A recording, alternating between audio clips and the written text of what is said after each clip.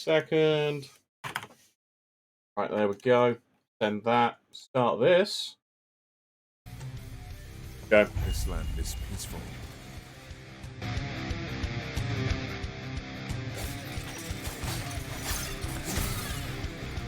Oh, great mace. Start us off. Perfect.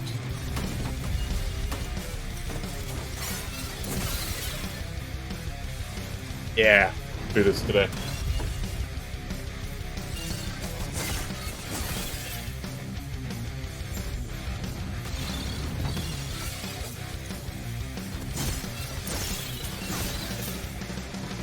Hey.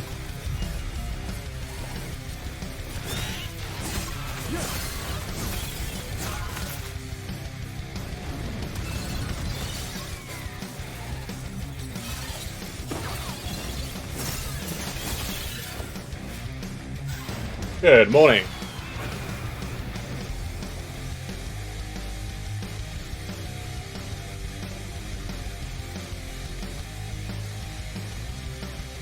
Do this.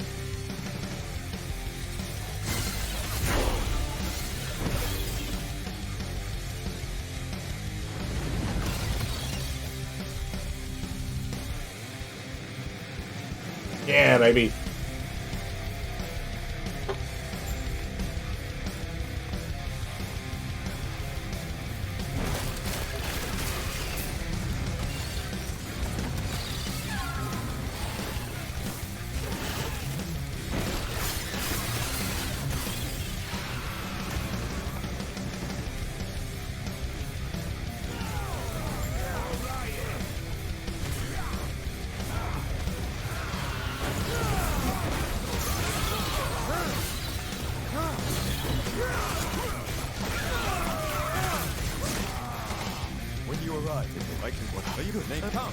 Yep, let's go.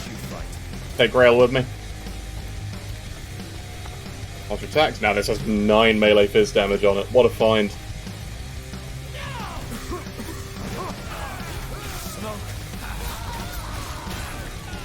So I need Hammer Throw. We get that next level. Almost done. There it is. There's the boy. Hey, KP. No worries. You have a good one. It is a last Epoch day today. Well, for however long I play. But good morning. Hope your day goes well. Whatever you're going to go and do. Probably not going to see you over the weekend because you're going to be at your event. So I hope that goes really well for you. Quick, before it reaches town.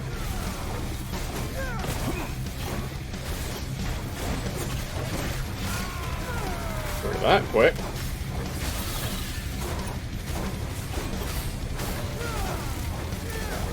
It's like Spectral Throw for real, for real.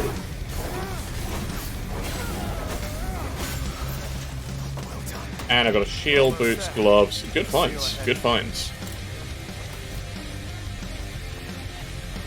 Gotta go set up. I hope it... Yeah, I hope it goes well. I hope it really goes well.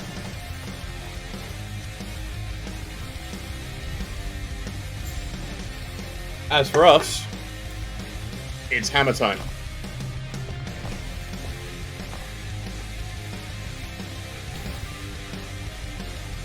Sounds like cookies. Now, speaking of, let us head there now. Yeah, it does scale off of strength.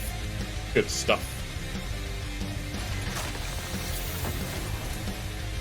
Nothing. Increased melee damage. None of this helps. Although, it doesn't go off of melee damage now, so I can actually switch that. Oh dear. Oh no. We've already broken. Don't switch out equipment while moving. Just start sliding.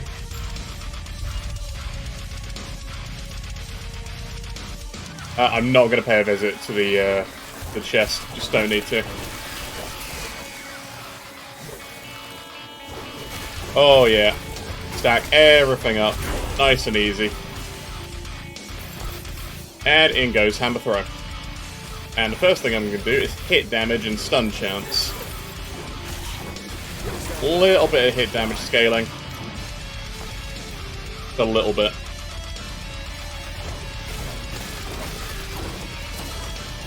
Ow. Because you can actually stun most bosses. But what we need to find is throwing rings. Rings or amulets with throwing on them. But you can absolutely play Hammerdin without them.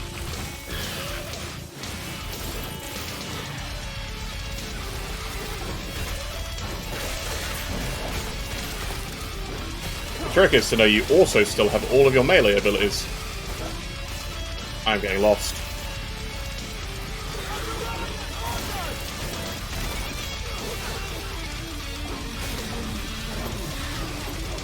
There we go, and we leave.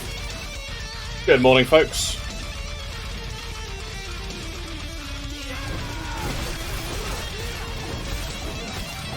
Because the hammer will hit coming back and going forth. So... well, at the minute, anyway. Charge, good, we need that. Switch straight into that.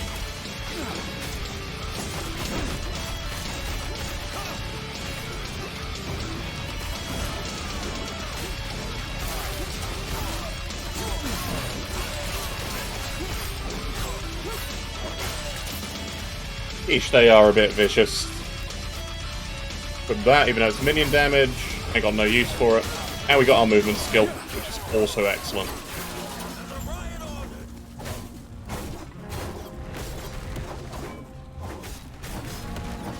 Ow. Worst fight. It's absolutely the worst fight. At least the projectiles aren't being deleted now that I'm in offline mode.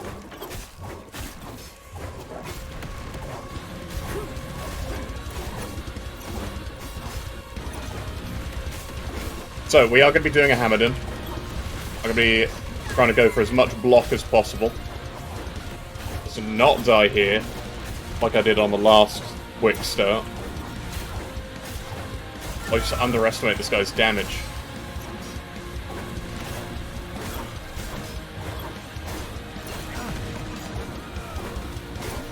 It's easy to get, if you get stunned and then you get hit by the full barrage, it's very easy to just drop. Oh, there we go. And that's a nice helmet for us. It's not a melee hit that we're doing. Kinda useless to me.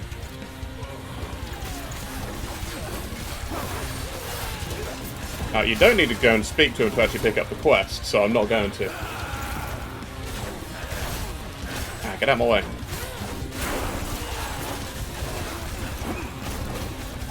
It is much easier just to do Rive, I will be honest.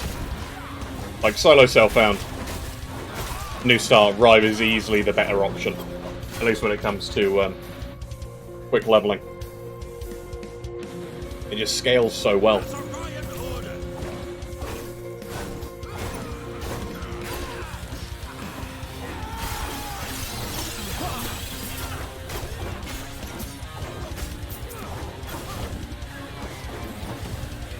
But I'm going to be trying to abuse stun.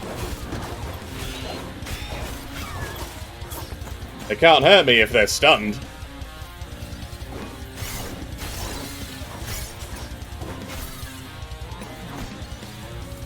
Which means I need more hit chance versus stunned, stun duration, and of course, the actual increased stun chance.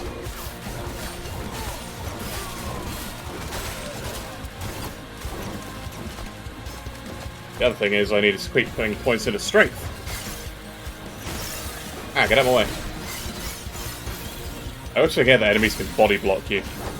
I'm still not used to it in coming back from last coming back to... Ooh, catapult gloves. Could not have asked for a better pair of gloves. They give throwing damage. Coming back from Grim Dawn. Easy. I'm not going to go Nova. I don't see a huge point to. Ow.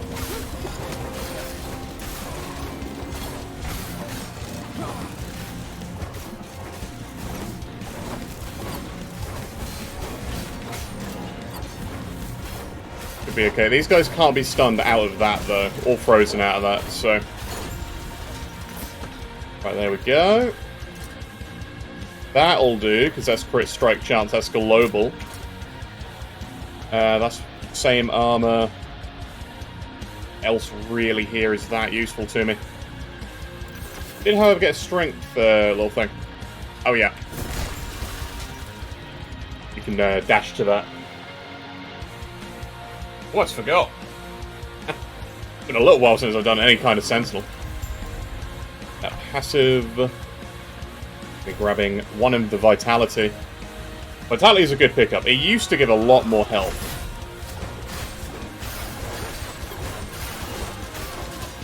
Now it's primarily resistances. I think it's Necrotic and Void.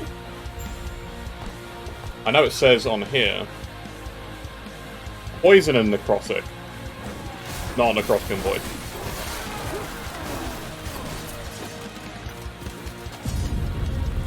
That up. We go more into Strength again. That gives me Rebuke. I'm going to switch Rebuke in here. Ow.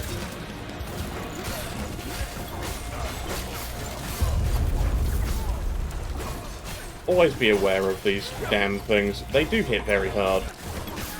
Even with our fire resistance at 28.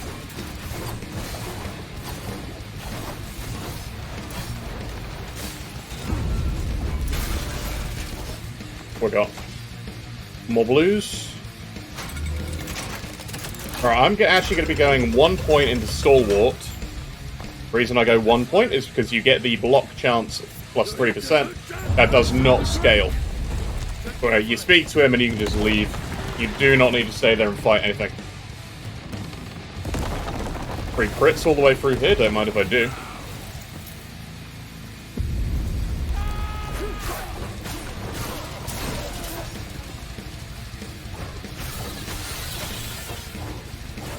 Line them up. Throw the hammer. Or stun chance, please. 50% increased chance of stun. Basically almost a guaranteed stun.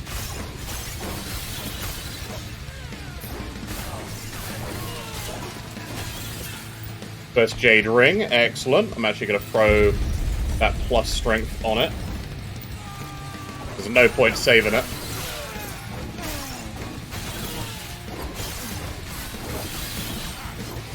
Oh, an amulet. What's that? Cast speed? Not very much we have has cast speed on.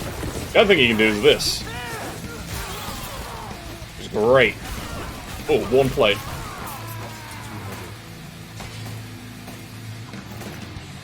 Take all of that. Charge of the turtle. Better than ours. Free money.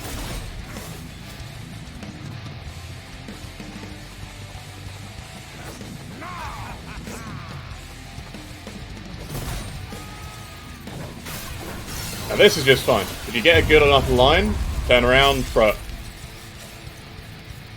Level 5, area's level 6. No, we're level 6, area's level 5, so...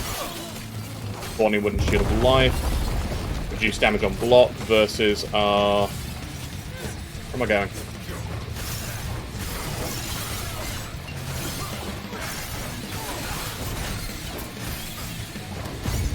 Just, get rid of the names.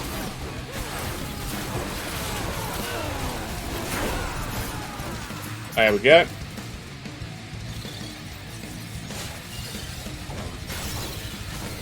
Alright, I'm actually going to toss in Shield Bash here.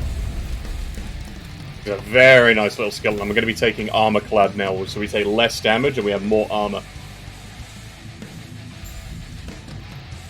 Hey, look, he joined us after all. What do we get? Biz damage increase. I believe that is potentially global. I'm sure you have questions, but let me... Doesn't really matter, because we're not actually using a spell.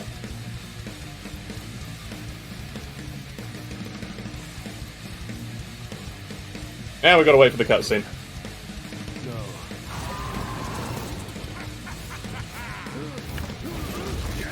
I do love their depiction of plate armor. It's very piecemeal, it's great. Get rid of Get some of these greys.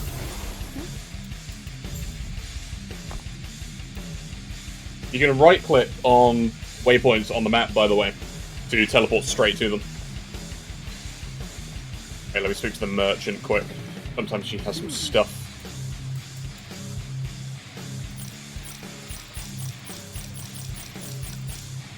Any good stuff? Armor, Void. No, we've already got that with some attunement on it.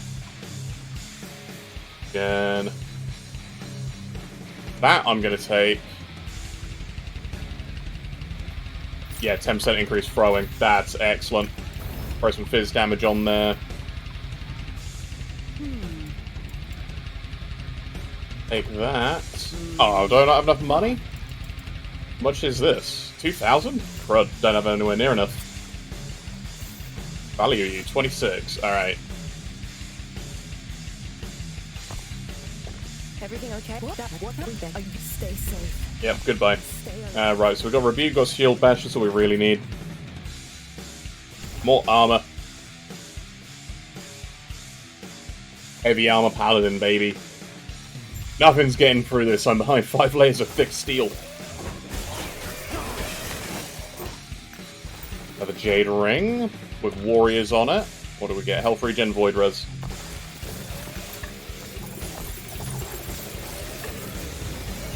Oh, free haste. Don't mind if I do.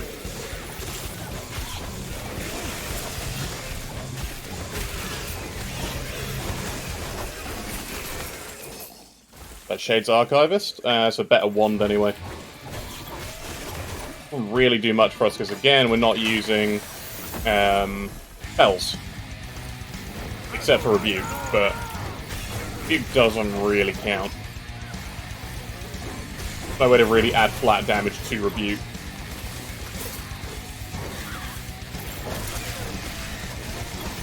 Do this.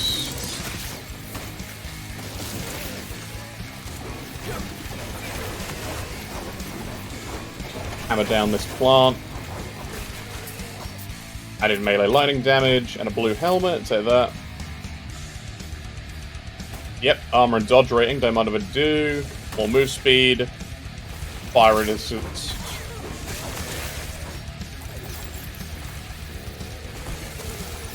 Got no more passive points.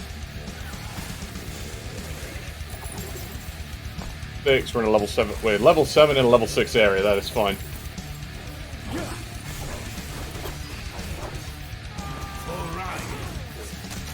Hit me. Die. I'm going to be using Hammer Throw, Rebuke, Shield Bash, Lunge, and eventually Aura.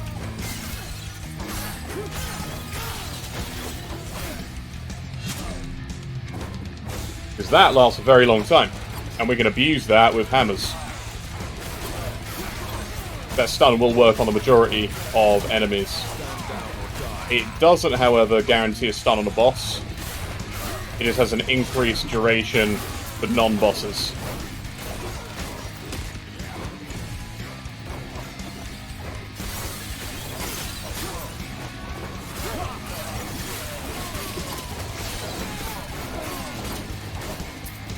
Get all that out of the way.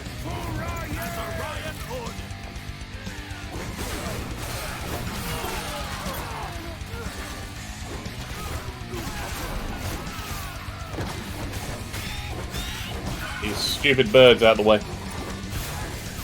Okay, with Hammer Throw, I'm going to go more into the stun side of things, and we're actually going to be doing Zolhan's technique. And what that is...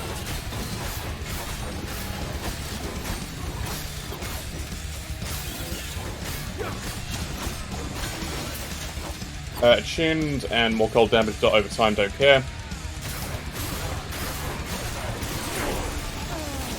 Gloves of the Turtle, Glyph of Hopes. Second skill slot, perfect.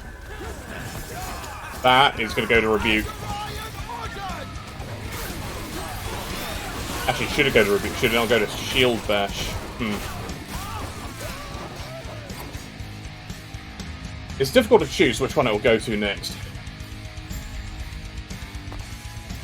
Because if I go Rebuke, I can go Health Regen, I can go for a longer duration, I can increase the hit damage, more mana regen. I don't think... as far as I know, this stuff is still broken. They haven't tried it since. And this stuff, other than spreading flames, decent. We're not going void damage, and we're not really needing it for a heal. It's good enough without being specialized. I think we go Shield Bash, and then I increase the stun duration. Or increase Armor Shred. Add some damage to it. Low knockback. Increase block for a little while. That is a great node, by the way, if you're going heavy block, because you can just go 2 here, and then guarantee 3 blocks. So you technically don't need, like, max block all the time. Blind is a great choice. Guaranteed stun does more damage per block chance, and it stuns for 1 second, so if I go for this, increase the actual stun duration, then any passives we get, gear-wise, that increase stun duration will multiply it as well.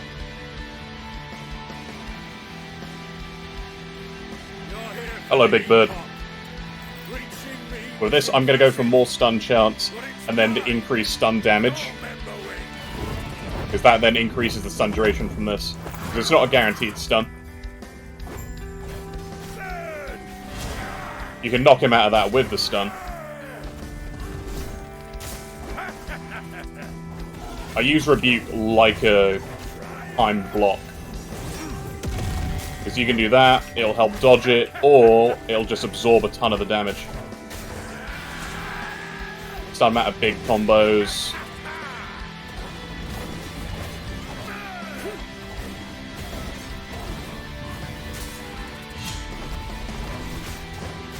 Accidentally whiffed me. Thing. That's what you want to stun him out of, because that is channel. That will kill you.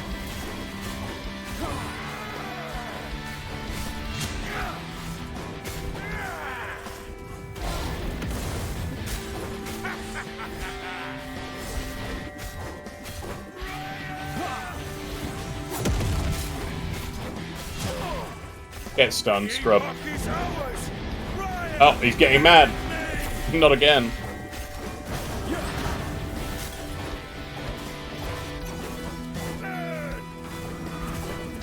Oh, crud. I misjudged which one that was.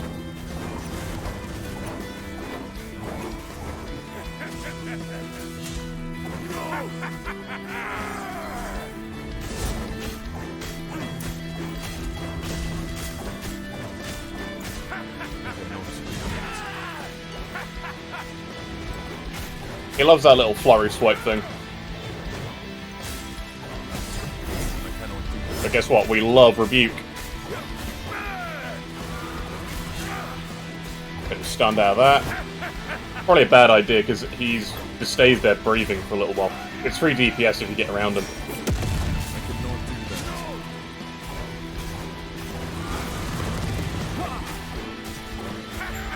And he's gone. Oh, he fell through the wall. Right, we've got a rare. Repair boots, that's nice. Melee attack speed don't do nothing for us. Stabs don't do anything for us. Dot. Comes with move speed though, on a baseline, so I'll probably use that quick.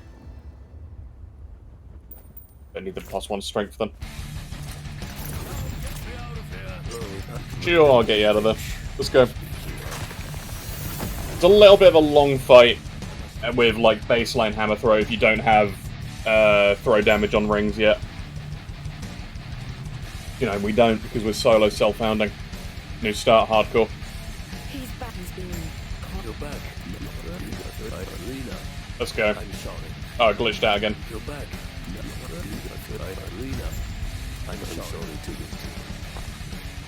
This is what's best for us all. 15. Nothing else here is really worth keeping. Epoch's power. Oh, come on. Take me to the void, baby. I want to throw hammers at the darkness.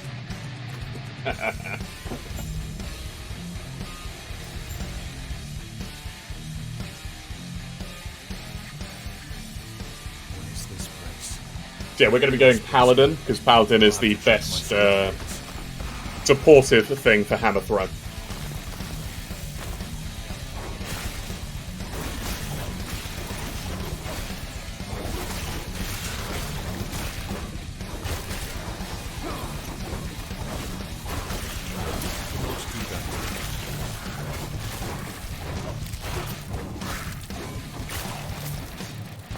Yeah, what we're going to be doing, there's a lovely little note here called, Enra's technique, which we're going to be taking.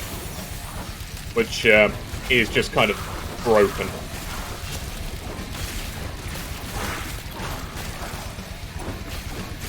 Hurricane Iron Hammer, don't mind if I do. That's actually great for us as soon as we get to level 9.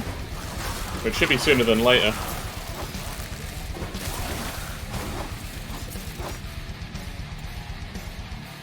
But yeah, I should go 3 into attack speed then. Because you can take this, which means whenever you're out of mana, Hammer Throw is just free to use. See, I like going down here quite a lot. You get the health gain if you want. Dark Orbs don't matter, we're not taking the cooldown. I will probably be going Collision. Because, yeah, they won't pierce. But they will hit very hard. Very, very hard. Lots of stun chance.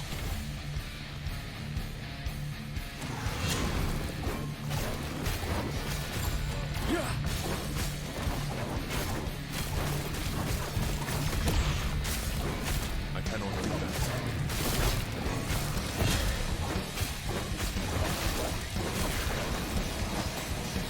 Oh, rare.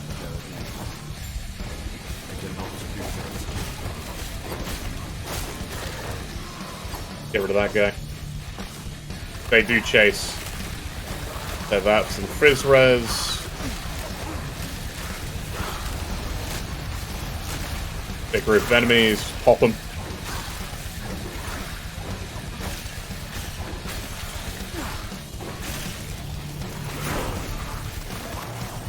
It's not really a bad way to build Hammer Throw, I'll be honest.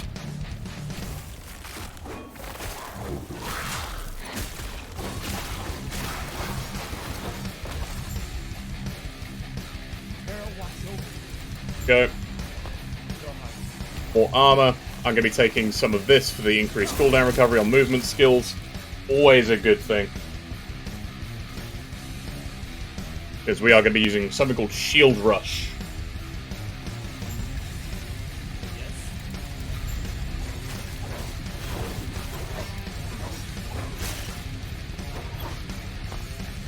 Yeah, we already have.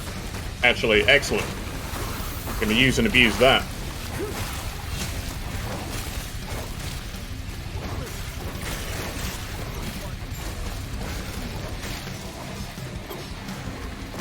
Right, I like going down first.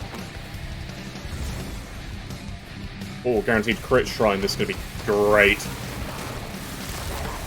Get big old grouping of them. Start throwing. Oh, hello. That's nice. Unfortunately, we're not doing a two-handed melee build. Lots of chaos. Can't leave them there. Such a good thing. Unfortunately, it's melee fizz damage, and Hammer Throw does not count or take melee damage into consideration. It does take, however, physical damage throwing attack damage, and that's it.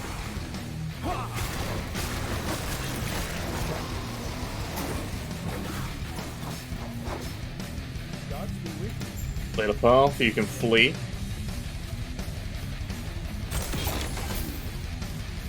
That. Nothing else really there. And goes the hammer. Because that actually has a baseline of stun bonuses. Oh no, increased melee fizz. I'm thinking of another one which has the increased stun bonuses. Ooh, lucky boots.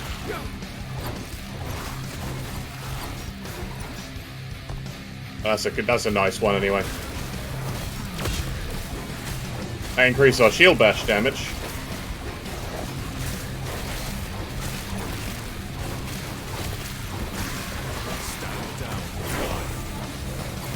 Oh, there we go. What did you drop rare-wise? It's actually deflection. I'll take it, and I'll take that.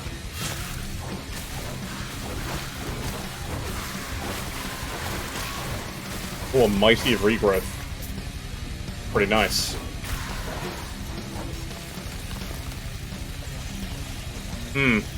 I think our current one, because of the flat increase to armor, is slightly better.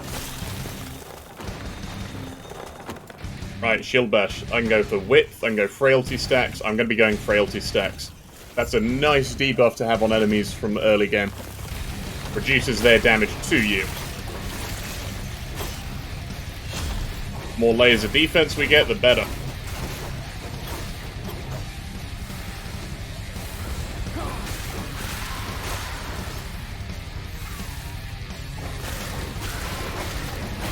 You think hammer throw means I'm not able to fight in melee?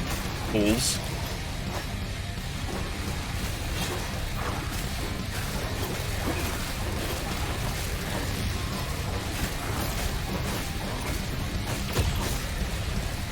Get out my way. Smite idle loot fill rule. Hey, Fengar! Wait, you're still awake, Fen? Yes, the smite idols are a great option. I haven't done any loot filters yet. But I will be doing some when we need them. Kind of a waste of time to do it this early. They don't tend to drop until you're around level 25, idols in general anyway. They are really easy to make. I love the loot filters in this game. I should also recolor throwing damage bonuses. Make it really easy to see what I want to pick up.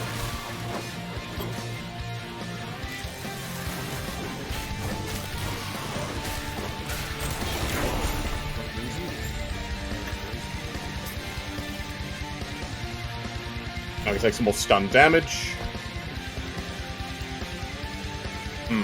Yeah, we'll go with that.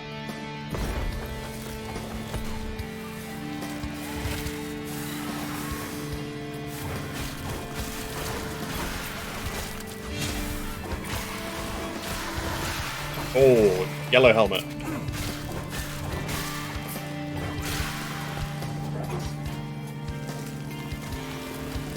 And now I'll keep my dodge rating. Because that way we actually do avoid some hits.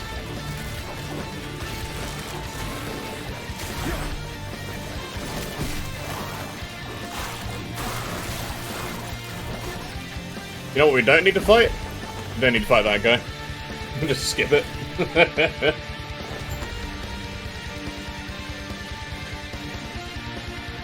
And this in for the passive point. Hello, goodbye. Alright, let's do a quick loot filter then.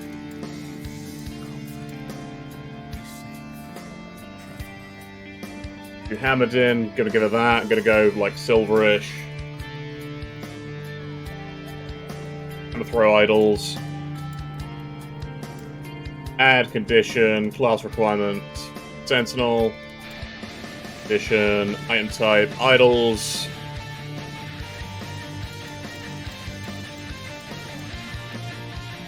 Wait, just idols in general. Affixes, I would like throwing. No, wait, it's under sentinel. Idols.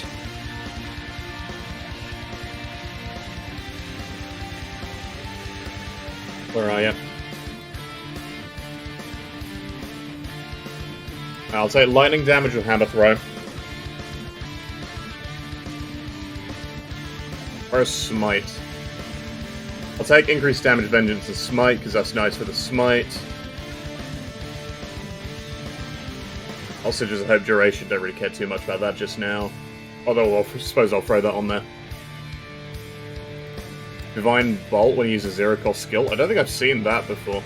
Ah, there we go. Smite when you hit with throwing attacks.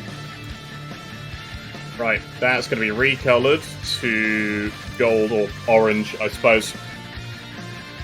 At least one of them. I'll also add a rule that I would like the affixes for throwing. Any of these to be recolored to blue. Yeah, simple as I can make it. All I really care for. Regrettably awake. I know the feeling. I know the feeling. But I needed to wake up. I needed to do the stream.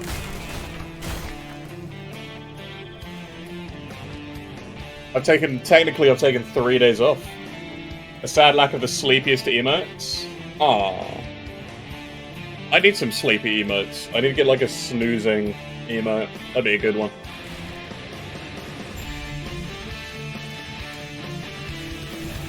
Okay, with that, I'm gonna max that armor out. Cheapest thing we need early.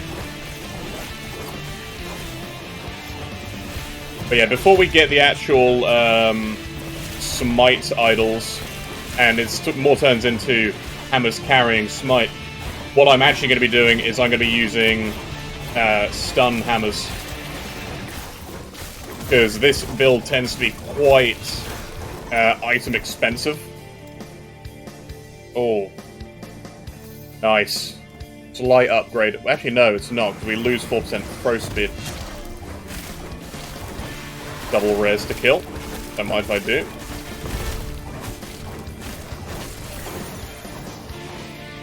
We got boots, spark, cooldown recovery, block effectiveness. Take it to the ledger. We'll just leave. Laters.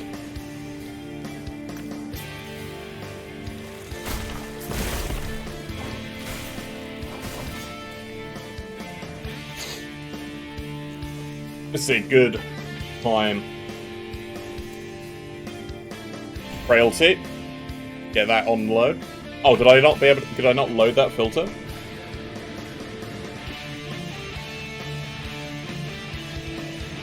Oh, what's the thing to reload loot filters? There we go. That should now be correct.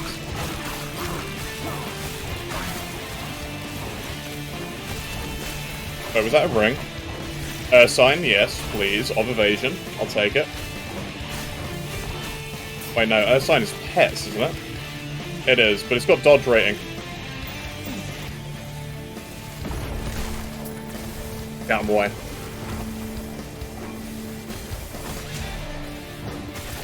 Line him up. And hammer him down.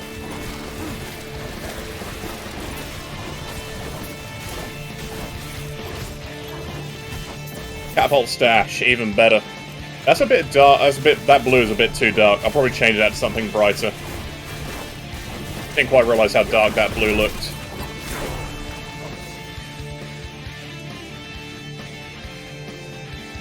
Right, I'm gonna go with more strength. Yeah, let me quickly switch that. Yeah, you know, I'll make it pink. Very easy to see. I did actually change it, right? No, it didn't.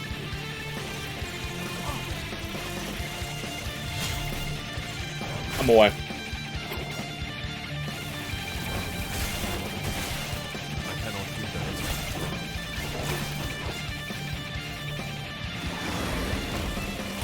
Anyway, catapult belt, even more throwing damage.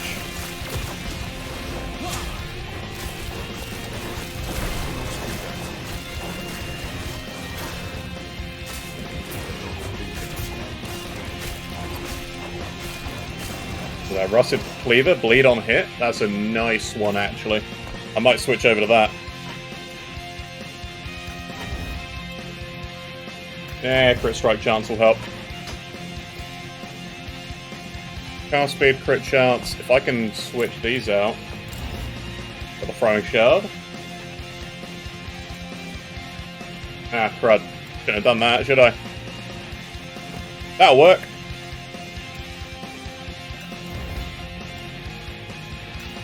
Void res. And I don't want to put intelligence on them. Better gloves anyway.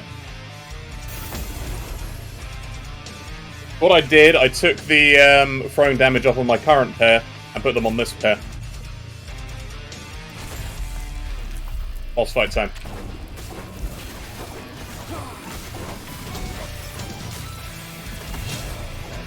You can just stun him and stop that. You can stun any of them out of their spells.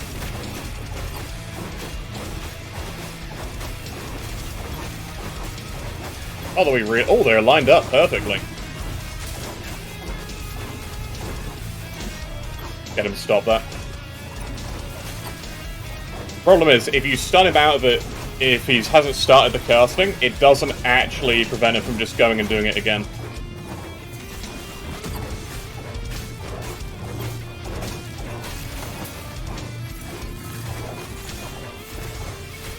But yeah, no, Rive is definitely a faster option early because you don't have access to a lot of throwing damage modifiers. A throwing paladin is normally better as a second character just because it can be quite expensive. And you need, like, throwing shards to do it well.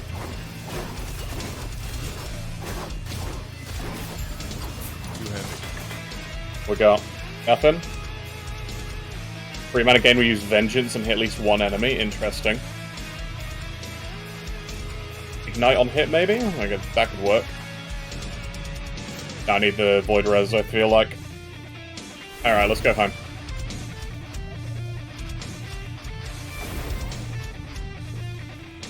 Hello.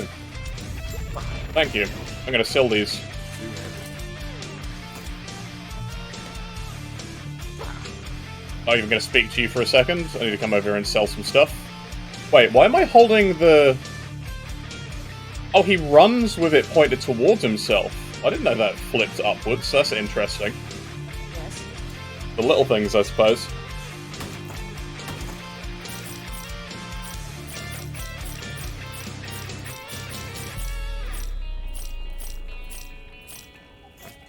Follow your feet.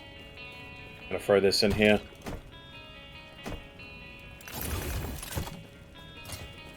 Probably gonna equip these, to be fair. Health, and that says bleed on hit, so that works. That stacks with our hatchet. So the axe has global bleed on hit. Is quite nice.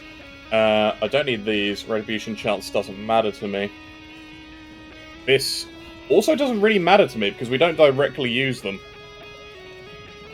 So I'm actually going to put some more points into the strength. I'm going to take Aegis of Renewal because whenever we block, it's free life.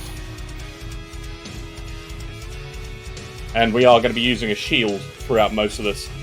Because with what we're going into, Paladin, a lot of their nodes give spell damage with shields.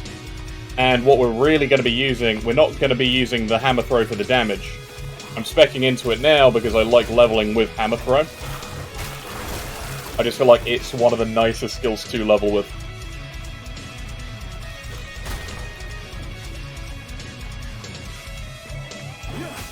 Now what I should do is take the when hammers no longer return, but you get a chance at double damage node. It's pretty cheap to get to. It costs like 2 points.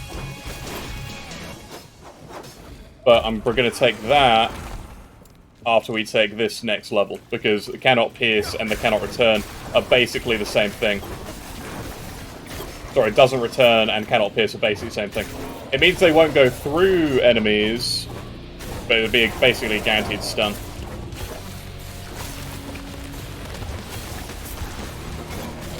Stand down.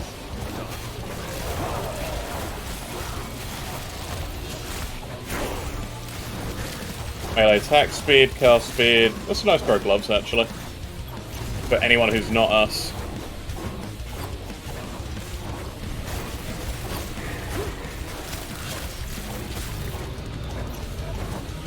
Eat hammer.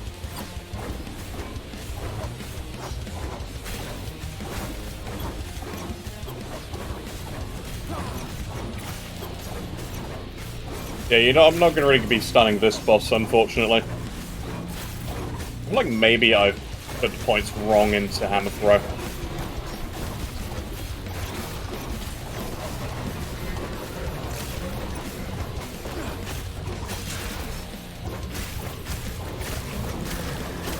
But we'll see.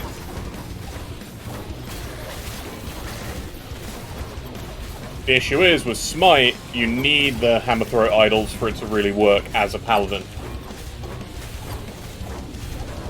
I suppose I could level as a Bleed Hammerdin. That would work quite well.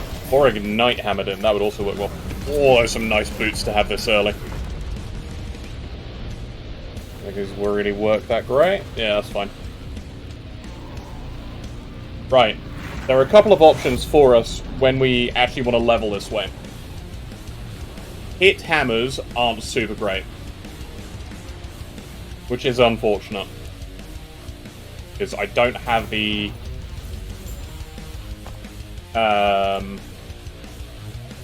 really, the stun bits. So what I'm going to do, I'm actually going to respec Hammer Throw entirely. And I'm going to do this. I'm going to go 2 here, and I'm going to go into increased damage and global ignite chance. And I'm going to pick up more global ignite chance. Don't really need more health gain on block. I would like more strength. Max that out. So why am I doing that then? Why am I going to switch over to ignite? Because I realise if we're going to do smite, we can probably go fire smite.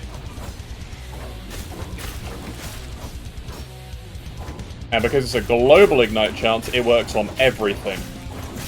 So every hammer throw that we do.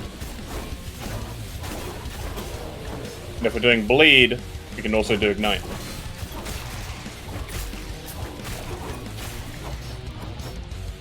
Damage over time.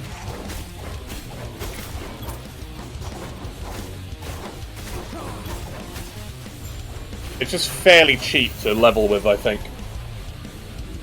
And then, instead of going the stun route, what I'll do... There's a node which lets hammers spin around you, and that will let you multi-hit on bosses with multiple projectiles. So we'll do that.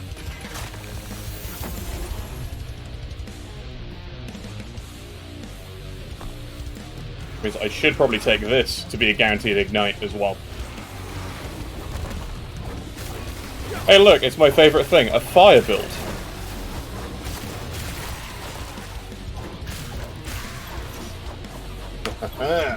Oh. Still real achy from the other day. I still can't get over how he just holds it down. Where are the meteors? The meteors are with another class, unfortunately. What we have is Hammer Throw. But you are going to get a light show eventually when we get our idols for this build, though, Gully. Because what we have is a thing called Smite, and that can cast automatically when our hammers hit. Gonna bunker down for a second and pop it. Hey, flat reflect is nice. So is the resistances. More frailty stacks, don't mind if I do.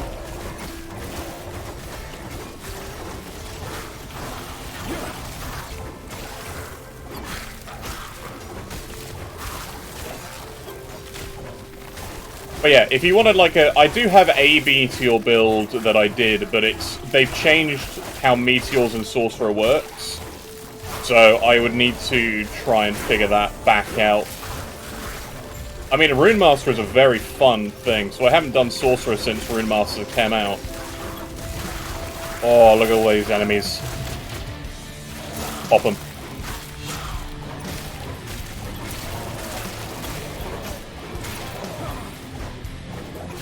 Marauder's Rusted Cleaver of Glory. Health gain on kill. It's got less bleed chance, though. Yeah. Yeah, it's meh. Hammer throw damage, yes please. Don't mind if I do. Right, so I've got 2 points in the hammer throw speed. I'm going to be taking the increased global, and then I'm actually going to be taking Rayez's Legacy, because it's going to give me 30% per stack of Zeal. And then if I do this, and I have 3 potential stacks with a 30% increased damage each, that's 90% increased damage, 90% increased crit chance, and a 90% global ignite chance. Which is underrated. 90% is very good.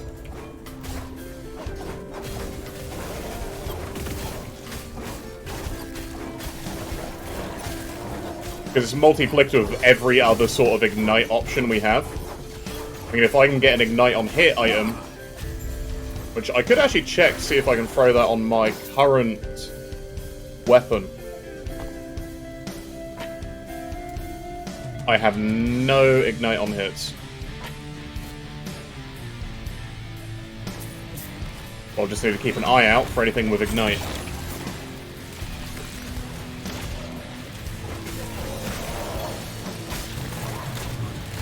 Bunker down. Pop him.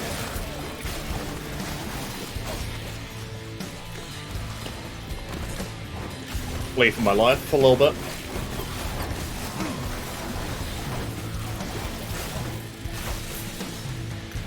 Take that. Strength. I'm away. Lighted heretical. Damage over time, I'll take it. Ah, yes. Yeah, if I do meteors, that would be a fun little build. Switch that out. I need to go probably... Yeah, I'll put some more points in Valiant Charge. It's flat life as well as cooldown for this.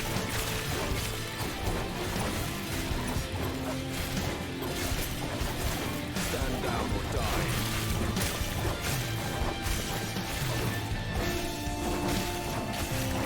Oh, maybe if I want to go Ignite, do I go Forge Knight? Probably not.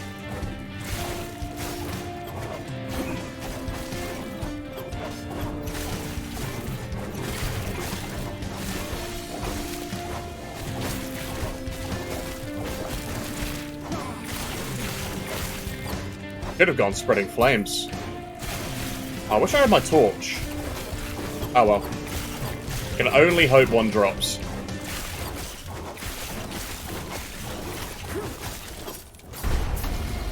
Guardian Charge. Ignite this fool. More bleed stacks, the better.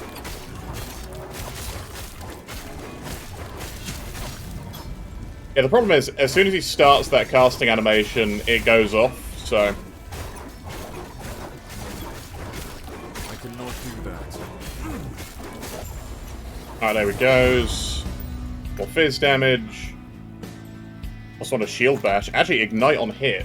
That's perfect. Press some fizz res on here, void res, because that's mostly what we're going to be dealing with for now. And dexterity actually does work for us.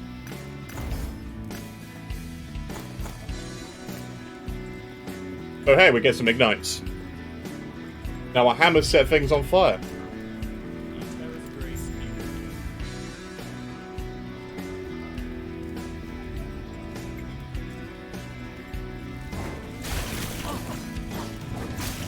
Yeah, I'm really looking forward to this. Alright, I'm actually going to go down here. And the reason is it's going to give me more fire damage per block chance that I've got. We're going to have a higher block chance. And I'm also going to turn it into an Ignite. Because this node here is quite nice. Ignite duration, you get a very, very long lasting Ignite.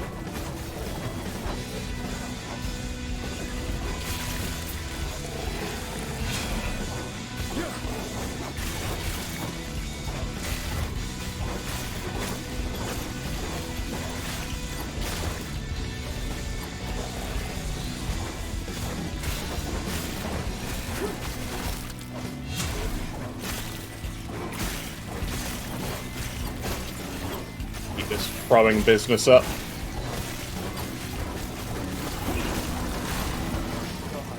Hello, goodbye. Take all of that. Is that a stun avoidance shard, or was that a... Oh, it's added armor. I thought I saw stun shred. Sorry, not stun shred. Armor shred. Double-blade broken sword. Ignite on hit. There we go. Cancel ignite on hit. Perfect.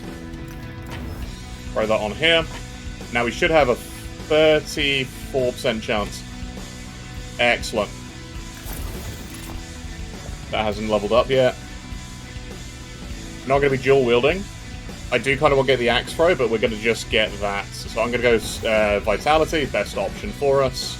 I could have taken block effectiveness, which does also help. But we get to go Paladin now. And that's going to be the best thing. I may take Shield Bash out, because I would much rather have Holy Aura from this point onwards. Right, please don't eat my hammer.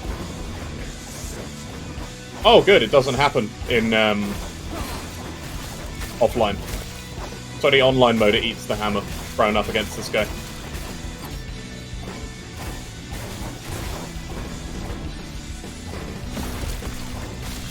Gonna stun him out of that business.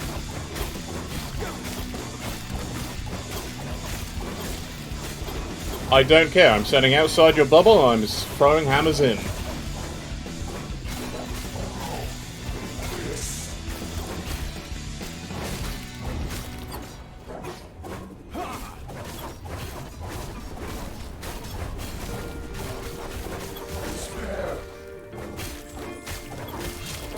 Get out of that. Don't you dare.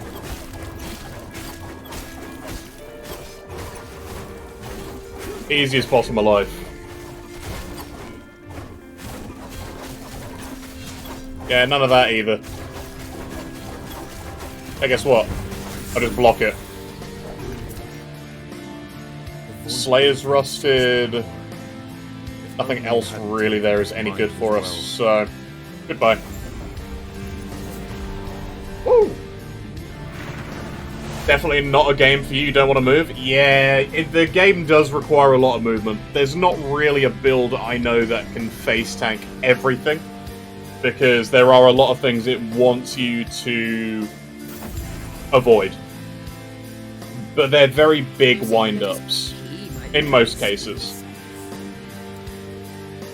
Alright, so get the global ignite chance. So then we should get 30% more ignite chance with every time we get a stack. Well, 10% more.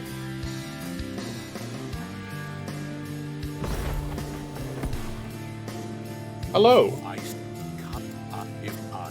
Right, we're gonna pick. We're gonna be a paladin. That gives increased fire, lightning, and fizz damage equal to our percent health remaining. Meaning it's just a free 100% increased damage. And we get healing effectiveness per point of attunement. Holy Aura is going straight on the bar. That's active whenever we like it.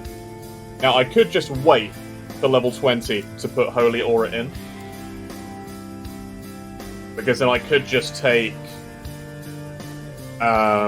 next attack ignite chance, which is I can get 4 extra ignites. Or have a guaranteed ignite chance for 3 stacks. Which is pretty hefty. I think it's because this will be a big throw that moves through everything. They'd all do a ton of ignites. And the nice thing is I can just go straight here, take this node for an extra 2% more block chance. So that's pretty nice. We'll do that. So we are now officially a paladin. In an hour. 58 minutes it's taken us to become paladin.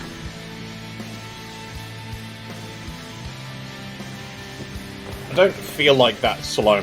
I know Hammer Throw is not the fastest skill to level with. We could have done this with Rive. Rive is amazing. Goodbye.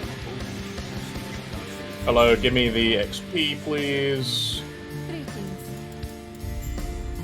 Do that, and we're just gonna leave. Yeah, nothing else really here. Alright, Sheltered Wood.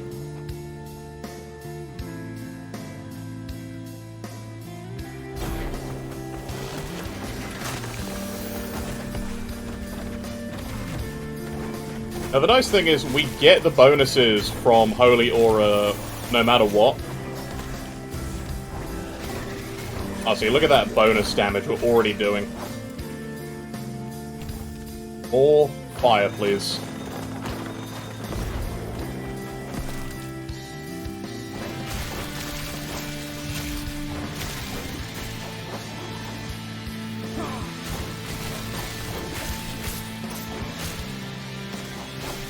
Yeah, the ignites, absolutely great. Oh, I messed that shield charge up, didn't angle that right. Hello, Rare Spriggan. Dexterous Mournful Pennant, health gain on melee hit. We're not doing melee hits, so that doesn't actually matter to us.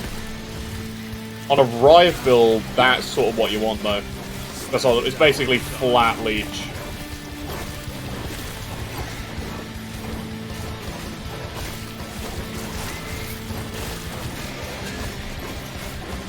Oh, I messed up. Bye. Resist fizz damage, frenzies when allies die. You don't want to fight that thing. Not when you can just run past it and be cheeky like me. Between the ignites and the bleed, we should be good throughout most of the campaign, though. Oh, he's back. He's not leaving me much choice then, is he?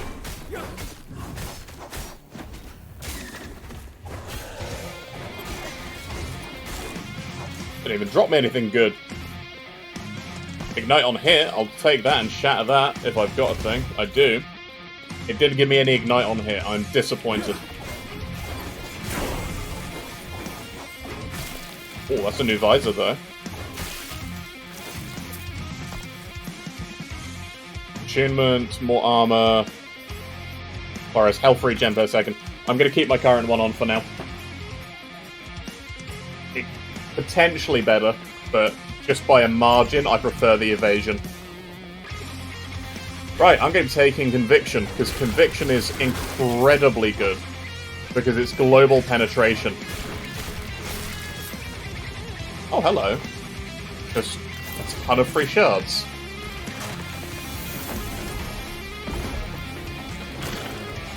And this is why shield charge is just the best thing.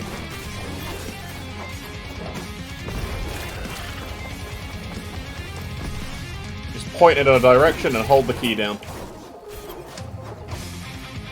Oh, shards. Give me all the shards. Ooh, of wounds, bleeding on hit. Ah, it's got health on melee hit too. That means I can't have the ignite on hit. But that's, what, 19 and a 14? More bleeding. Don't think that's going to be worth keeping. Keep it in the old inventory, though. Bleaching Iron Hammer of Glory, doesn't matter. What I'll probably do is I'll probably set up another tag in the loot filter for things with bleeding and ignite on hit as one-handed weapons.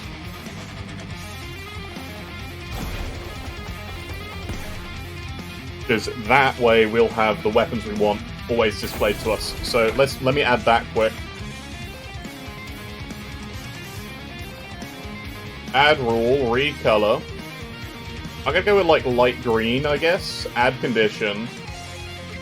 Affixes. Melee? No, hang on. General? I'll take Fizz Pen and Fire Pen. Show me those. Ailments, I would like Bleed on hit, and I would like Ignite on hit.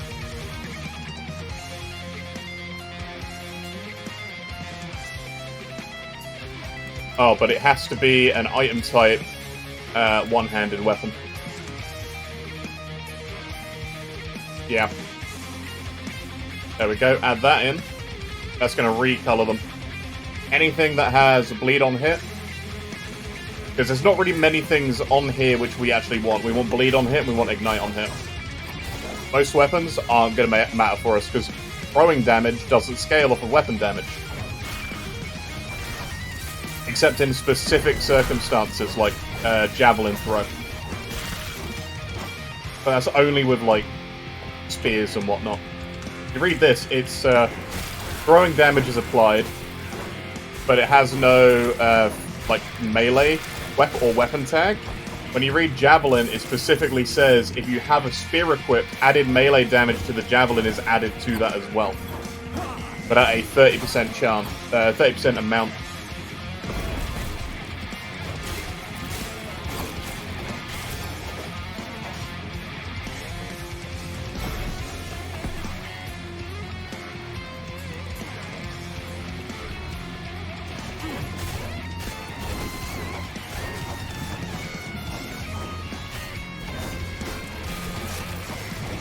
Yeah, just throw, stack one or two things up.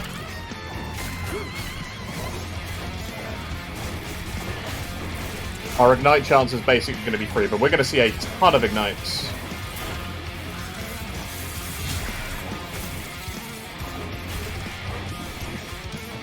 You know what I wouldn't mind? I wouldn't mind the spoon, actually. Instead of spreading flames.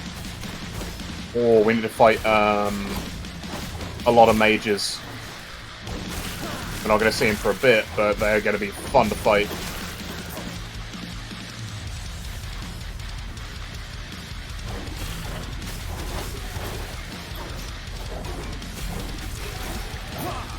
The other thing we need to remember is Zeal is actually giving us crit chance too. So we can end up critting quite a lot too.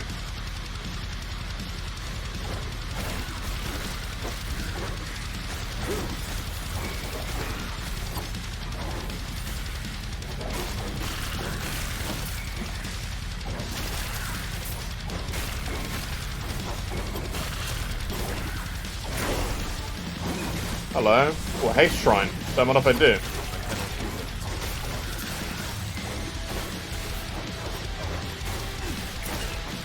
More Zeal. Because it's also a global increase ignite chance, everything we do has increased ignites. So throw it 3 times, and we should now have a 60% increase ignite chance.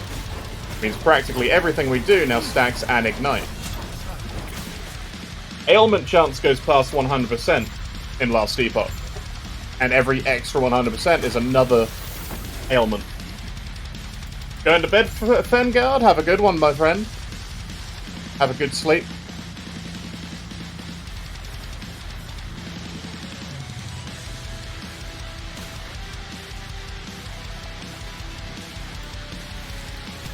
So, more penetration. Amazing to get early. The other thing is, in Paladin, I need to kill these before I poke in the Paladin for a second. The melee ignite chance doesn't matter to us, nor does really this, because we're not doing melee hits. The only thing that will matter there is the shield bash. So if we do that, we can get increased fire damage after we shield bash, which works quite well. Divine Bottom melee hit, same thing. Health is going to be very important. Attunement, we're not really going to care about yet, but that's going to be good for smite. When we block, throwing out the holy symbol for healing would also be nice. But we're going to be taking Heaven Fire, the blind chance, and the endurance. So I'll probably go health and then the blind after maxing out the penetration. Boy, heat is Shield of Hope, even better.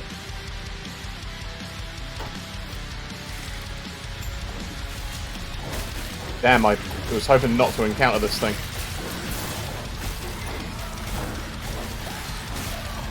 Fox Blade of Wounds.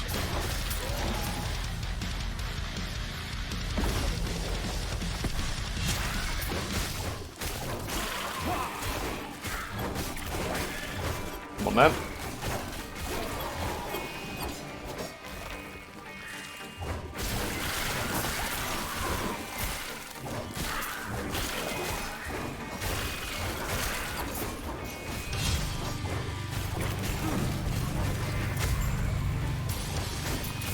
Easiest triple of my life. We charge down.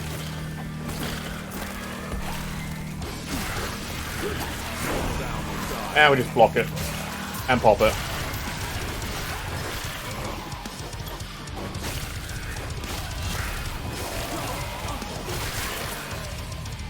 Anytime you just start getting swarmed, hit Rebuke. They're normally fast but low life, so Rebuke just deletes them.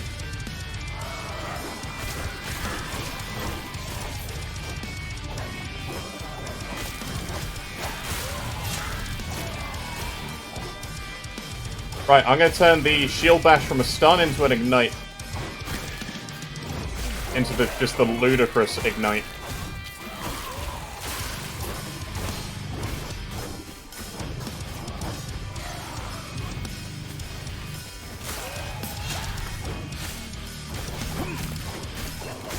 Ow.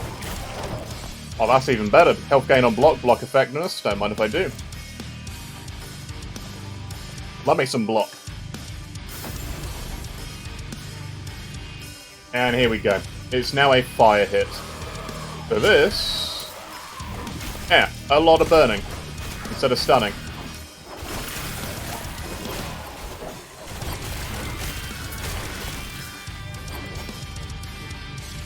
And now we have the 90% ignite. Absolutely brilliant. Hello, I can understand you. I'll go smash the things keeping you alive, don't you worry. More penetration, more damage.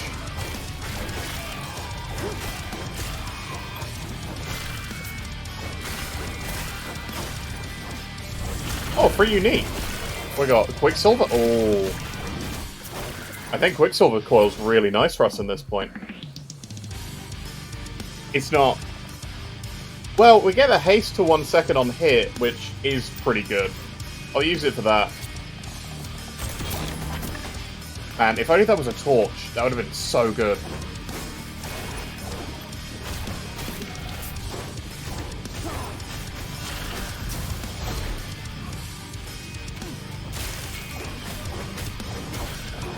Ow, can you, like, not have me stuck up against that thing, please? Bit brutal.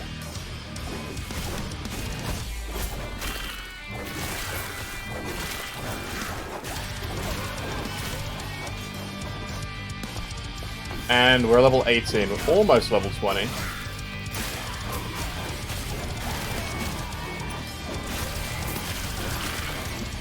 Take out Soul Depository. See, it's getting about 10 stacks of Ignite on it after a couple of hammers through them. Cleric's Heater of Deflection. Ah, no, I can't do that.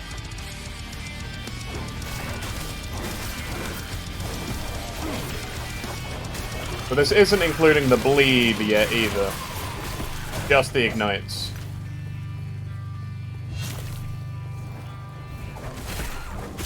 So just the shield bash is around 4 ignites.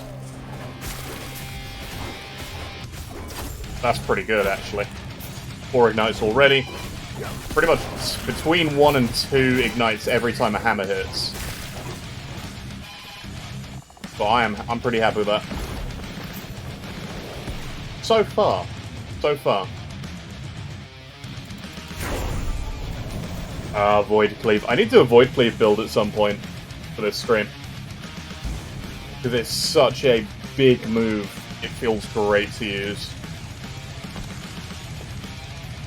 We hit level 19. Again, I'm just going to have more Conviction. I would normally go into the health, but I feel like I want to spend 4 more points in Conviction. And then just spend the 1 point in Valor. Because nothing else really here is that great. So getting 4 more, putting 1 here, and then taking Blinding Light. Because I think its Blind is actually really powerful. It's just such a very low chance there. Have you got anything you would like to sell me?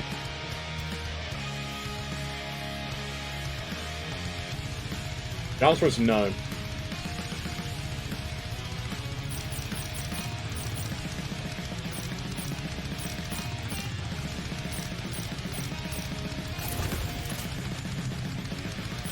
Yeah, the answer is no. But yeah, we're not going to be leveling anything to do with Smite for a while. Just based on the fact that Smite does not have a lot of damage behind it early.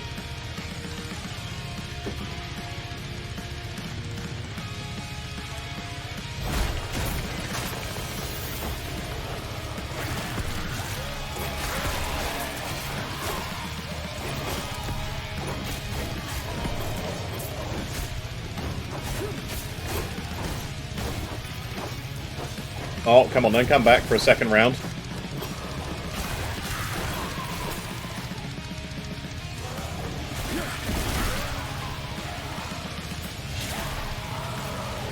Burn the world, everybody.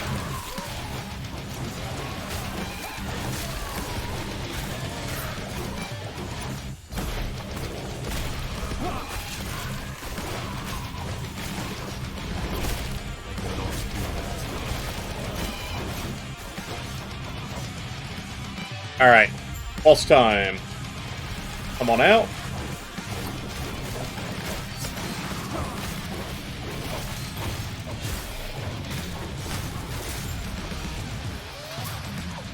Oh, metal boots. Oh, there's much use to us now. Take it to symbol. Level 19. We'll be level 20 soon, and then that way we can put Holy Aura in. Hello. Goodbye. We're gonna go kill your boss now.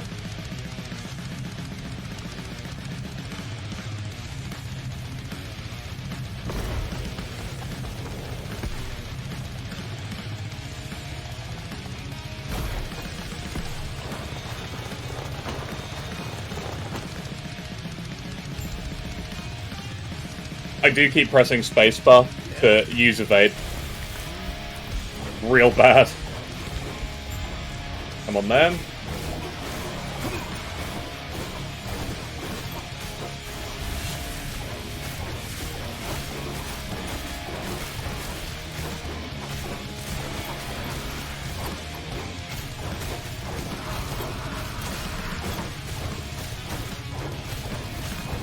Oh yeah, I should just be activating my Holy Aura for extra damage. All it doesn't actually turn off when I use it.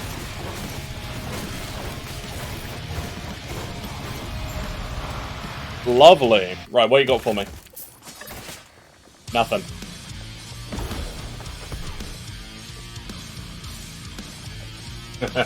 Nothing. Oh dear. Dragon time. Oh no, wait, not dragon time. More passives time. Spooky, scary tunnel full of spiders time.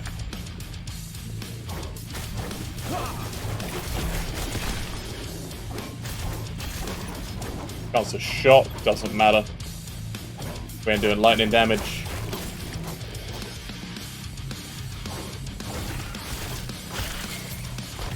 Yeah, we do have the option of using Javelin as well, which I do like as a skill. It's just, I prefer this setup because I just kind of want to focus on Hammer Throw. Like, Javelin is also a good skill to use.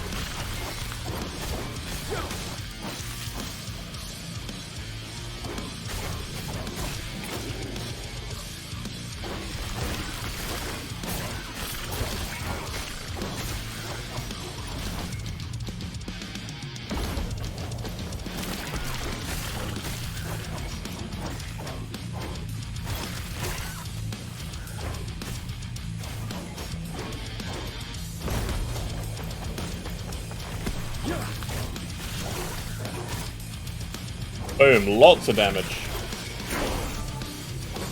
And there's level 20.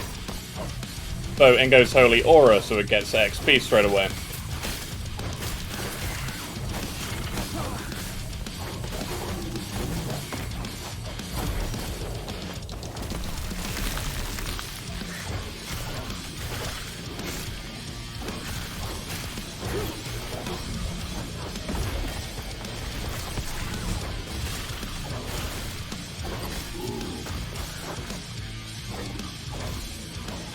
But yeah, Paladin, as soon as you get the Paladin levels, you just start going on Rampage. I should have gone into Zeal first. I don't know what I was thinking with Stun. I was hoping that was gonna, you know, stun more bosses. But nope.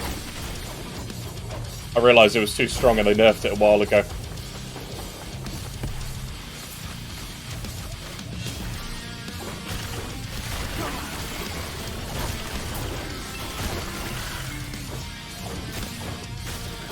Plan is to not die.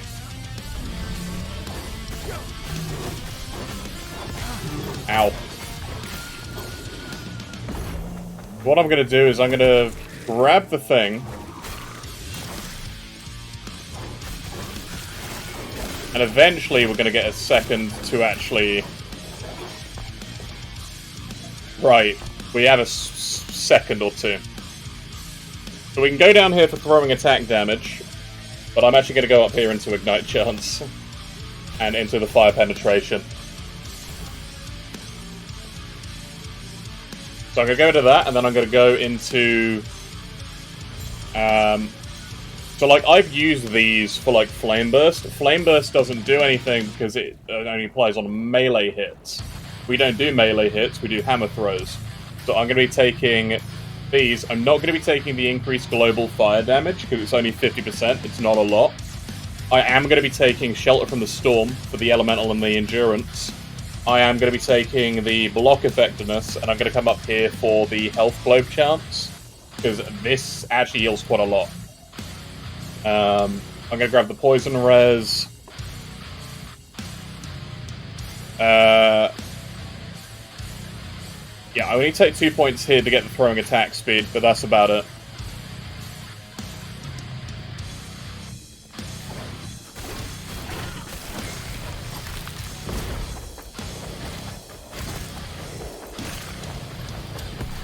That was a good angle.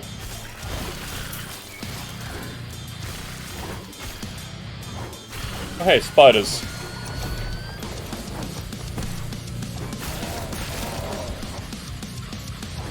Got high bow damage, meh.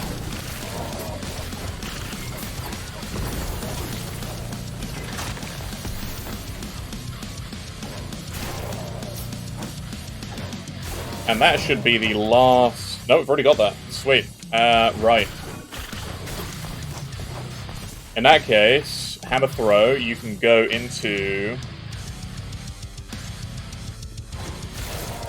that more way.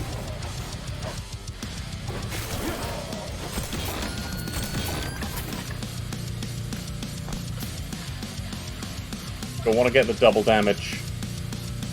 Because it only applies to hits, it doesn't apply to thingies. But I need to go up here if I want the spiral. I don't know if I want the spiral. I could get armor shred.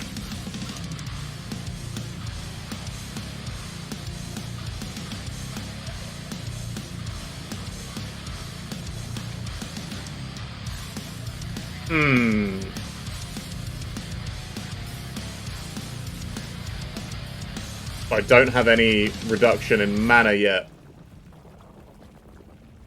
So if I make it cost more, it's gonna... I mean, it'd be 5 per, so it's not that bad, but it would hurt. This one with a spiral is gonna be worse.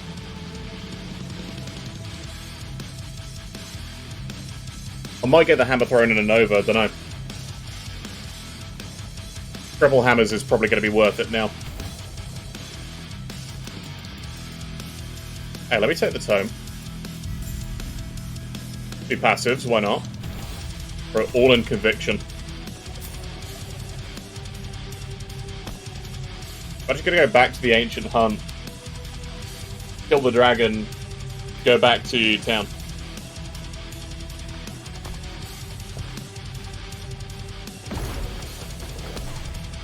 Ah.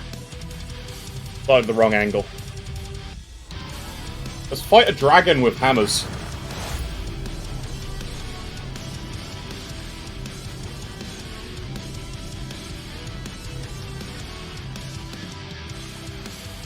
You can skip this though, there are quests later which gives more passive points.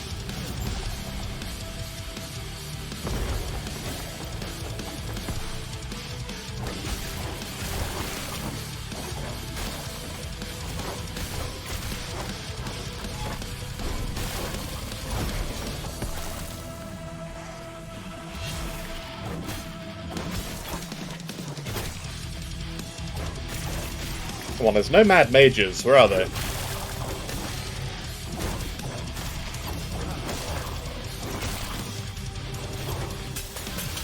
Also ignite, yes please.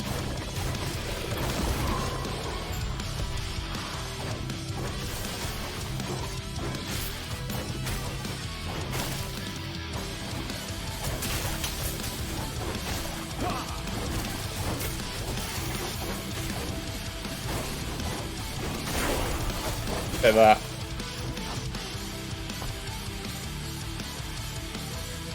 Okay, I can either get more damage, or you know what? I'm gonna do this. I'm gonna get the next ignite chance. That's gonna be huge. If I do this, I should see a little bunch of ignites. Not that many. Does that only work on melee hits? Next melee or throwing attack. Okay.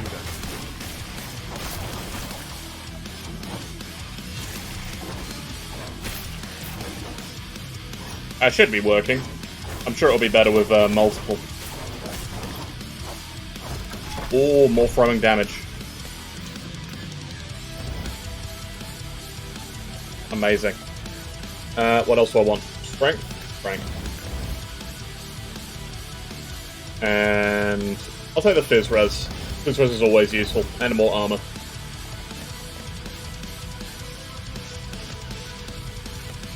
Take that out. Slayer's Hatchet, poison on hit, nothing else really matters there. Get rid of that. Yeah, don't need it. And that is 16% pen. Amazing.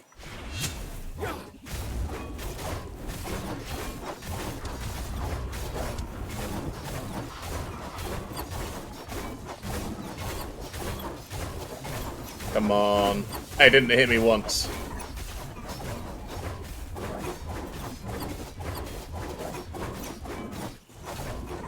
Now, I have tried to tank through that on a few different characters. It does not go very well.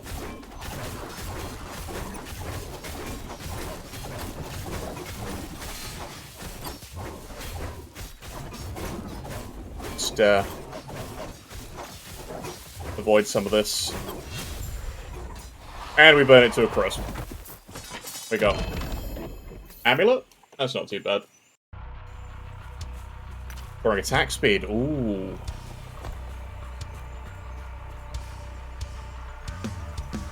What is that? Love's Ring. I don't have that available at the moment. Got the Claw, though. That would have been really nice for the old Beastmaster we were playing.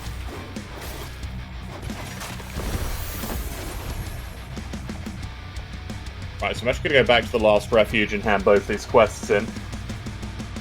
And then we're going to continue on.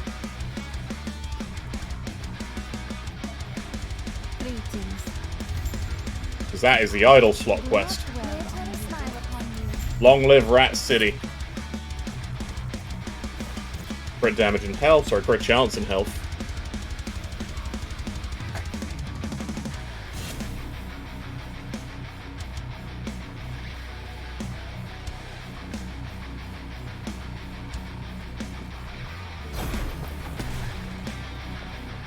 Now, these down bridges don't let your shield charge directly across them.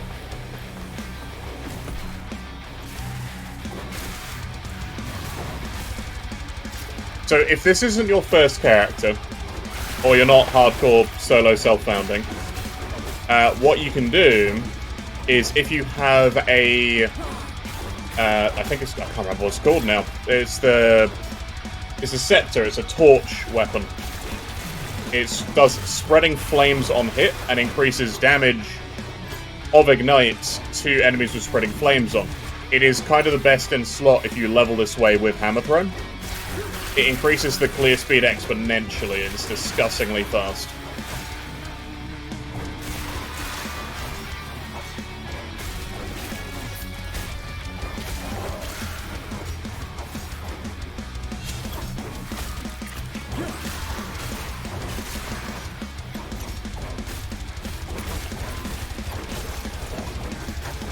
Do this.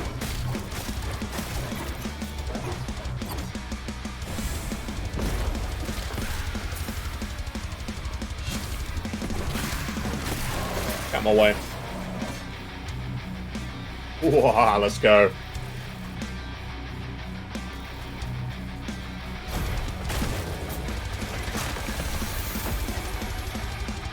I can't remember what's in that chest, and I don't think it's worth getting. Not for us, anyway.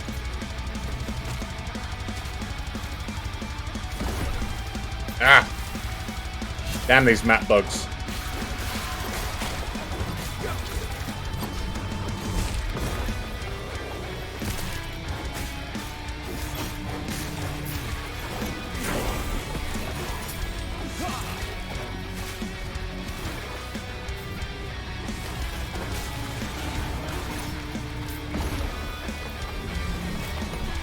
Oh, not quite.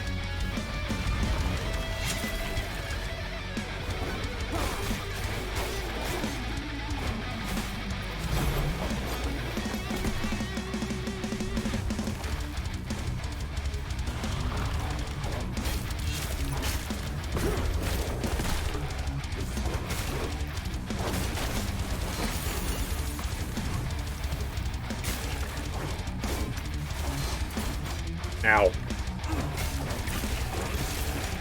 Gotta watch out for the priests.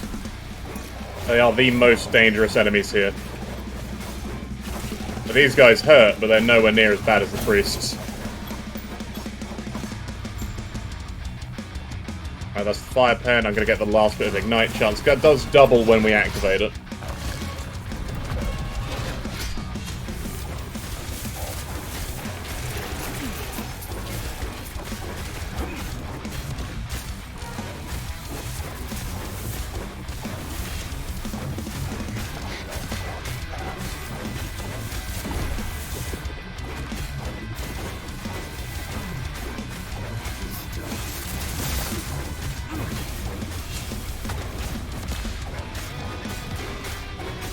The other thing is when we activate it, we get double the fire penetration, so we actually get another 20% fire pen. Which is excellent, because that works on our ignite damage. Get the 10 here, when we activate this, it doubles the stat bonuses. So now I'm going to go into elemental in resistance and percent endurance. Darkness is all that is left. Take Valor by 1 point.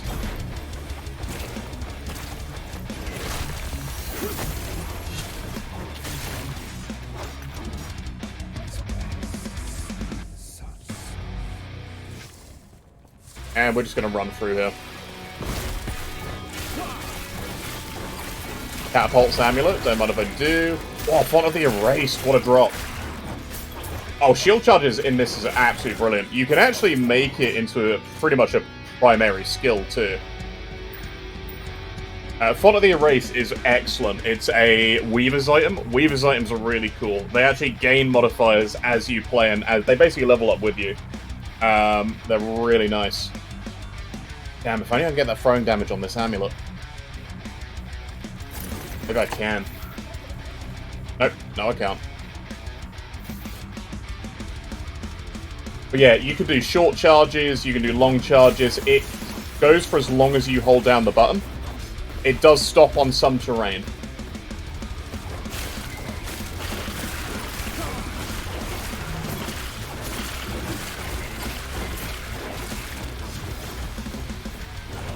Oh, give me all the shards. But yeah, the actual, the tree for it is brilliant. Right, so my hammer's no longer pierced, so we've actually lost some, but we gained a chance at double damage on hits. So what I'm doing... Oh, I don't even have it spec'd. Where is it? Yeah, so Shield Rush, you can make it cost basically no mana. You can make it return you to the start of your charge. I like going down here, which does increased damage, and I love making it crit in a massive area. You can make it do, like, an explosion after you charge to a certain point. It is brilliant. Like, the main hit there, you can make that hit, like, very, very hard. And then it will do a second explosive hit afterwards. Like a delayed hit.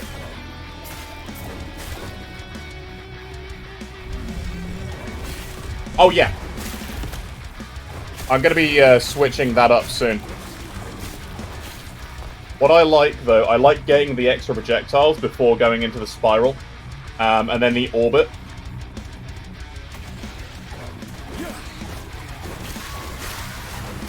Don't sell the Sentinel even more. Look, the Sentinel is a great class. It's just... I don't know. There's some other classes which do feel really good. It's just the Sentinel is very consistent and solid.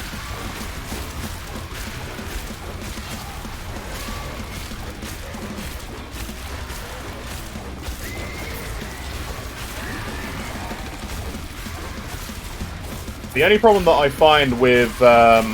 if you're doing it solo self-found and you want to take the spiral nodes, you end up having it cost a lot of mana. So you need mana reduction on rings ASAP. Which, sadly, we're not getting. What is that? Oh, Taste of Blood! Get in! Taste of Blood is excellent, because it gives bleed on... Oh no, it's bleed on melee hit! No! Ah, that's no good for me. Dang it. Yeah, Sentinel is an old class. It hasn't had that many touch-ups, but it's a fully released one. So pretty much everything it has is solid. Like, you can't go wrong with it. Most of its skills are very good.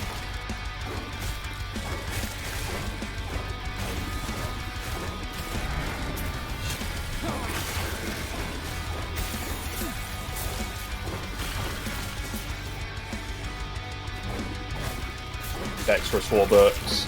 Hey C, welcome in. How you doing? Welcome back.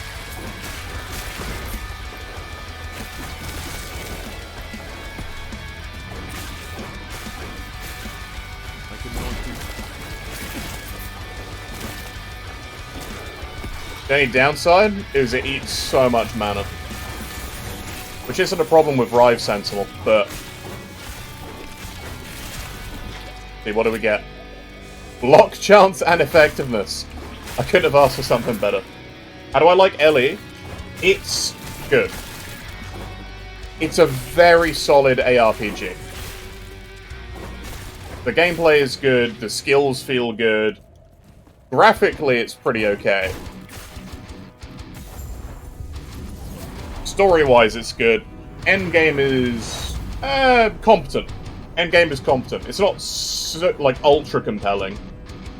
But for me, I like making lots of new characters all the time. I mean, I've owned it for over a year now. And I've put in a lot of, I've put in a lot of hours into the game. But you can... The thing is, like, the reason I love it, it has so much depth beyond the surface that you look at. Yeah, let's get some more.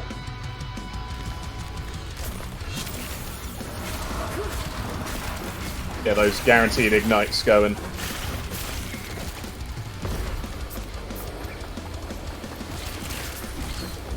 Greatest complexity. So, Grim Dawn's complexity is mostly based around purely the itemization, right?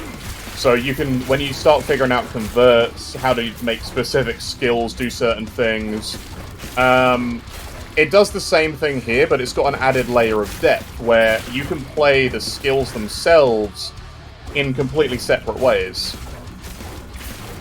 Which then changes your entire itemization. So, like Hammer Throw, right?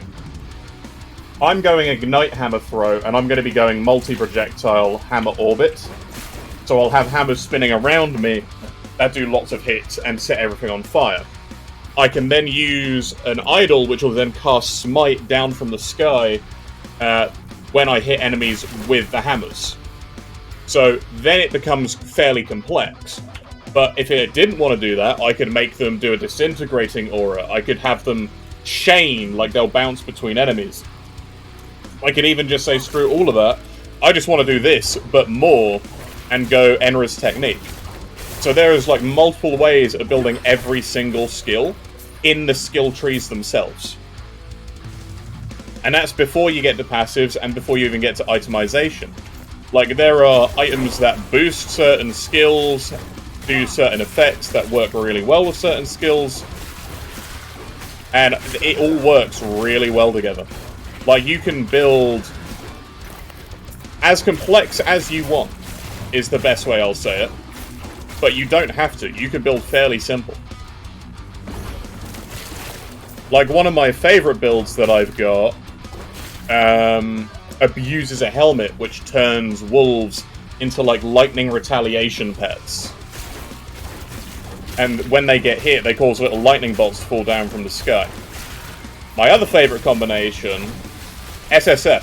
So there is going to be... So actually, the reason it's SSF is because it's character found. Meaning, I don't get access to my shared stash between all characters. SSF is going to be more of a thing once the 1.0 is released. And you can choose between self-found faction and trading factions.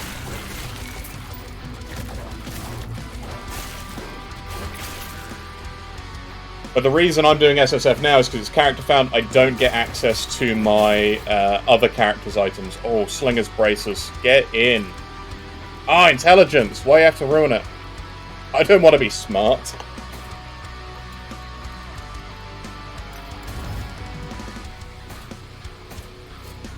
Boo. Boo on that. Imagine using your brain. Why would you choose SSF instead of trade?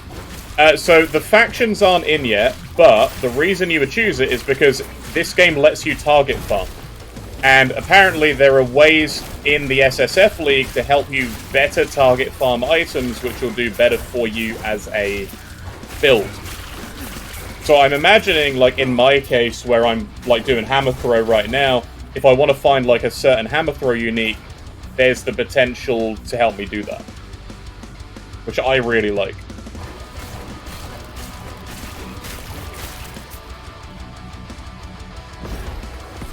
Versus, you know, just trading and getting one on the market. Let me get. But for right now, I don't get any bonuses for doing it character found, right? I don't get extra loot drops, I don't get nothing. But I can't share it between other characters. The reason I'm doing character found, and I'm not using any of my shared stash, is because my stash is a mess.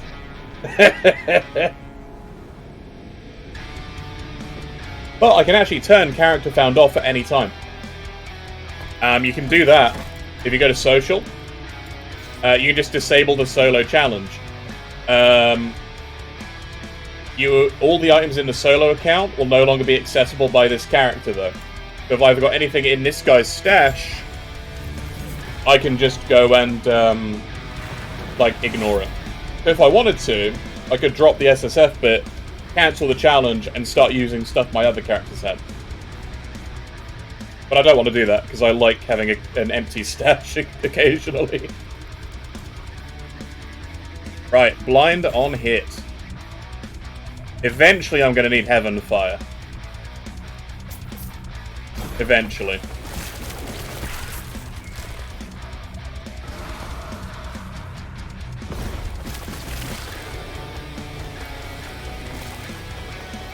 Look at the distance.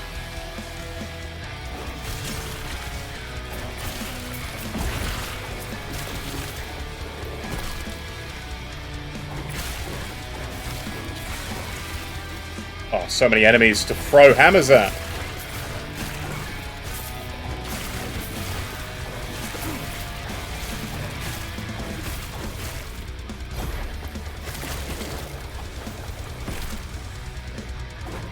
So many.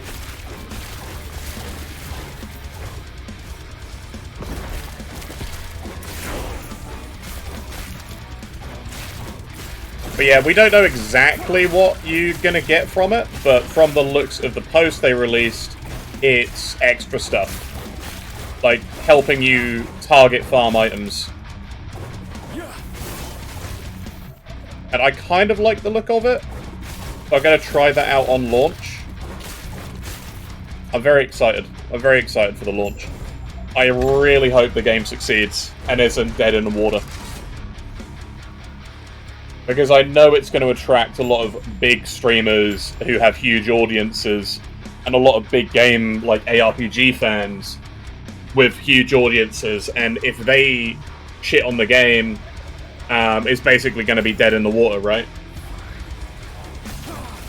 Even though it has tons of complexity. But on the surface, if they like make an online character, yeah, all the Po big boys are going to be all over it.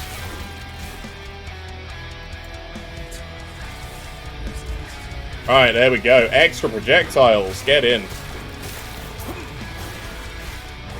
Pretty much. Instead of like... I mean, don't get me wrong. Some of them have already got items in the game. Like, Ziggy D, I think, has an item in the game. I think Zizarin designed an item for the game because they supported the launch, like the pre-alpha. So I'm not like upset that a load of them are going to come back and play it because they've been supporting the game for a long time. They've done content on it before. But like people from the outside looking in who joined like around the big D4 launch and don't really know that much about ARPGs, but jumped on like the hype train for D4. I'm going to be calling this, is this the Diablo 4 killer? Right, ignoring the fact that Diablo 4 is already, like, dead in the water. Like, I'm already seeing it on YouTube. It's like, is this game better than D4? Let's find out. And all that nonsense. But just judge it by its own merits, right? It's a fantastic game, as is. Oh, yes. Oh yeah, great player numbers, more people will buy it. It's good that they're going to be there. I'm just worried that they're going to shit on aspects of the game, which is still a bit raw. Like, if they create an online character, and they haven't fixed some of the map bugs based around the online bit, and that goes out to, you know, hundreds of thousands of people, it's not going to be good for them.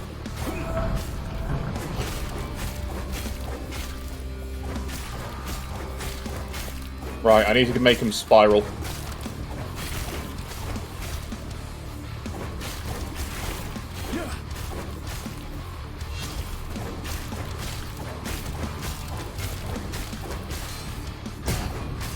Ow.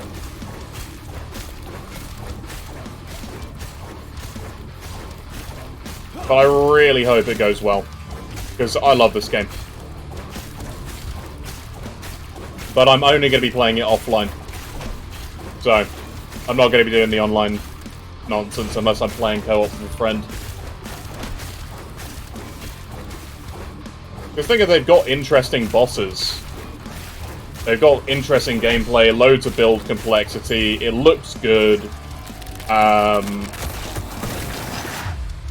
it's got a load of replayability too, because there are 5 separate classes, each with their own mastery, and each with tons of builds you can do in each mastery. Like, there is hundreds of hours worth of gameplay in the game already. I think they just need to smooth out the bugs and have as good a launch as possible. It might just be me, I think they may be launching too fast.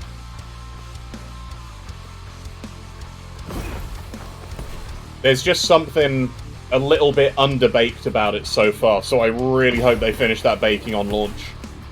I will seek out the outcast.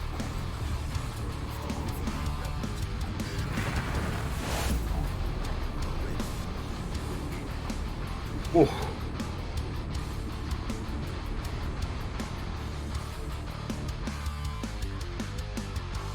But I mean, I already think like the game is in a brilliant state. It's easily able to stand up as a great ARPG. So I have no issues with it. Like, Yes? I see. oh yeah, I need to go visit the forge. I cannot do that. Go there quick. Get all those away. Can't really do anything on here. At least somebody got throwing attack speed. Get in. Yes, give me that. Haha, more attack speed. Growing bonuses are so important for this build. I'm also going to be taking, like, fire damage.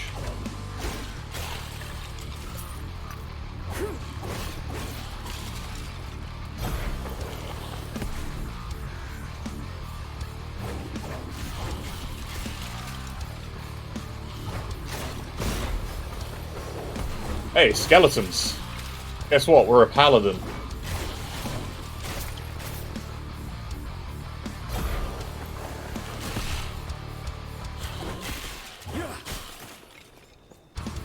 Oh, that's a rune of discovery. Don't mind if I do.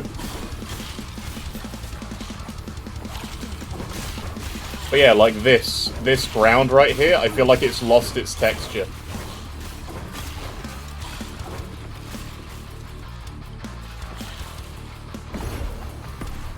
There's things like that, because the thing is, the game can look really pretty.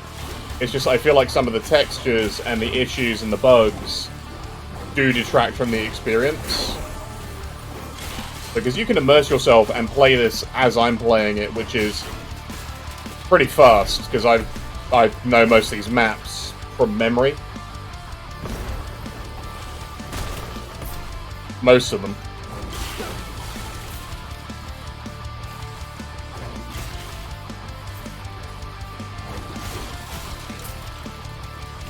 You're more blinding.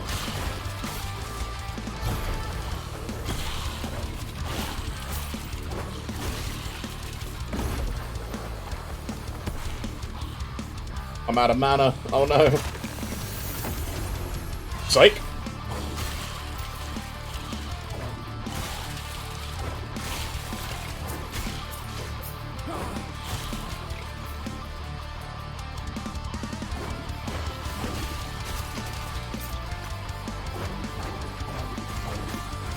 Oh yeah, I don't even need to fight you.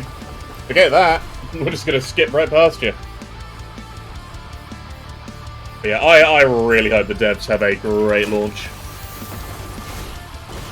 As for me, I'm going to be releasing a little bit of Last Epoch content, explaining how some of like the mechanical details work for things like armor and the resistances, because the armor in this game works differently to like Path of Exiles and Grim Dawns.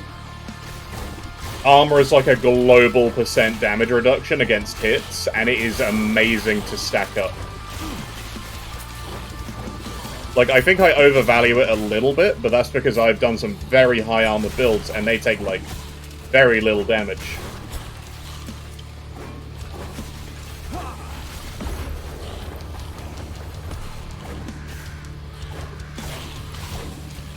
Just, clear these big old hordes.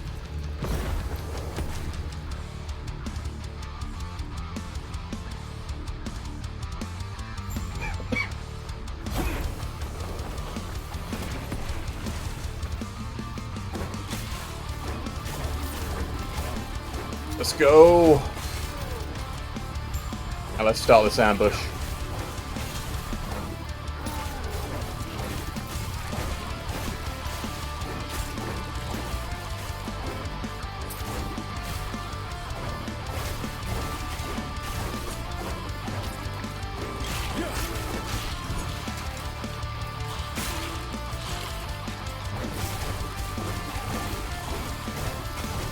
That's why I like having the triple hammers around now, because this is where you start fighting big hordes.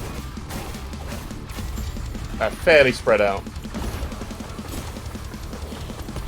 Yeah, like these. This is a texture bug. Those aren't actually milk.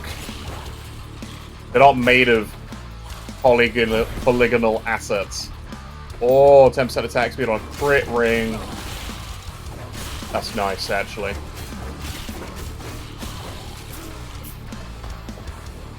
Oh, hang on, what was that? Something green. As a set item dropped. How did that drop over here? Oh, it's the invokers. I don't care about invokers. I don't care about the added throwing damage shards, though. Oh, if I can throw that on here... Damn, wait, no, that's not the right ring. This is the right ring. No, it's got spell damage on. No! I need the throwing damage. I need throwing attack speed, I need throwing damage, and I need less mana cost. Not get any. Give me more ignites. 3 guaranteed ignites.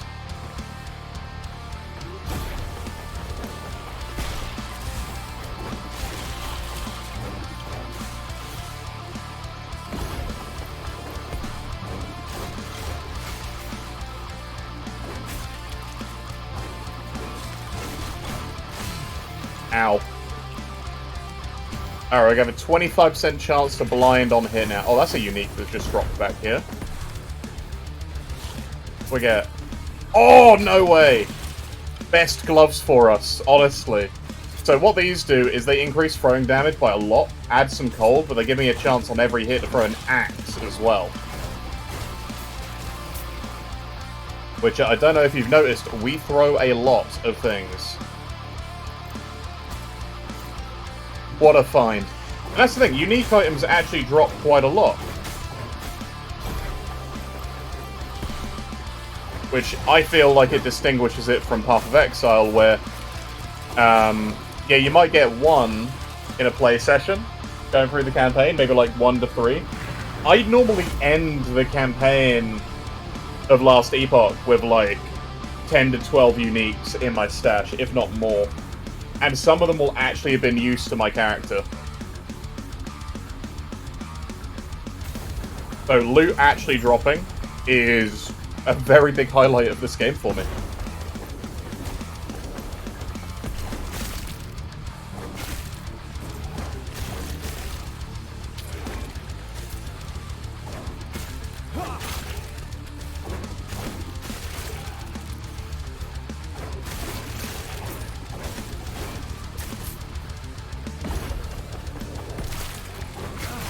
Like, Riverbend gloves are ones that you can actually use all the way into the end game too.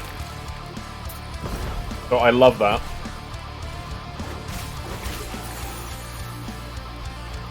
And I love getting more free elemental resists.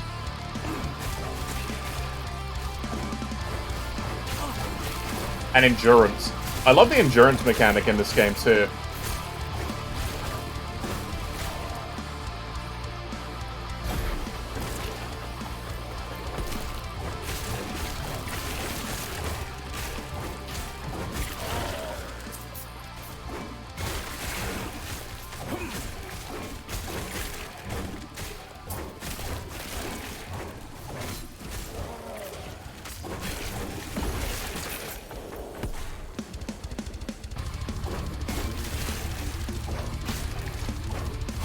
Like, I won't call this super fast leveling, but it is pretty quick.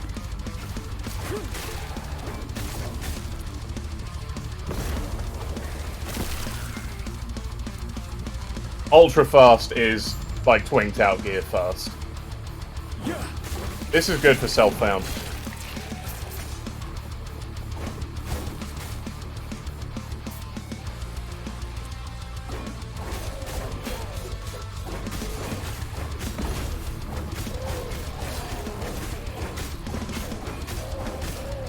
Plus, the thing is, if I make him blind, he can't really hit me at range.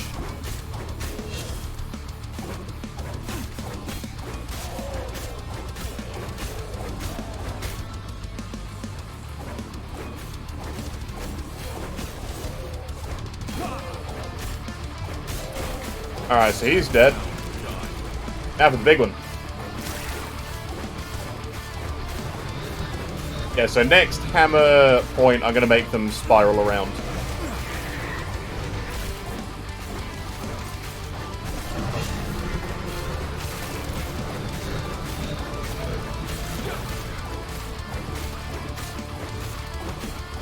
Like, single target is the downside of this until you get spiral.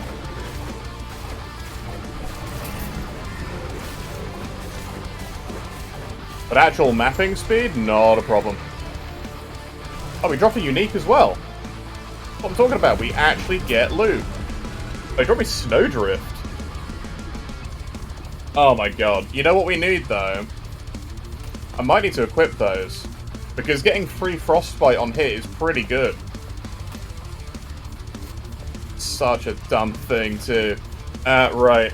Skill on hit, bite, block chance, fizz damage, and necro res. Loads of block effect, but no flat armor. What else can I throw on this bad boy? I could put more flat armor on there. Or health. Health is a great shot.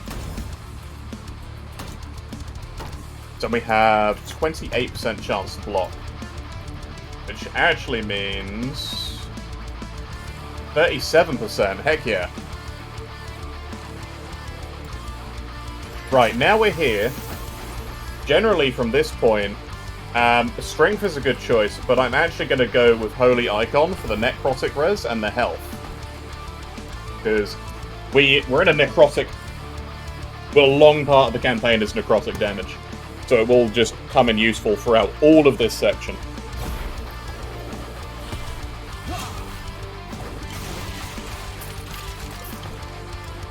Speaking of which, I should go 2 points in here and pick this up as soon as I finish the elemental res there.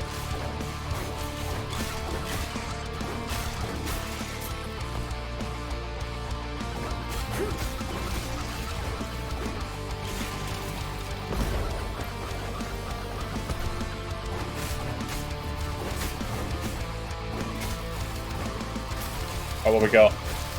Oh, more free shards. I love it.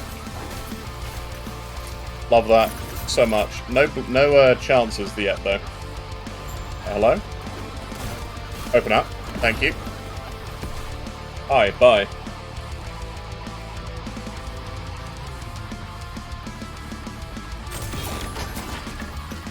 Hammer of Glory. Nothing else really there for us. The one thing I would like is a larger pickup range for gold. I don't know why games hate giving you, like, a good pickup radius, other than, like, Grim Dawn. Welcome, traveler. Hello. What's that? You want me to throw hammers in this general direction? Sure.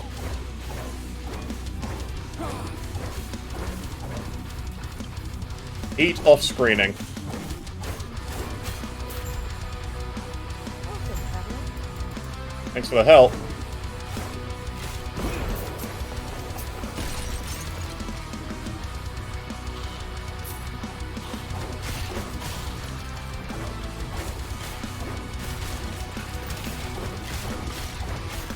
Do that.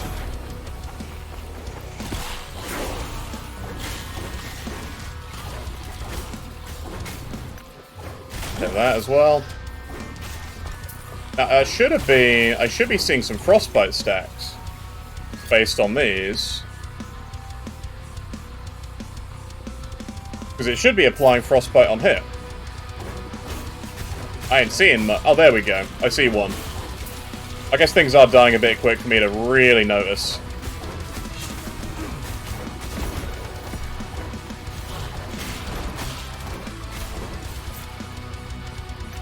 Now to grab that.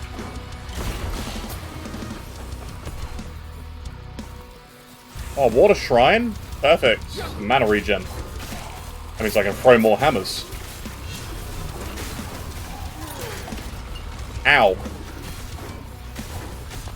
So I get for only having 20% necro res. Let's fix that. And also up our health. Health is very important. We're still in a health meta as far as I'm concerned.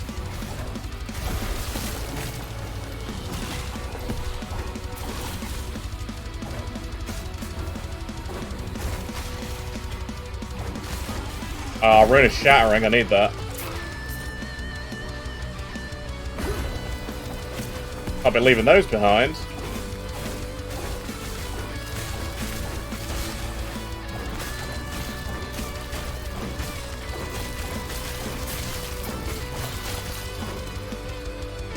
Ooh, rejuvenate of the fox. Yeah, I'll take it.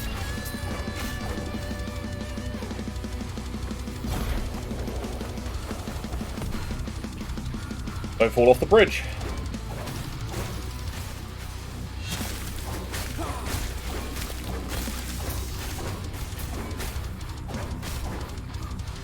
Right, next areas.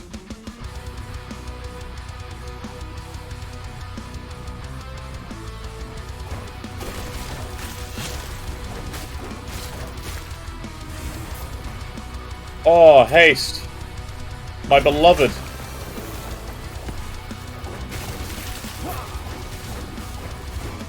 Stand down or die.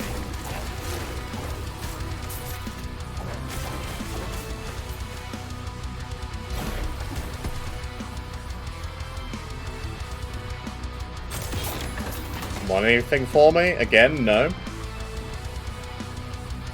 Right, angle this. Yeah. Throw backwards a little bit, throw forwards a little bit.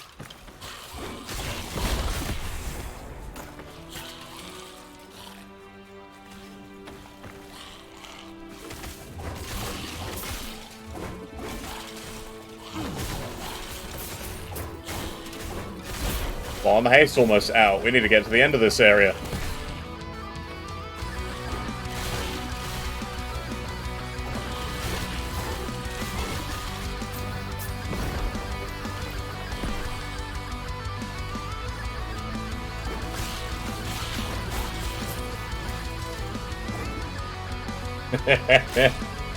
Easy.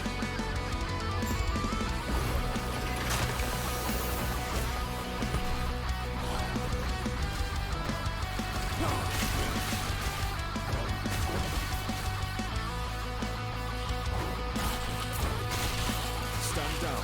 The thing is, if I want good single target to level through with, I wouldn't take Smite.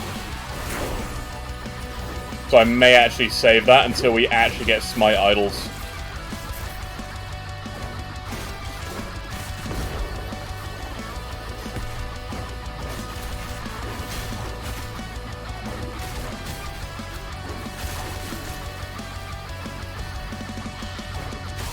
Hey, get out of my way.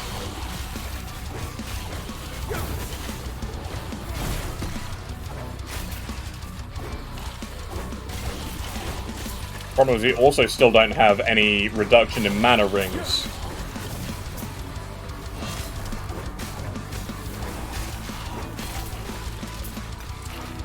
I don't think I've got any shards yet for it either. I need to double check.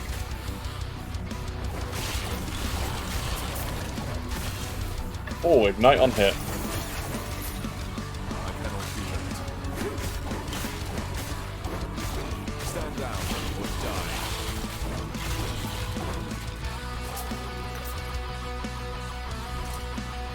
All that away. Darkling Pier, hello. Right. I think what I'll do, probably grab Protective Impact and max this out, because that gives me a ton of block every time after I use Shield Bash. Right, now we're here. I can get doubles X projectiles, free damage. I'm actually going to take Iron Spiral. It's going to cost a lot of mana, so Hammer Throw now costs us 9 mana each time. What it does is it now spins, and it expands out from that area. So I can leave that wherever I go.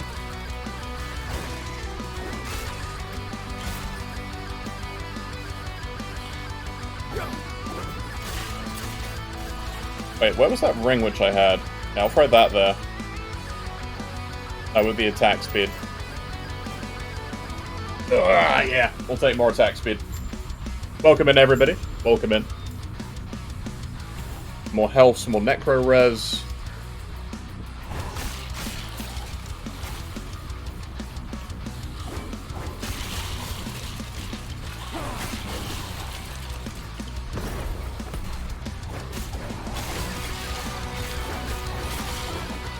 Because the thing is, now they can multi-hit the same target. Which will make them amazing.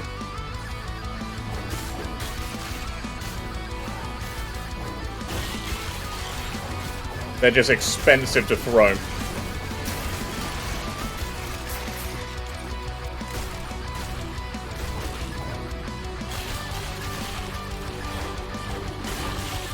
They still keep all of our Ignite chance, so that means we can stack up way more now.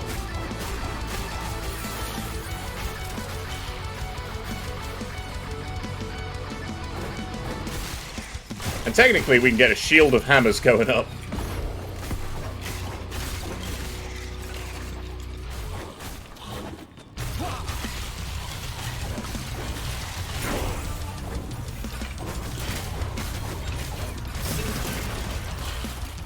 Take that quick. Get a full Ellie res, and the full percent endurance for free.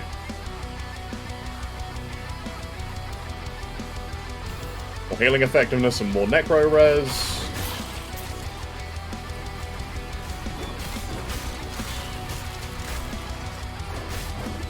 So we now have 39% block chance. I could bring that to 40 around that very easily. Hello.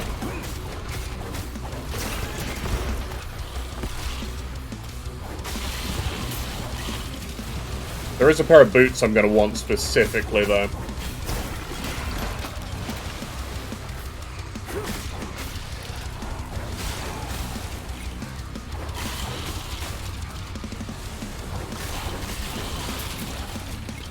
Grab all of this.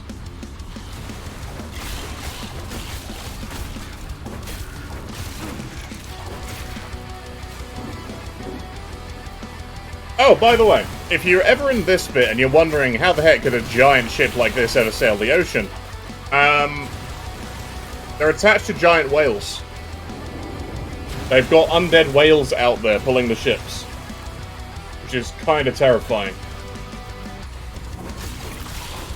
The idea of a giant zombie whale fills me with dread. Also, free the whales. Hello, Harton. I hope you're gonna look at... I mean, look, we've already got up to about 30, 40 hammer throw stacks with just Ignite. I need me things to come back.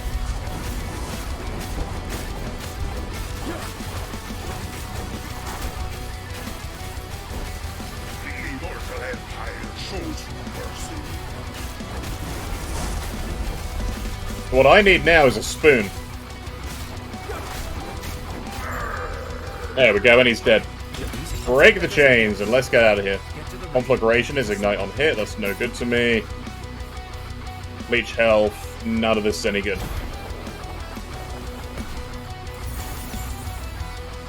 Now we have a single target, and the area clear.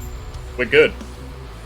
It is a wonder I didn't So this is now leveled up. We can get a chance to do even more double damage. That is free. Hammer Orbits is good. I'm actually needing to go into Ballista. I may pick up Avatar of the Spire, because this basically doesn't do anything for me. It just gives even more flat damage. I'll only slow you down. Please. But it does double the projectiles, I think. Does it? Unless your hammer spiral. Yeah, it doesn't add more projectiles. Never mind. It does, however, give more flat damage, which is very nice.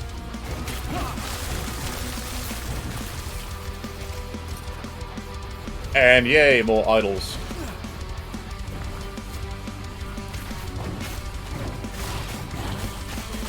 You got dodge, do you? I don't care if you've got dodge. I have hammers.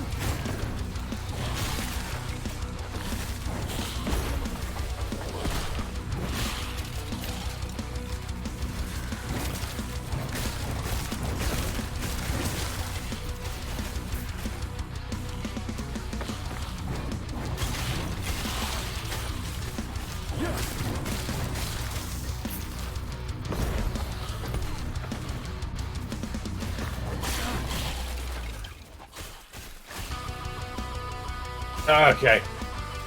Yeah, I don't need the orbit yet. I do need to reduce the mana cost. But I'll take the damage over the mana cost reduction. Oh, Javelin added lightning damage. That would be nice if we were doing lightning damage or anything to do with Javelin. Stand down or die. Due to blocking, eh? I'll spell damage, early damage. Meh.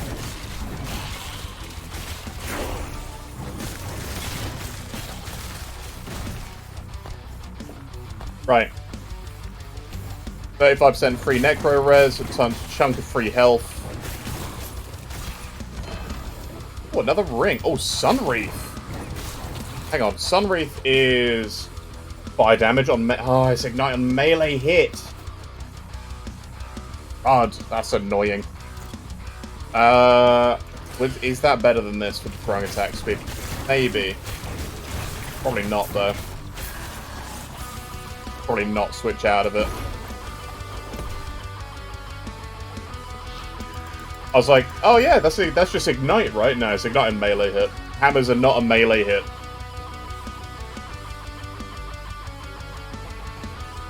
So Sunwreath does not work for us.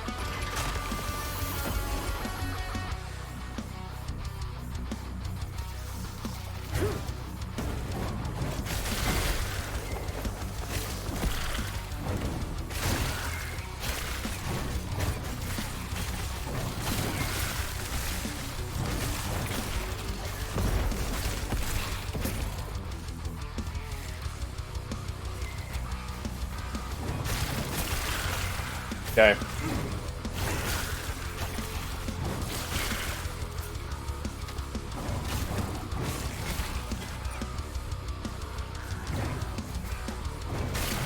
So now we have 62% necro res basically for free.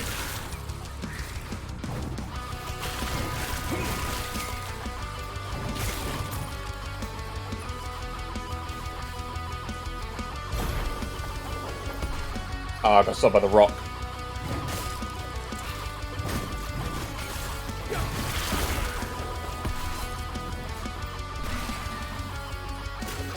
Does cost a lot of mana. I'm actually going to switch this out to lunge. Oh, just what we needed. We needed idols. None of them are glowing, though. So none of these are that great for us. Too heavy. Too heavy? Ah, crud. Oh, bone idols. That's no good for us. Stun avoidance and health is a flat. That's good. Right. Health on kill. Pretty good for us. We kill a lot. Dodge rating Fizz res. Heal and Necro res. You guys stop attacking me for a second, please? Stun avoidance and health.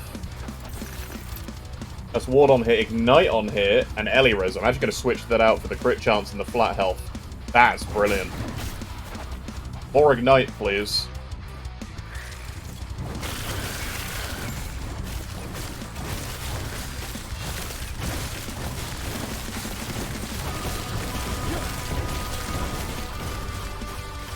Look at that Hammer Storm.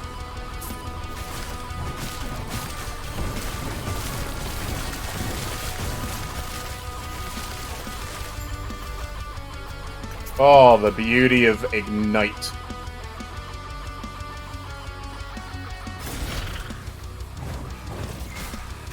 I cannot stand. I cannot do that.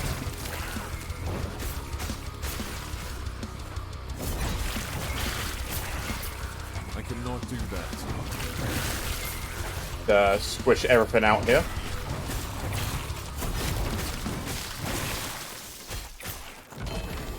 Another ring. Oh, an Arboreal Circlet.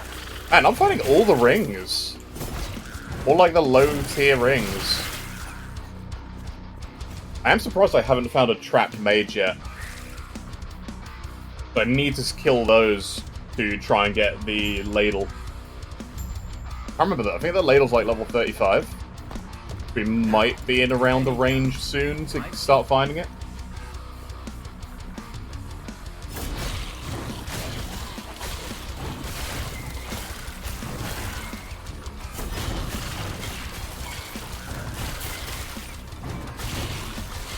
Grab these glyphs. Alright, so. This is the hard bit when you get to this stage in being a paladin, because there's nothing too good in the actual tree early if you're not doing, like, spell damage, right? I'm actually going to go down here. So, we've already maxed this out. Everything we want is further up, so like we want Sanctuary Guardian, we want Faith Armor, we want like Alignment. Holy Precision is really good because it increases like throw chance, lightning skills, spell chance. Problem is, it doesn't have a huge amount otherwise going on. We do want Redemption, and we're going to be taking, like, a load Impellence, because that is an amazing little skill there. But we need to get there. What I may do is start putting points in Heaven Fire. Heaven Fire is basically just free spell damage, just for holding a shield. And it's flat, so it's real. Oh, hello. Ignite on hit, chill on hit. Spell damage, I mean, I'll take it. It's slightly better, because we don't have a huge amount of bleed anyway. Actually, can I up that? I can, right. 33% chance. Can't change that yet. There, though. In the slums.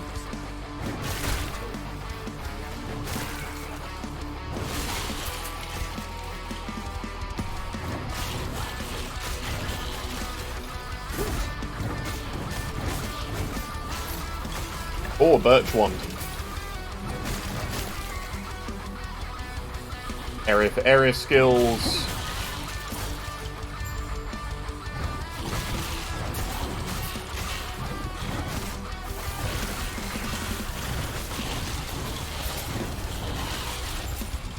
Hello, goodbye. Got the passive point. But I'm just going to be setting up for later for the spell damage. Now, Hammer Throw isn't a spell, so these are slightly wasted for us right now. They won't be once we get our idols. Come on. Stand down.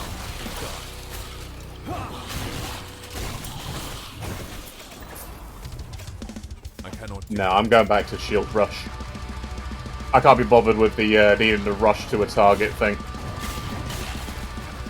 3. And she told me Onwards. to take the courage.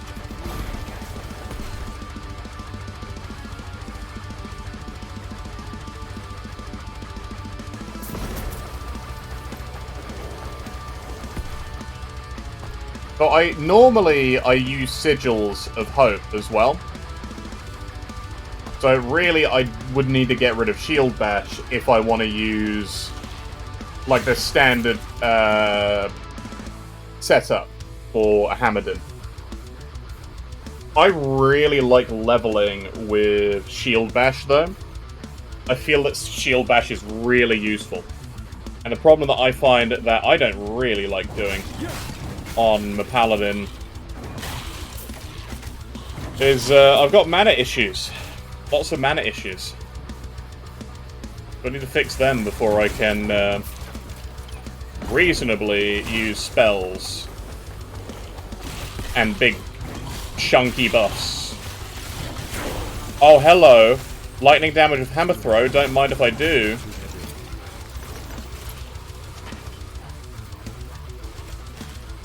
A 3-wide. Oh, it's a 3-wide.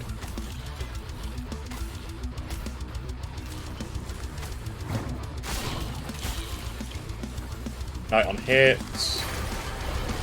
Ow. Hello.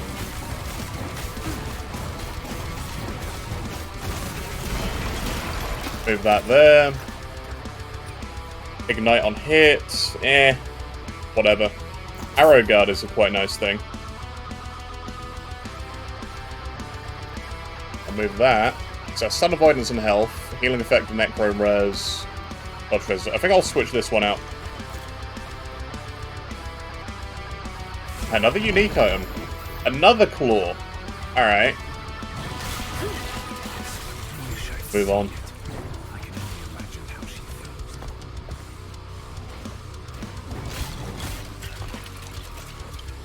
Alright, more spell damage, just for holding.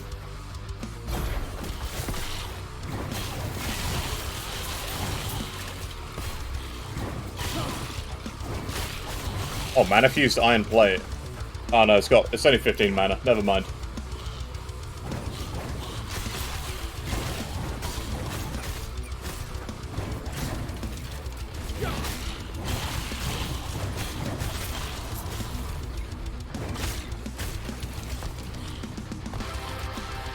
Almost a new level with Hammer Throw. His damage. Melee attack mana cost. Dang it. But that was throwing attack.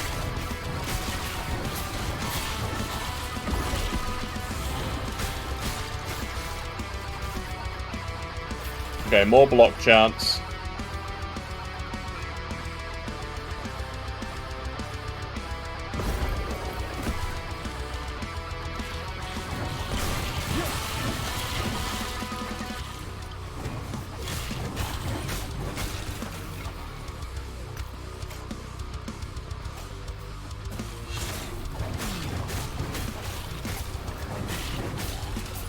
Right, this is the first real DPS check.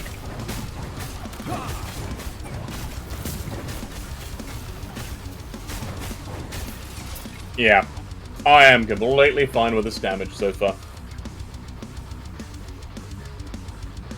Hidden so a word of advice. Hello and goodbye. Don't ask her about the diamond matrons.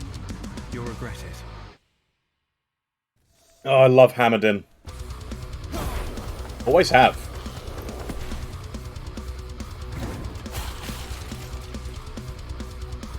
The best bit is, I'm not going to need to use Shield Rush soon.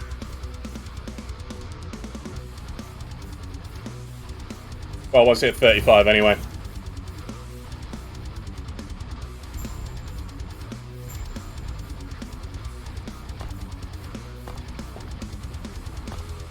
Got 12 out of 15, okay.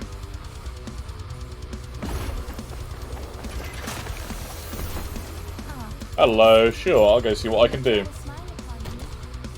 Throw these in here.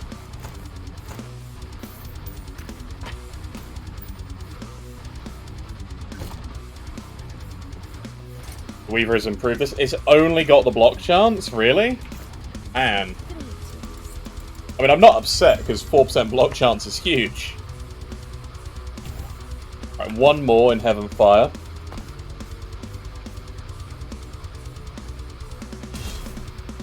And then we should be golden. I like how Alric is also just here and in the previous place. He came with us back to the beach. My loot's still here. Interesting.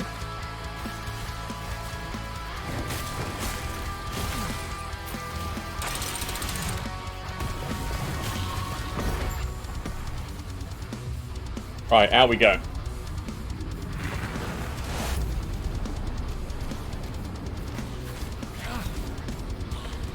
Ow.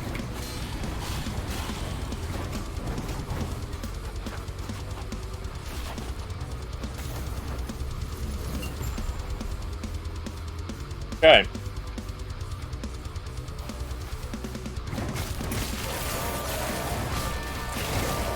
Oh yeah, these things hurt. They hurt a lot.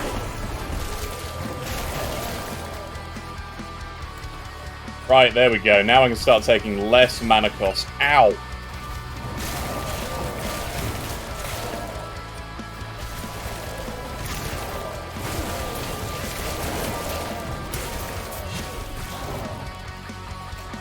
I always forget how much those things actually do start hitting you for. To get to hit. I can't remember what they do. I think it is mostly void, but because it's like a rapid hit projectile, it just chunks through health. A new iron plate, eh? Oh, multi-strike. Meh. Hollow finger.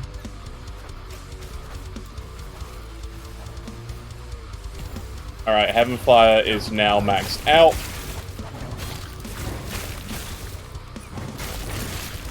We can start on our wonderful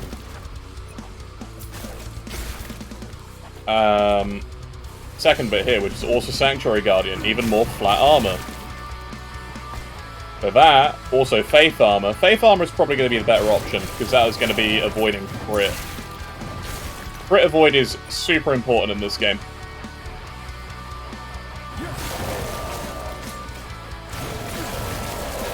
Because you can either have crit avoidance or crit absorption,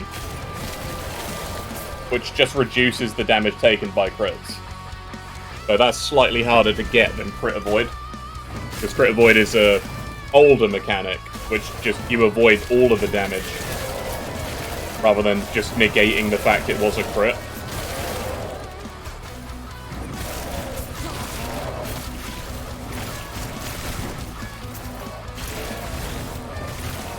Fire damage, I'll take that, and also more mana. Necro damage taken as physical is nice. That then gets the more application out of our armor as well. Take all of these.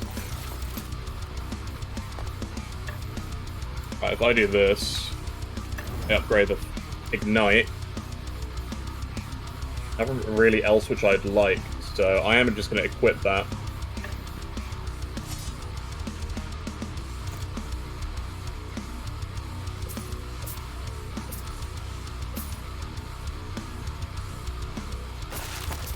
Go this way. I think this is fine.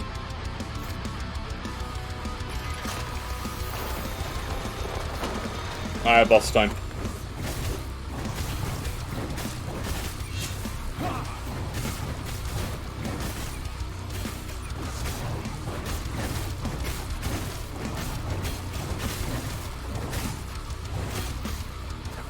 Oh, I gotta wait for the mana to regen. Go in here, where you can actually, like, be hit by more hammers.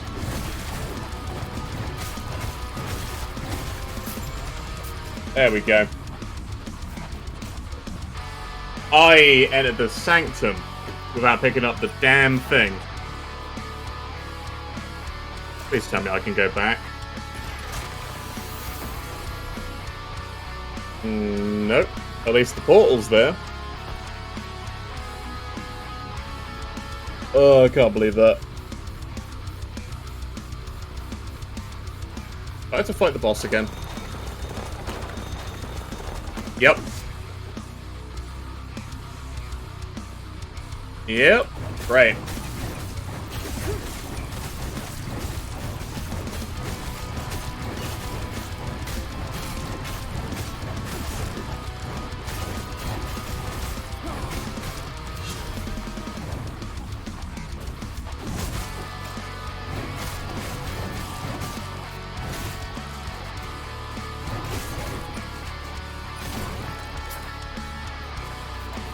Do that. Oh, a tower shield.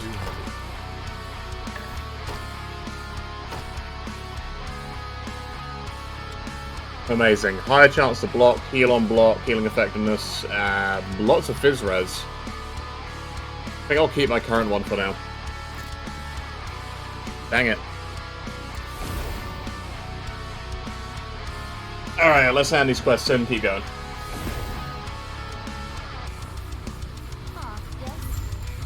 That passive point. Re-equip that.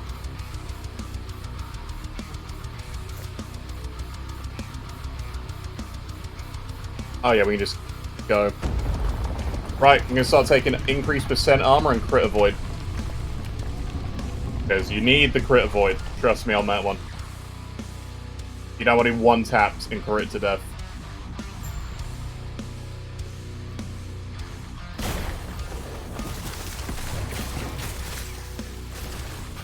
I cannot do it.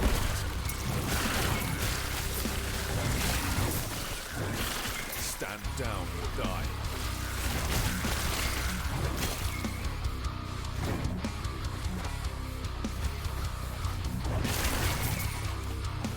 Right, we actually want to go down.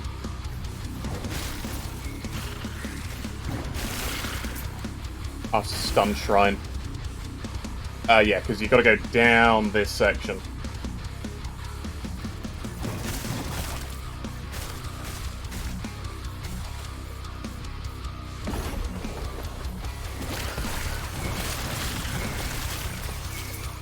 Oh, hello.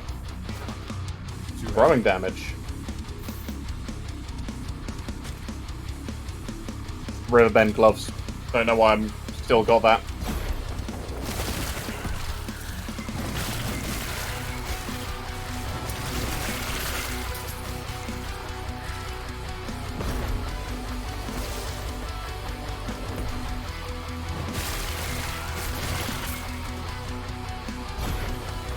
Oh no, yeah, dead rim. Okay.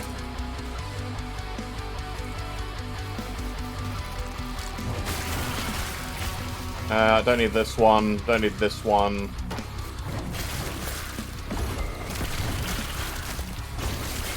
Oh, catapult for Mournful Pennant. That's throwing damage.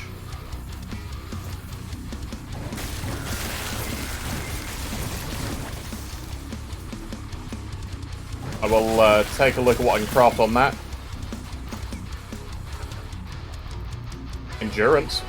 That's percent endurance, not flat. I think I'll go with just more health.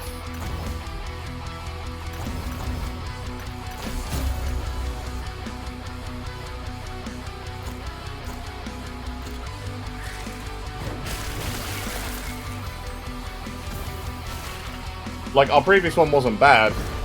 Also, the shield bash is very nice.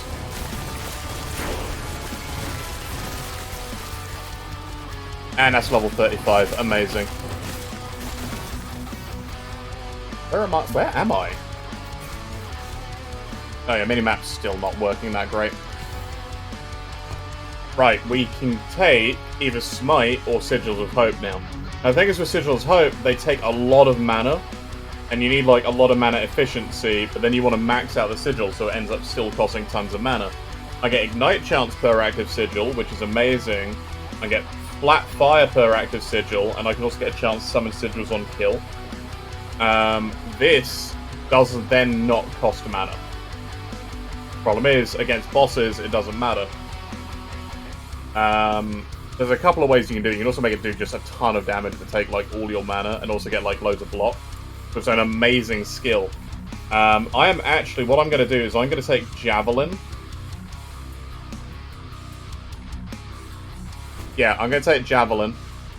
I'm going to go Attack Speed, Ignite Chance, 2 points in damage over time, and I'm going to take Holy Trail. And I'm actually going to switch I'm going to switch Javelin in here on Q, because this is going to be a little help in boss fights, shall we say. Like, Rebuke is great, because when I do this, I leave a trail now. So I can just also use it against big targets. But it's going to do extra damage.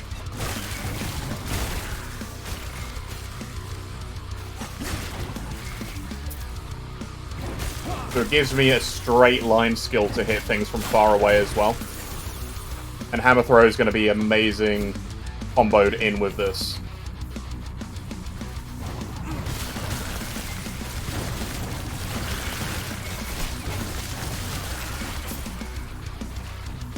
Out into Titan's Canyon.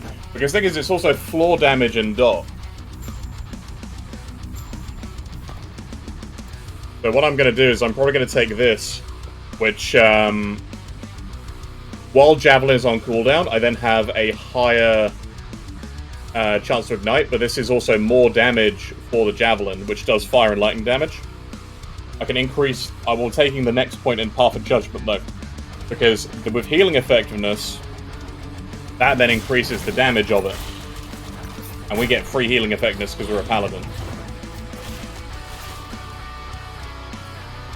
Javelin is like the newer, cooler brother to Hammer Throw, but they both serve different purposes. Okay, that.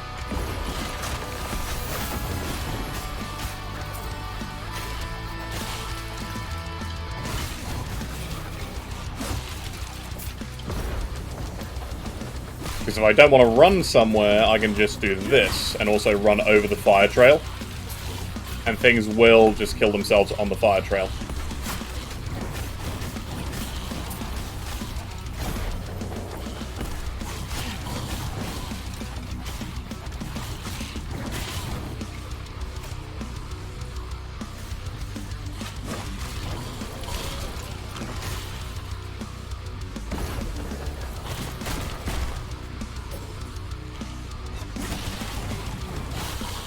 Right.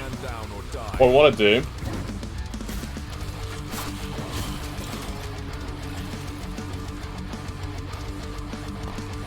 now we've got that. I'm probably going to take this. More damage over time, more ignite chance, and then just more damage. Because I don't really need it to do lots of hits. The next thing... I mean, I could... Because it's a hit, it's not really going to do anything with any of this. Yeah, Ignite and Bleed then becomes Electrify. So yeah, I'm probably just going to go all in here. Just increase that damage. Get the more fire and lightning damage added to it as well. Hey, Kernoil, what's up? Welcome to the Hammer Throwadin. And I'm going to skip this guy, because he's annoying. He's an annoying boss, and nobody likes him.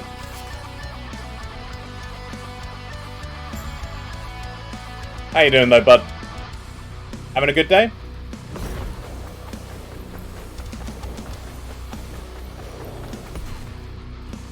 This quickly. On my center. Go to the center of the device and you're ready. Starting Enshrouded? You gotta let me know how it is, bud, because I've been considering picking it up. It looks really cool. Need coffee first? Ah, yeah. I should probably get some lunch. But I'm not gonna stop the stream at any point. I'm not gonna be on, like, all day today. I've got some stuff I also need to do this afternoon.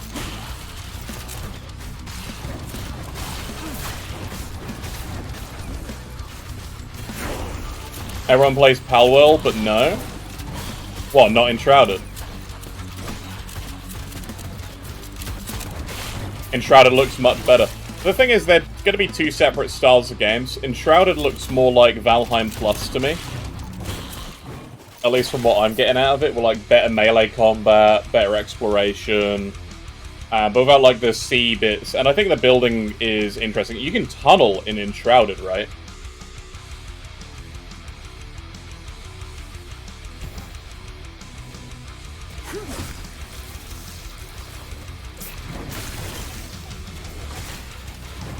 Oh yeah, I like the look of it. What is that? Oh, skill echoes. Yeah. But yeah, I like the look of Enshrouded. I just haven't gone and picked up or anything. About the huge world.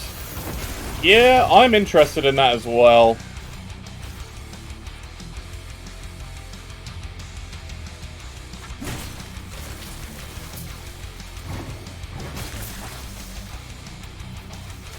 More armor.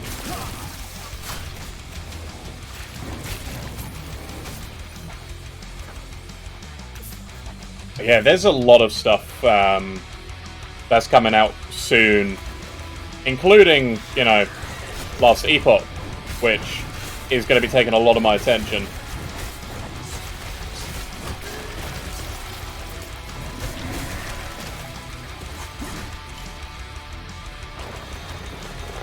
Just head on over this way.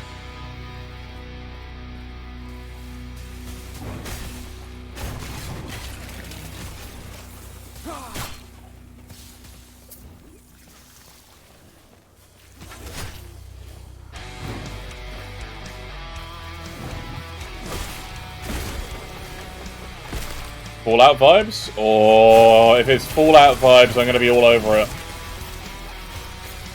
I don't think I've mentioned on stream before, but the Fallout series and post-apocalyptic is like my favorite setting. Probably why I love Grim Dawn and Last Epoch so much. It is all like post-apocalyptia.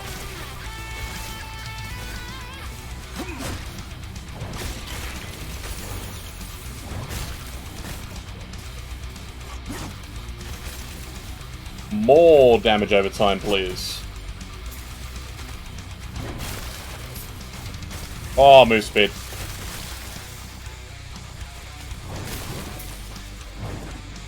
Thing is, hammer throw complements javelin, javelin complements hammer throw. God, it really is. Like, if there's a series that I want in a better studio's hands, it's Fallout. Like, Fallout New Vegas is the best Fallout we've had. And it's not even... And it was released in a year because they wanted to rush it out the door.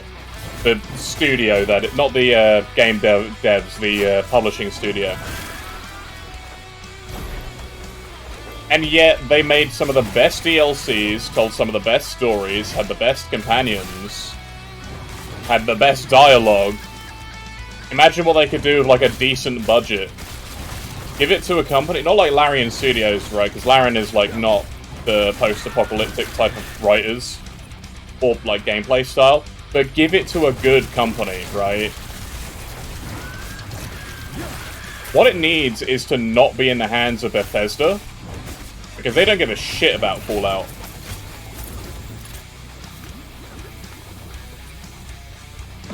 And it's very clear to me that they don't really care about RPGs anymore.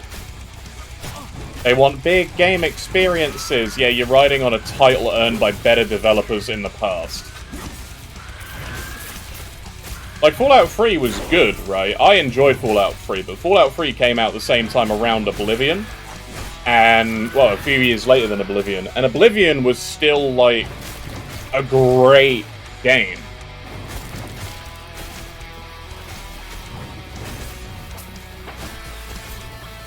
I mean, I've played a few, like, the God of War game, that's amazing. That's made by a bunch of very, very talented people. I really enjoyed Horizon Zero Dawn. That feels great. Other than that, most of my game library, other than, like, Divinity Original Sin, which wasn't... Honestly, most of this is not AAA. I mean, I've got Stellaris and Crusader Kings. I play that. That's fun. Cyberpunk 2077, I actually enjoyed pretty much all throughout. But most of these are not AAA titles. Nearly everything I'm seeing here are now, like, indie games. Oh dear. Outer Worlds, actually, was very fun. I liked the Outer Worlds, but for me, that felt like they were trying to recapture... It felt like they were trying to do a Bethesda game, rather than their, like, really good RPGs. If you like the Fallout series and the Fallout settings, there is a game I will 100% recommend you play, and it's Wasteland 3. Holy cow, is Wasteland 3 an amazing game.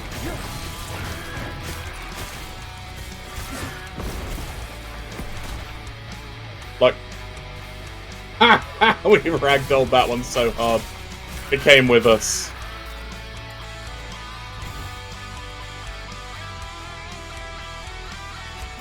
I'll say most of them are fairly boring. It's because it's become, you know, standard fare, right? But I'm not gonna... I will judge games from AAA and from indie studios differently. But I will judge AAA games based on what I'm expecting from a big publisher. Like, the last big AAA game I would say I enjoyed, other than, like, Cyberpunk, because I see that more like AA than AAA, was Assassin's Creed Odyssey. And I hated it at first, and I only really started liking it on the second time I tried playing it. Because I stopped looking at it as an Assassin's Creed game, and I went, okay, I'm going to treat this like it is, which is an RPG set in Greece. In, like, mythology. And from that point, I started having a blast with Assassin's Creed Odyssey. Like, I stopped looking at them as Assassin's Creed games. I started looking at them like, what, gamey RPGs set in historic times, and then it's fun.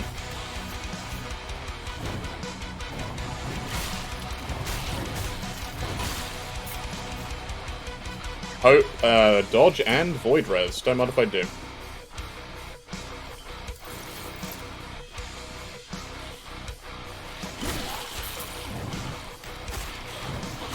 I mean, I bought some re-releases of prior AAA games from the PlayStation era. You know, Spyro and the Crash reboot. They were good. More Conflag. Bleed.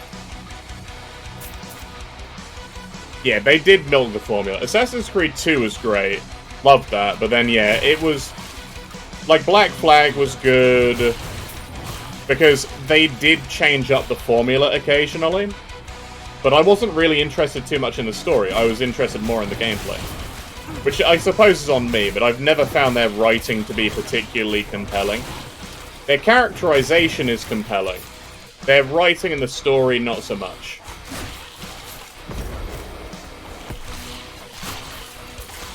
But that'll probably be put down to the fact I played, like, Icewind Dale, Baldur's Gate 2, Neverwinter Nights. A lot of old-school RPGs which had titans of,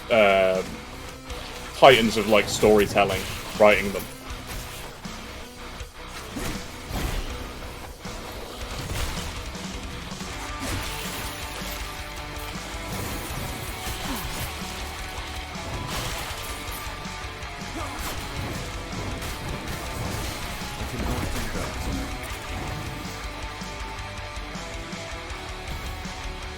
Say that. Oh wait, did I have to take a point out there? Interesting. Huh. Weird. Alright, less mana cost.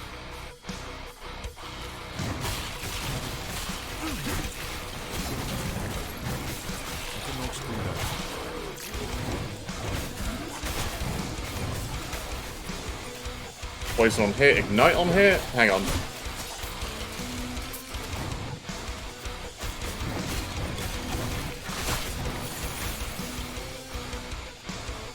Hold up.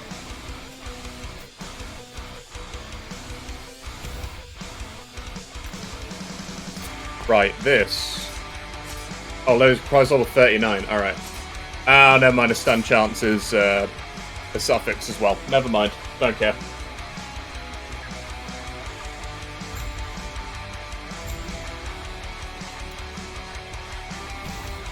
More armor.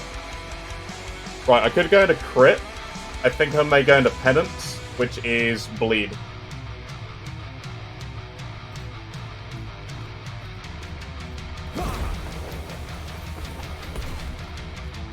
Whoa. I completely get you there, though, Colonel. A lot of it does. But, like, the few games I have tried, I enjoyed. But I only tried them because they felt like they did something new. Like Horizon Zero Dawn. That I really loved because the game is about exploring a mystery. But it's like that, God of War, the new one, both God of War 2016 and God of War Ragnarok, they're amazing games. Incredibly, like, character-focused, story-driven games with good gameplay too. Like, that's right up my alley.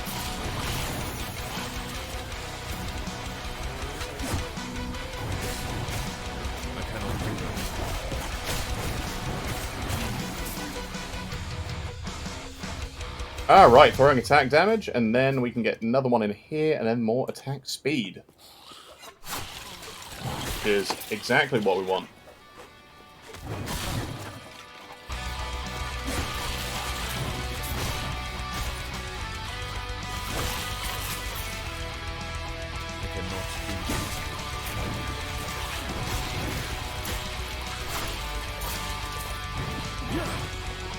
Gonna leave some hammers in the way.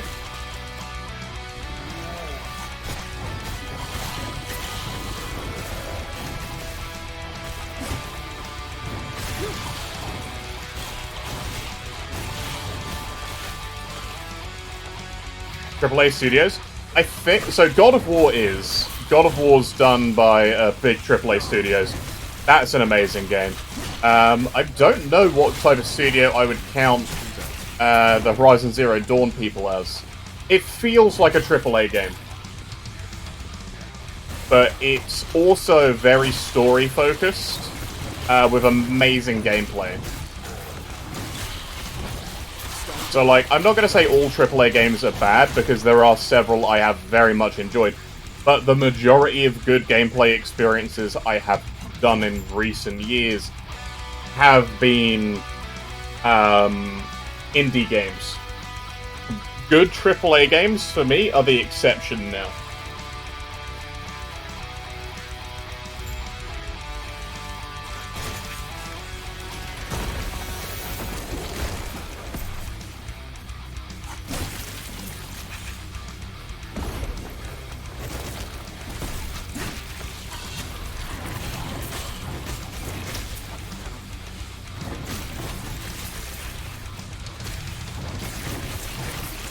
Yeah, that's the thing. It's like, when a good one does come out, it's a really good one. And then you realize this is why it's a AAA game. Because they've actually put the effort into it to make it fantastic, right? Like, I would say Baldur's Gate isn't a I wouldn't say Baldur's Gate 3 is a AAA game. I would say it's still Larian Studios. It's a AA game. But it has the quality behind it that you would expect of a AAA.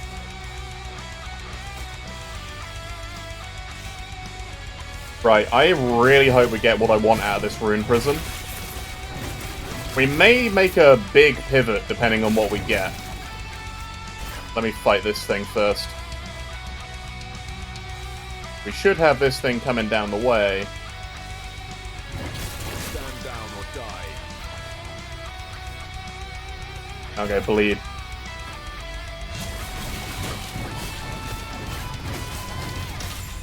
There we go. So yeah, Baldur's Gate is like AA. I'd say most AA games are better than AAA games nowadays, because in AA you still have a lot of passion for gaming, and they're not as beholden to big shareholders.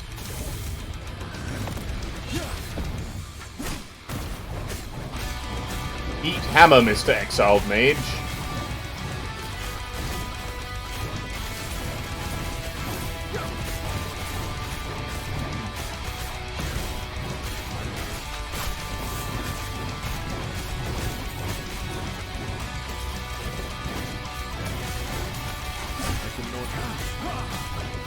The duel between the Paladin and the Wizard. Dwarven Realm is incredibly fun. I've got it fixed, by the way, so I should play some of that at some point. Because I've basically not been doing the season. Oh, why? Volatile Zombies. Come on. Such a good one, but not what I'm after. Dang it. Why do it drop me so much Necro stuff? Season ends in a week? I might wait till next season then. Because I'm not going to have the time, because I'm going to be streaming different games to do that, man. That sucks.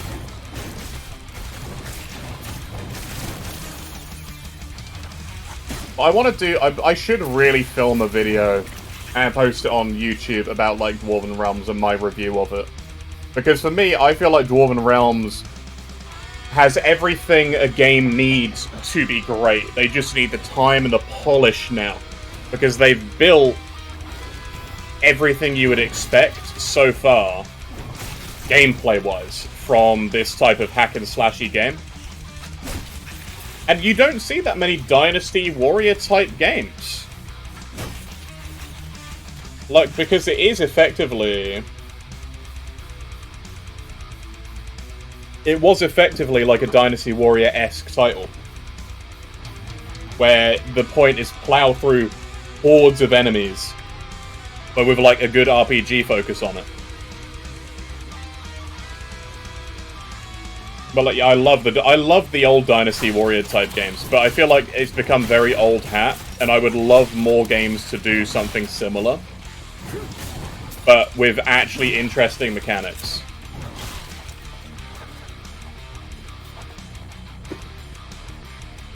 I'm just running into a corner there, aren't I?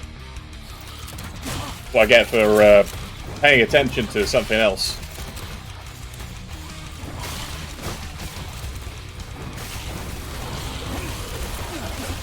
Oof. Exactly. When you have rewarding gameplay and you're constantly moving towards something, it's worth playing. Like, I will take a scuffed-looking game with amazing gameplay over a AAA game that looks amazing, but the gameplay is just like somebody's put it in the microwave for too long. Like it's at a bubble and go crispy. Like, hey, should we make some innovations? Nope. Throw it in the oven, burn it a little bit, you know?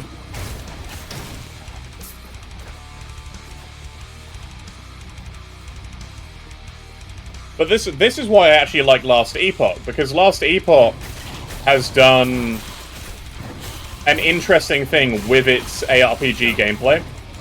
Like, obviously you're looking at this and you're going, oh, this looks like standard fare, right? But the way they've done it with the... oh, hammer throw damage. I love hammer throw damage on a helmet. The way they've done it with the crafting, with the skills, with their own skill trees, for me, that makes it an absolutely great game.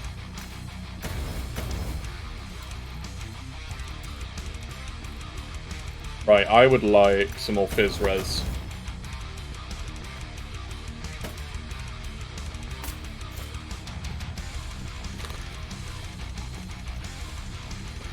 That is what I'm gonna do.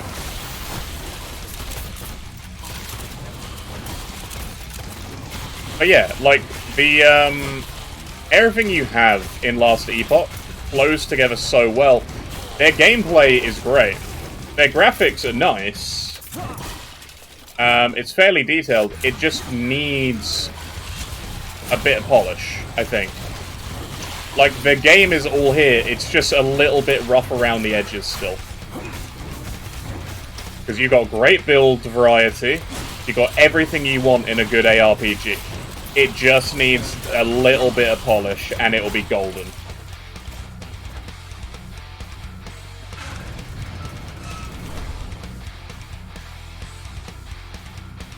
This was once Solara, my home, but now it is a monument to death.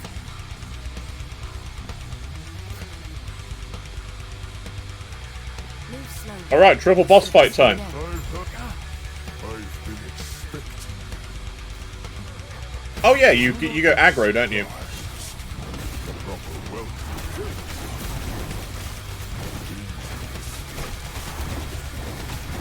My loyalty is eternal. Now die. Yeah, that's the thing. I had the energy behind me go out a little while ago with Ellie. Coming back to it now, though, I feel a lot more refreshed, having taken a few months away.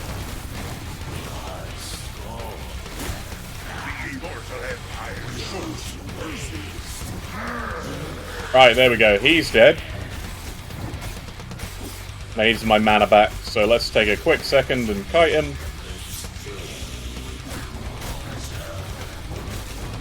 Alright, Zerek's dead. Now's our chance. When I killed them, and have I already gone? Love it.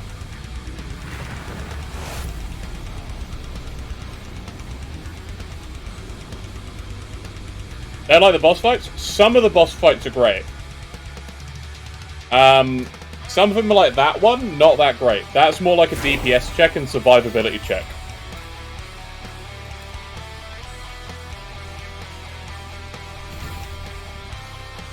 Like, that one doesn't have a lot behind it to make you go, whoa, this is amazing.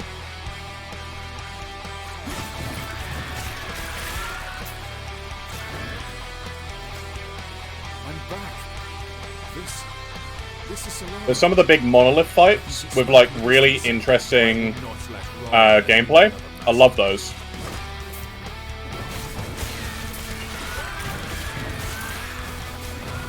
This is always the riskiest area for me now, because these guys still do so much damage. Not a boss or I'm a grinder. I know what you mean, man. And that's why I love Dynasty Warriors as well. I'm going to go back to that for a second, because to me, it's not that too far away from an ARPG. And I know that sounds really weird, because, you know, it's just a giant grind hack and slash. But hey, guess what this is? Yeah, let's get some more ignites going.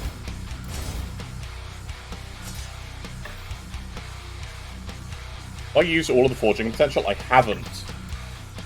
Let's shatter that then, and throw some more on there. Oh, I can't. Dang it. Alright, well, we get more spell damage, and elemental damage is a good one. So, weapon upgrades, weapon upgrades. You got the Ravenous Gloves? The Ravenous Gloves are great.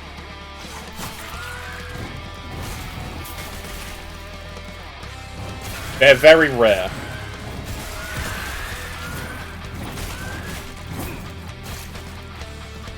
Ah, more hammer throw. I will shatter that. Let's see if I can't put that on here. Even more hammer throw damage. How about this? Could I do that? Lovely.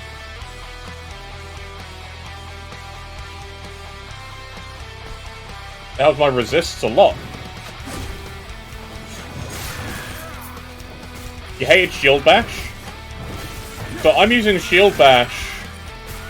Oh my god, I looked away for 1 second to read and I almost died. Good lord.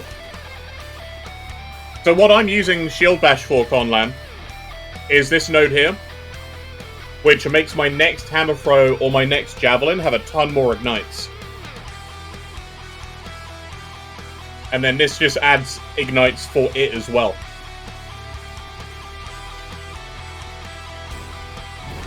So I'm using it for ignite stacking.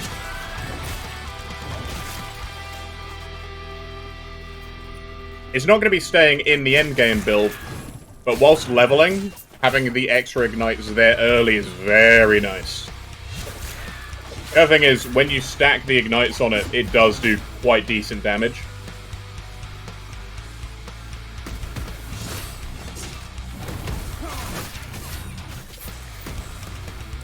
Stand down or die.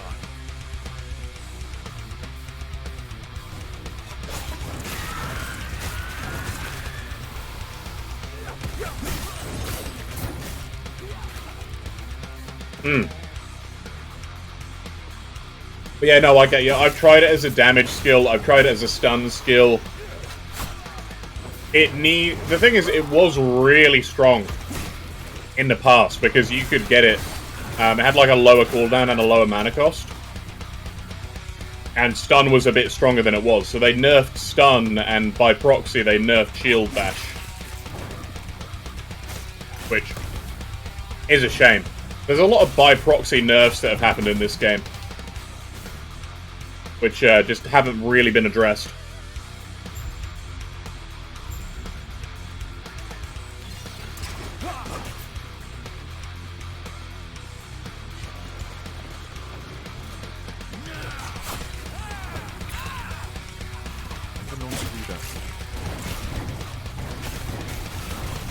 So yeah, what I'm doing is I'm stacking a lot of ignites with hammer throw and a lot of bleed with hammer throw.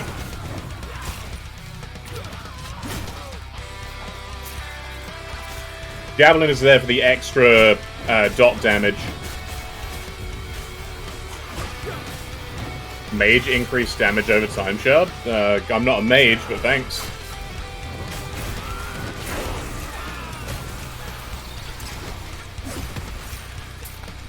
Well, yeah, the frame drops here. It's always this zone as well. I think it's because I've got too much fire in the background.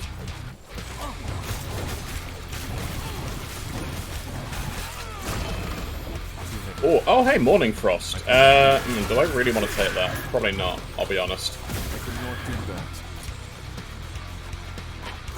May as well just sell it.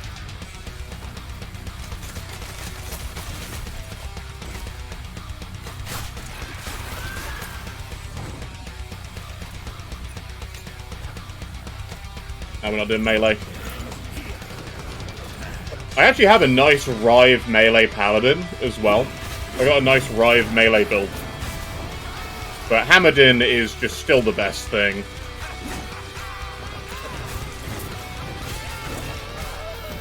Hey, throw damage.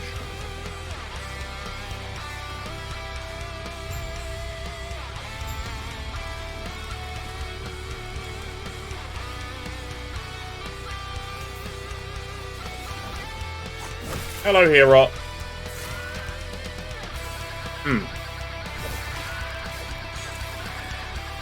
Whoa, the frame rate. What is going on? This is offline mode, by the way.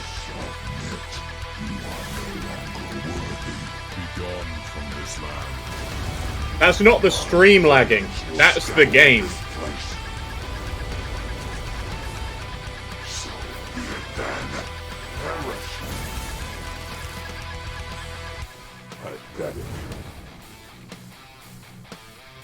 I do not have much longer. Go north. Retrieve the lance. Put your and here. Come. Alright, lead the way. We have much to discuss.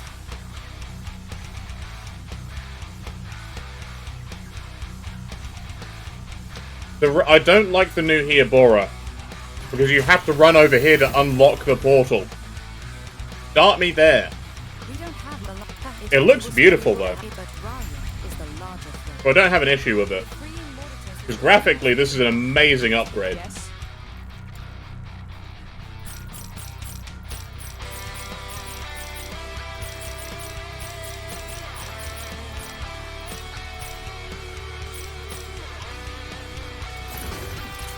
I'm gonna sell that. I'm gonna buy these. Got nothing for me, have you? Nope. Never anything in the shops, I tell you. I don't think I need anything else. I got no forging potential on that.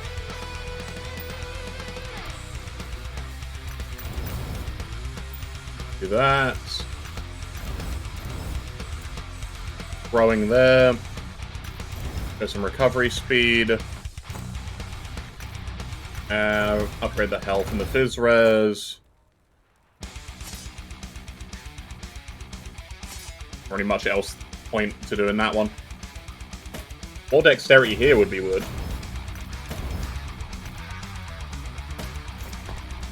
Now overcapped on fizz res, even better.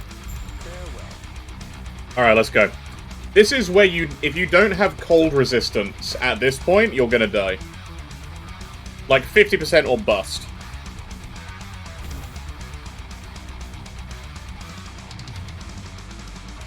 Area is brutal.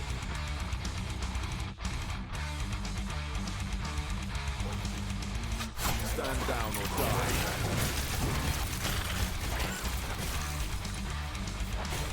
That's a lot of health.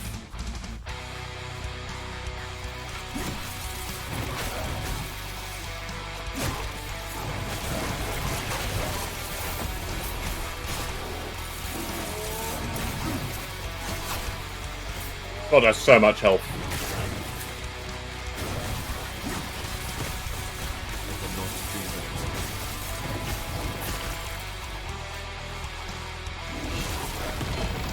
Oh, another ring? Oh, another Tongue of the Aberrant Serpent, eh? I feel like I'm getting every single ring drop.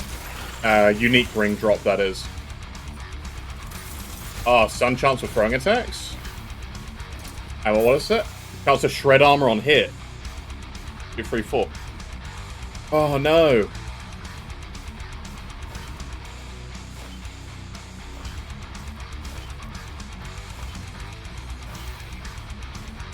Man, that's great. That's great, though. I'll take that. Red armor on throwing hit. Absolutely. That's a good 4 tool.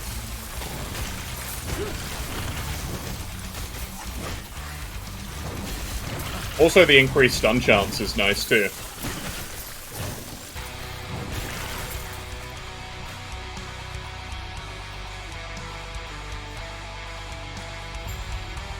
Okay. 3 hours. Ain't bad for a solo self-found Hammerdin.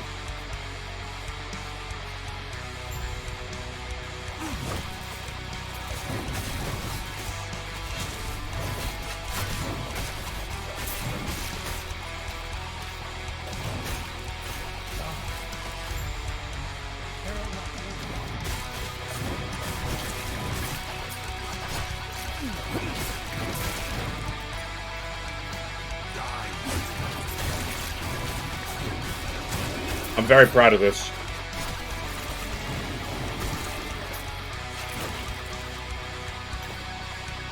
Grab that.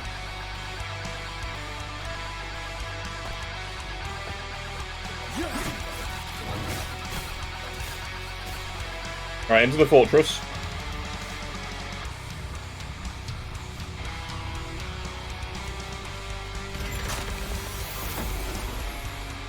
One second, guys, just need to get a drink.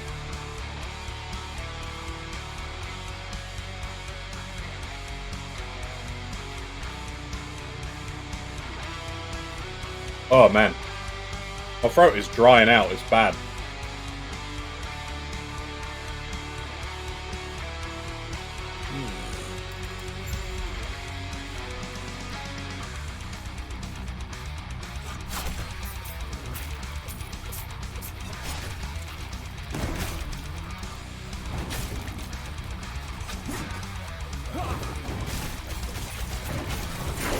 Do this.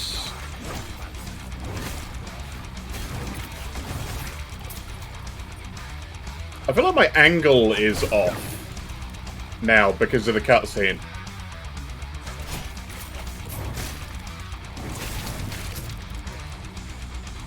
I'm not sure what else to say about that. I just feel like my angle of like gameplay is off. I cannot do that.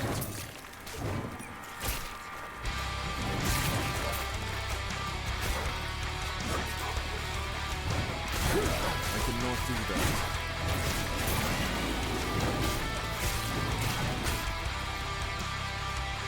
Alright, with Shield Bash, I'm going to take more block chance. With Aura, we're going to start getting the throwing speed after this level. Then Hammer Throw, I'm going to keep reducing the mana cost down.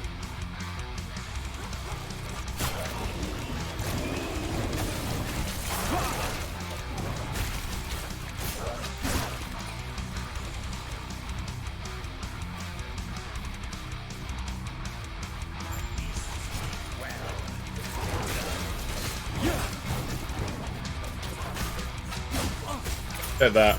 Get out of here, you lot. Battle Axe, Bleed on hit, Ignite on hit, Stun chance. I'll take that. Or will I? No, I won't, because the increased elemental damage, I think, is better. Right, we need to go down.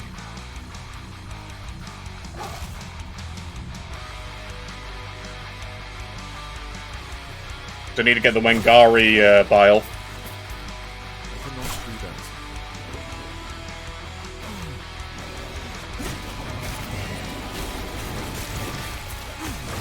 Slayer's Ornate Scepter, eh?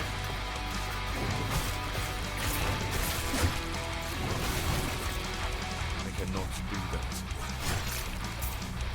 Oh, Mage. Amazing. Come on, give me a ladle. And I'll be happy for a weapon forever. Right. Oh, perfect. So I need... I'll take some more blind on here. Is this even worth crafting on? Not really.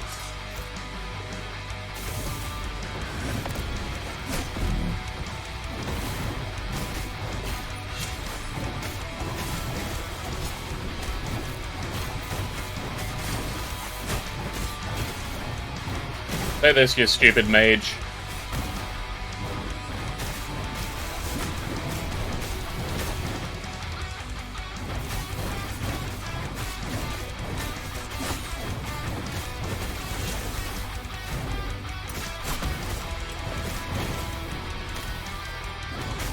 Come on. Ah, Poison Pen Shot. Frenzy after using a traversal skill. 1.2 seconds. That is not a bad item at all. That's actually a really nice one. All things considered. Hey, guaranteed crits. Don't mind if I do.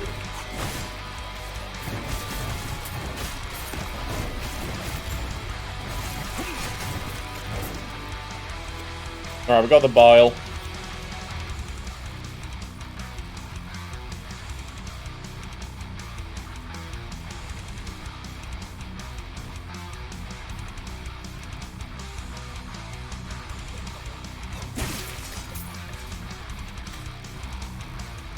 Oh yeah, block chance. That's amazing.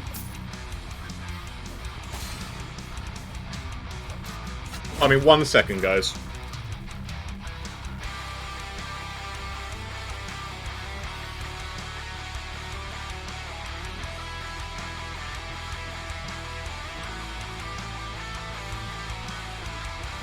Oh yeah.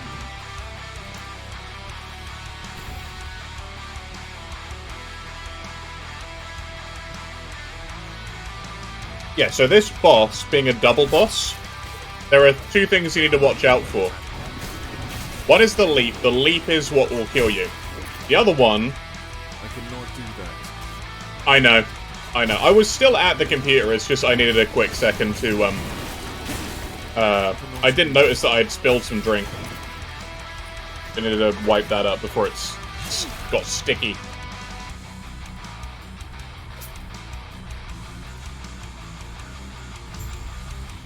I feel like I'm struggling to talk.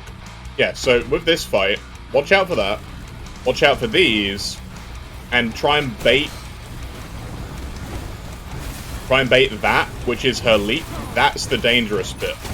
Otherwise, they're not that bad. But you do not want to be caught by the leap. You don't want to be caught underneath the rock falling. And as soon as he's dead, she's a lot easier to deal with because he's the area denial. So that's generally how I deal with them. Because you need to just avoid the leap. That's the thing that'll one-tap you. But it comes down before she even starts to jump. And with him, avoid the slow from the little totem drops. And if you get stunned by one of the rocks which falls, you're probably going to get hit by another rock, and then she's going to leap on you.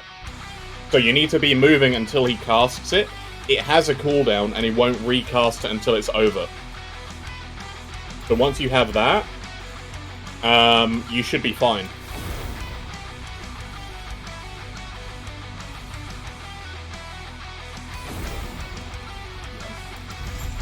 We'll hand that in, get some idle slots quickly. Throw that in there. Go into the Hereborn Forest and go north. This is just my route through things.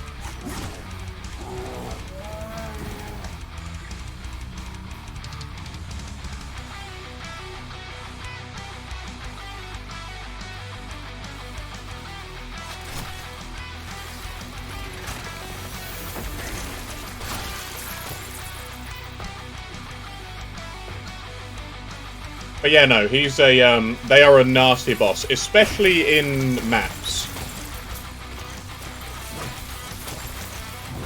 Because she can sort of come out of nowhere and jump on you and do most of your life. When you've, like, juiced up your maps and, like, the monolith, very nasty boss. But it's why I sort of learnt the boss fight pattern that they've got.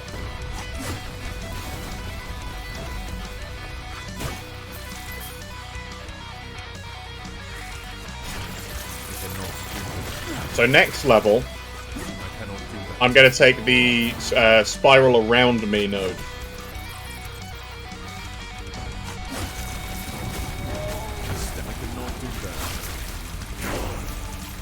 So I feel like that's going to be important. And then I've basically got a damage shield that follows me.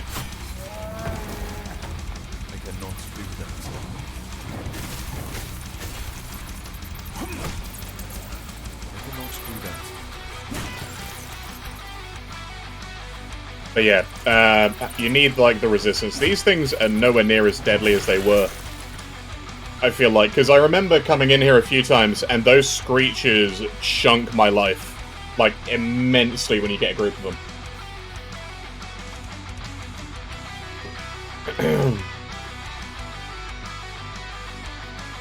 Alright, we've got the Ice Tiger. Sorry, the Eba that we were meant to fight. Now let's get that max fire damage, lightning damage. Right, what is this one? The crit shrine. Love me some crit shrines. Although dots can't crit, so kind of like whatever. I cannot do that. Stand down or die. Do that. Blow the horn and start running over water. I still love that. That's the little bit of jankiness which I don't mind. I think that's funny. Because as soon as you do that, the bridge is in place.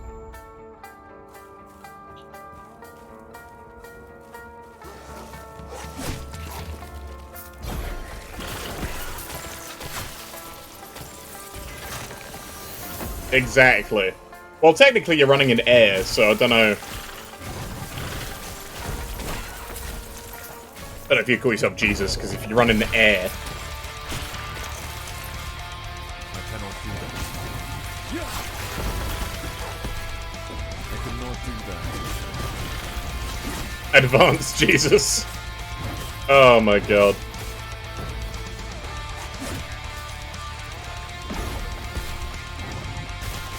I mean, hey, we are a paladin.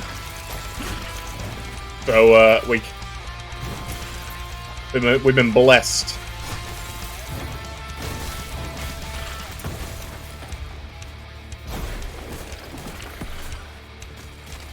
Ow.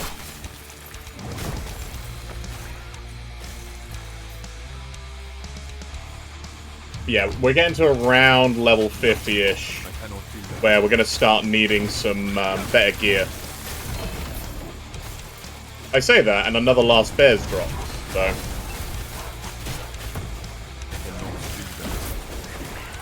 The trick is to not be caught underneath any big AoEs. Which is, you know, easier said than done.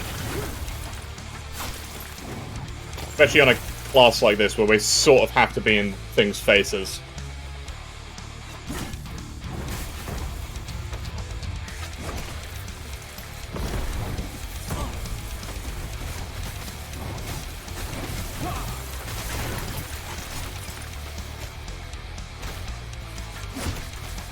Take this, and that, and some of these, and how about some of those?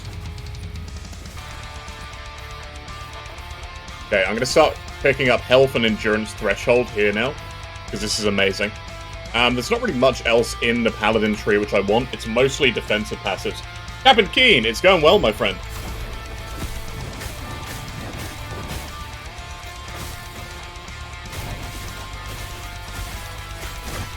Same with this fight. You just gotta be a little bit patient.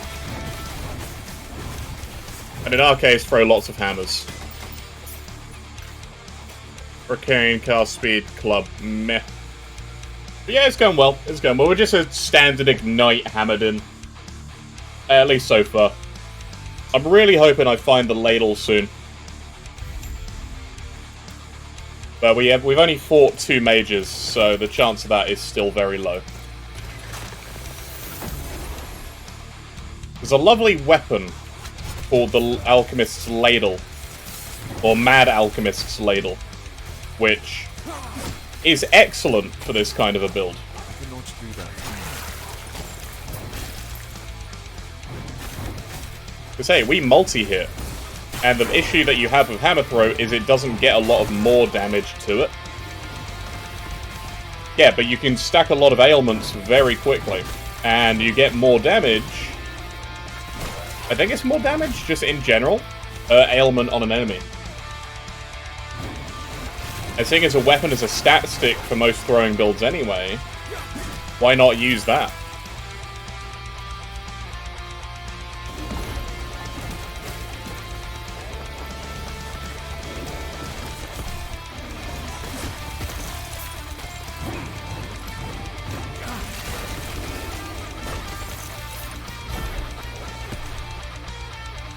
Yeah, I'd say the build is going very well.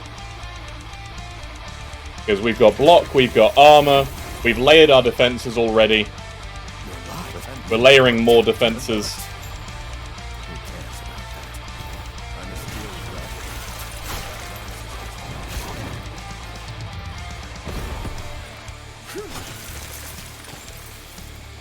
Grab these. I wish there was an automatic pickup range. I really do. Ow.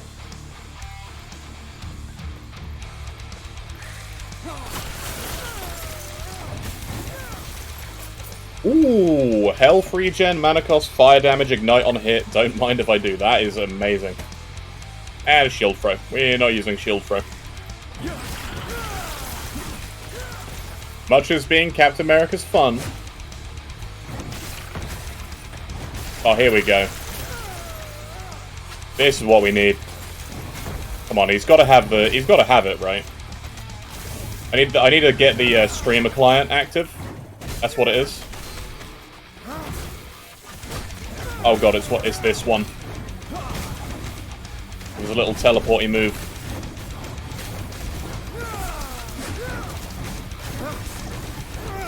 Come on, Grail, freeze him some more.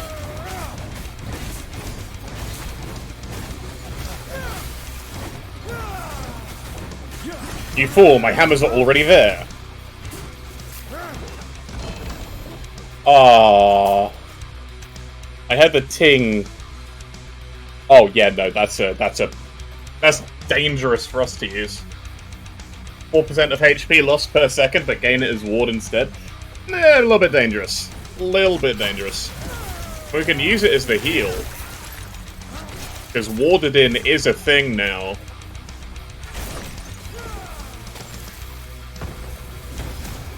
It's just, you know, it's just dangerous, though. Actually, I don't know if I'd rather do warded in or ward Forge Knight. Stand down or die. Because with ward Forge Knight, you can get ward per weapon.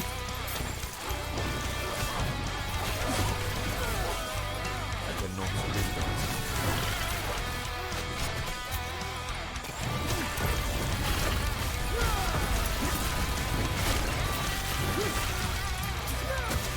Whereas with Paladin, you just get it on your aura, and you can't stack as much ward. God, my voice is killing me today.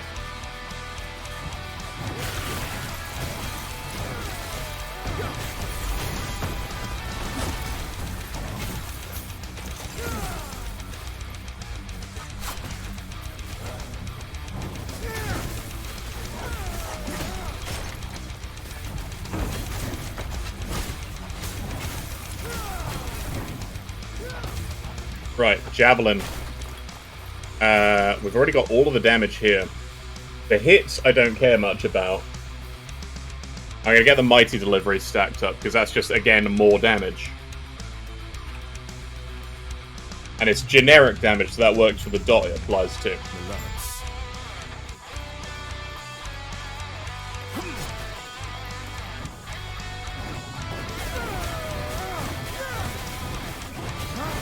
Big target, more hammers. Oh, please keep him frozen during that. Absolutely, my friend. God, I love the fact Grail fights with me now. And he just keeps him frozen. Easiest boss fight of my life. Good lord. Can I keep him? Can I keep Grail? How do you know it's multiplicative damage? So it will say specifically more damage. So in the case of, like this, right, it says Javelin deals more damage, and then brackets multiplicative of other modifiers. So this here, which is Spear to the Thigh, Javelin deals more damage over time, multiplicative of other modifiers. And then this here, also multiplicative. So all of the damage nodes on this tree are multiplicative, effectively. When it says increased damage, it will specifically say that. Or it will say specifically flat. Or like, so this deals additional and it's just +8. But when you have like... I think there's no increased damage on this tree. Holy cow. It's all multiplicative. Bloody hell, no wonder this is a great skill.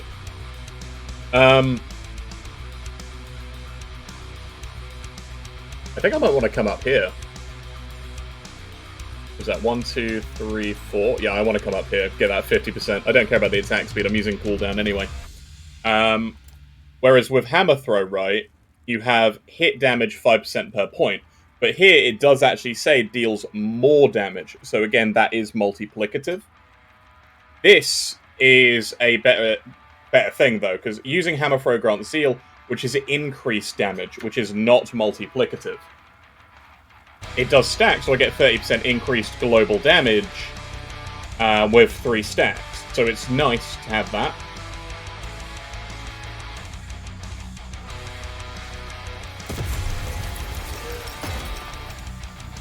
Huh.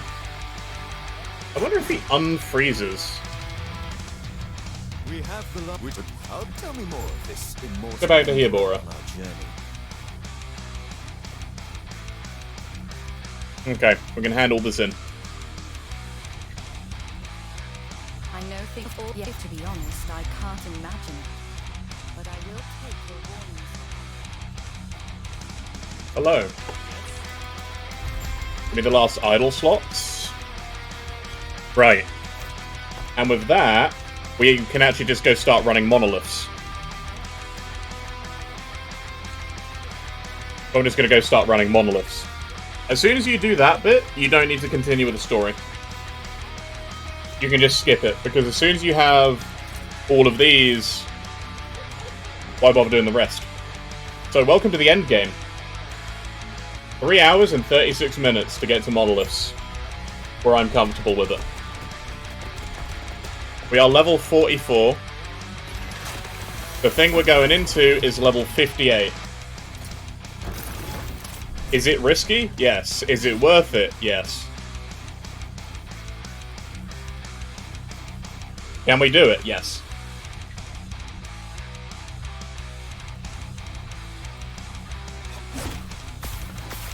Because damage doesn't, like... They don't have thousands upon thousands of more life just because they're 10 levels higher. So your damage is basically the same as it is now, 10 levels higher. Because of how, like, all the multiplicative, it stays relatively similar. The only thing we're not going to really want to do before leveling up a lot is go and fight the boss. So we're going to be farming for a little bit, because this is where we get better gear. Armor, reduced duration of stuns. The thing is, everything that drops is going to not be at our level, with some exceptions. But preparing it, not a problem. Also, the XP gain is ridiculous in here, because you're fighting things 10 levels above yourself. Theoretically, you could also come in here at level 15. Because it's always available to do. So if you want to just skip the story, come in here and start killing stuff, and you have the damage for it at level 15, go for it. Like, we've just beaten the first map. Because all you need to do is objective brush.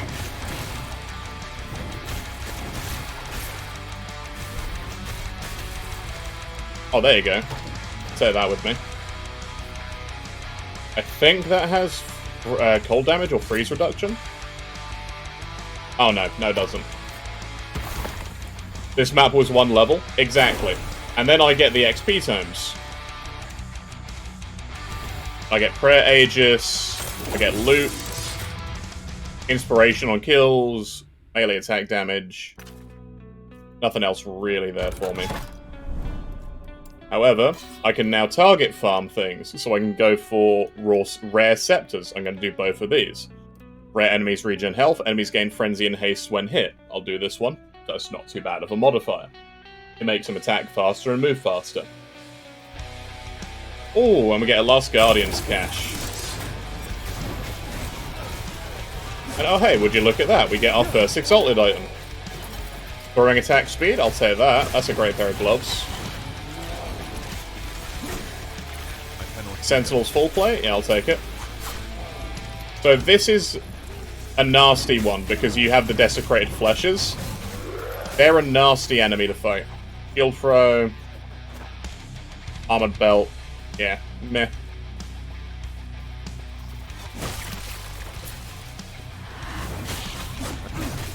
But yeah, when you get these enemies, we basically have a map full of high health enemies, so we need to kill things to find the boss of the map.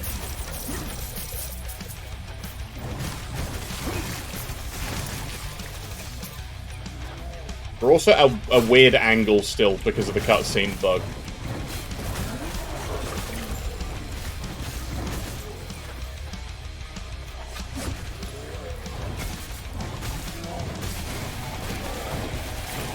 But, like, compared to Grim Dawn, where, I mean, there isn't really a... Yeah, they're very... Like, this is a bad situation to be in.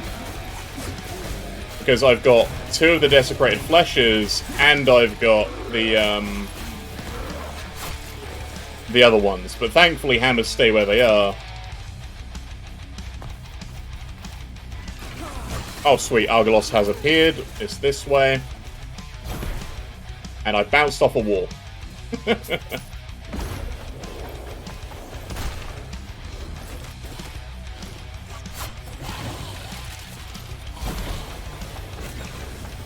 But I can just run through most of these maps.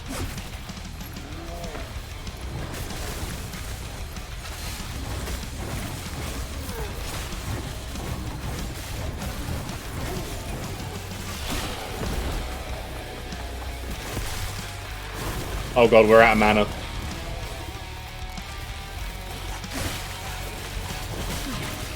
I feel like the best way I can describe this is... in Last Epoch, it feels like you're always fighting a retreat. Whereas in Grim Dawn, it always feels like you're on the attack. Like, it's very rare you need to then run backwards against most things. And even then, it feels like you're not on the... like, back foot against big groups of enemies.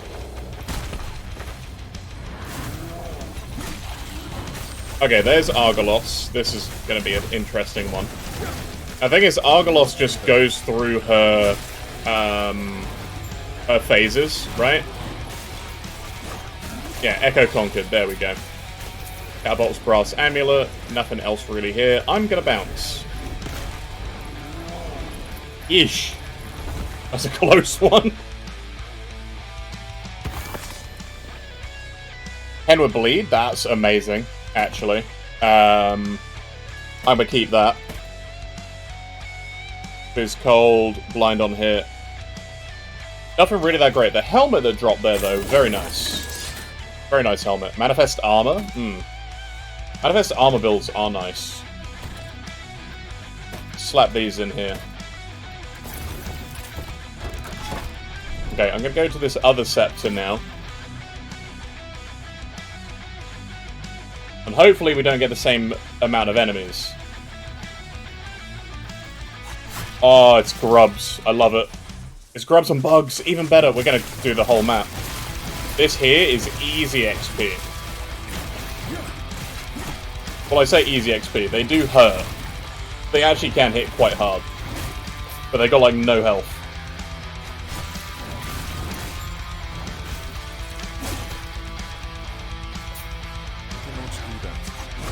Like, yeah, Gorns are the worst bit. The Queens are the worst bit.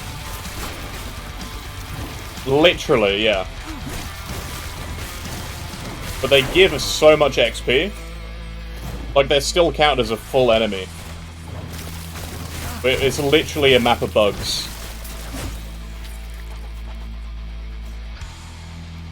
We leveled up, so I'm going to grab this again. More Endurance Threshold. I'm probably going to grab this, which is more Fizz Pen with Bleed.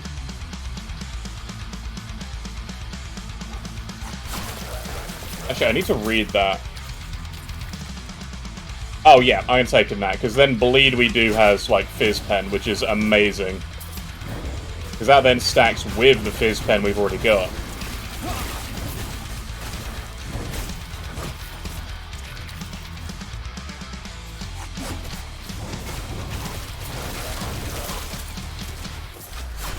Oh, it's Ocaron. This isn't great. Because that is the biggest and most damaging stun ability I think the game has. And they've given it to a very heavy-hitting boss. Another Catapult's Chalice. 15 throwing damage. Take that. And a Warrior Kish. Flaming Onidachi. Fun. Bleed on hit. Dot for minions. Yeah. Eh. Guardian's Root Shield, however. Absolutely. So I'm going to up the block. I'm going to throw on here probably percent endurance. Because it has endurance threshold on as well. That there is a nice shield. So it's 29% block, so we have 40% now. Our endurance is 52%. When we go under 200 health, we have 50% damage reduction. It's huge.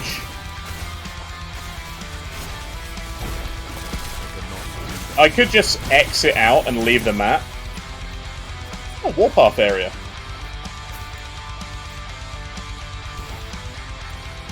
Okay, so with this, we can start grabbing throwing speed. And now with Hammer Throw, I'm going to make them orbit me, which changes how it functions again. So now, they just come with me. Stand down or die. I know, it's taken a little while to get them. Ow. Oh, increased damage. That's why that hurt so much.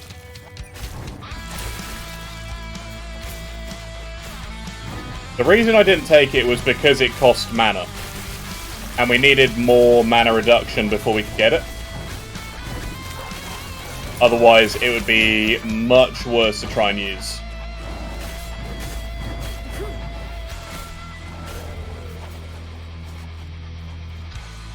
Okay, I feel like that... I'm not going to bother going and trying to find all the rest. So let's move on to the next one. But we're now officially a proper Hammerdin. We want to try and farm idols. 49% ignite chance, that's nice. Less spell mana cost. More spell mana cost. Jock on here. Yeah, nothing really there for us. A brass amulet. But more flat. Okay, we'll take that to shatter it. Ooh.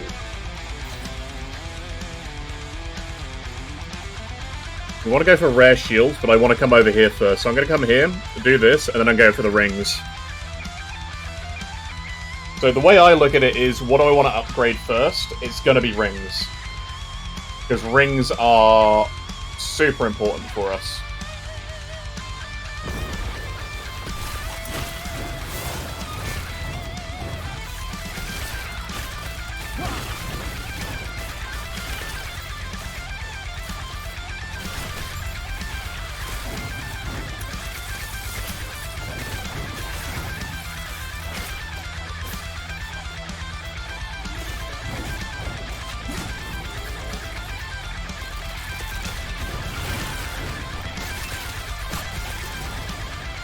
I think my next build that we're going to do in Last Epoch, on the offline mode, I need to test my werebear. That won't be self-found, just because it needs a lot of specific gear. But, I mean, there's no trading anyway right now, so, like, whatever.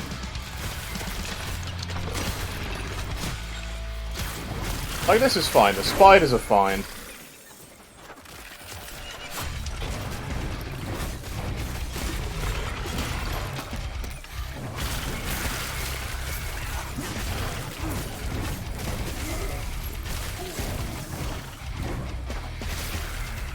Yeah, more hammer throwing speed would be nice.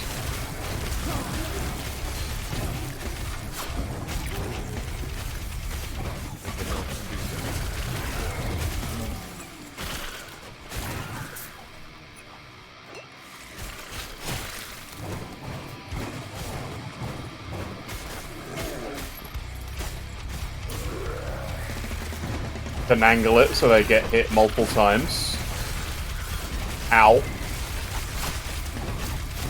Increased damage, lightning bugs. That's painful.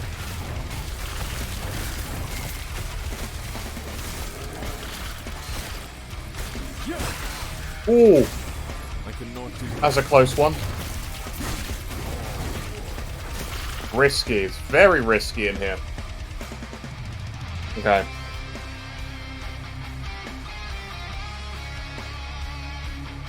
Actually, let me pop over here quick. Start grabbing that. Oh, it's Xeric.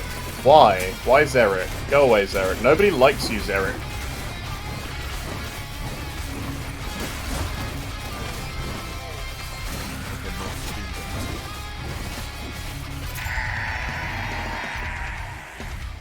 Stout, small.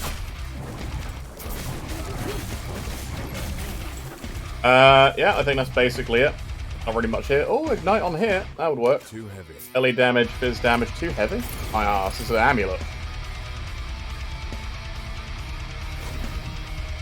Alright. But yeah, you start gaining so many levels once you hit the monolith.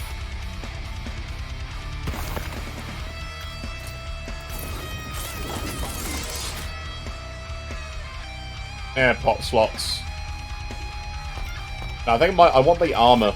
Oh wait, I don't have one with armor on. Oh. Oh, well in that case... I got my throwing damage. Crud. All flat, isn't it?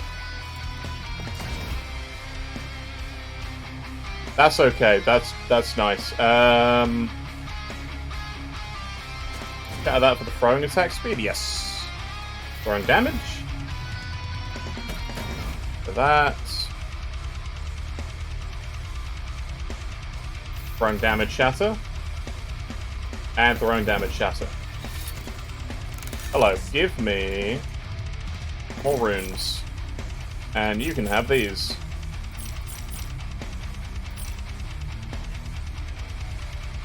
Oh yeah, I was going to do this.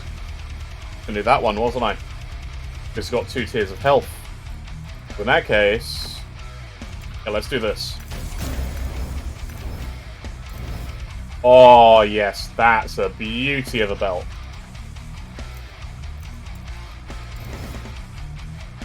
$16 flat throwing damage. Oh, exotic amulets! Bugger that, I'm gonna go there. Go rings, get an exotic amulet already. Yeah, patrolling watchers, alright. Little bit of an annoying one, but nothing too... nothing too bad, really.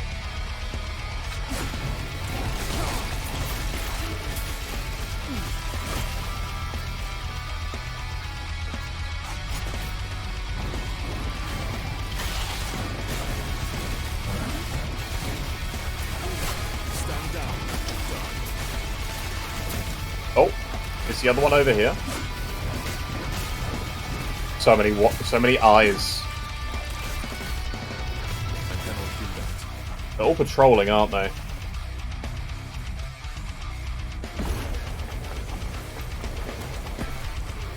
Yeah, they're all patrolling. We can take our time.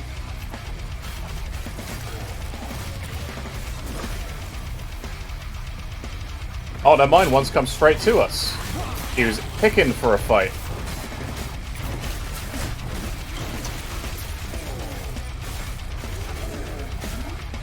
Poison damage. Nope, don't need it.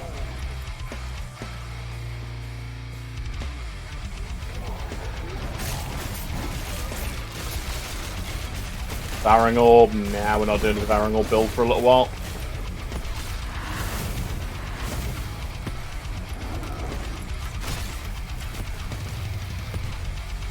Me, you. Oh, 49. Brilliant.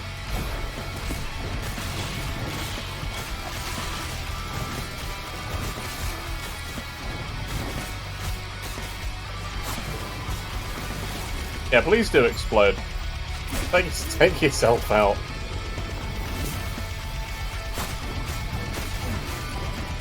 Oh, it's ridiculous. Alright. Oh, that's this one also done.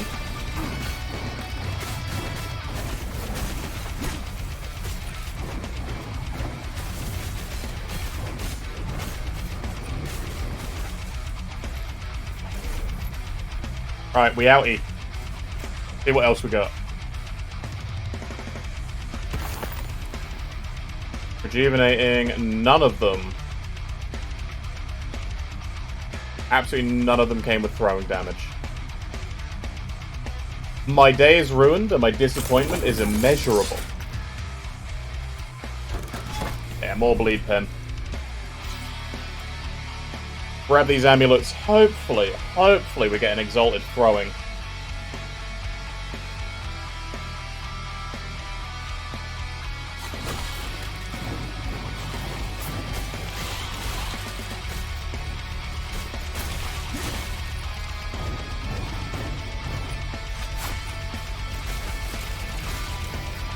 Getting through there.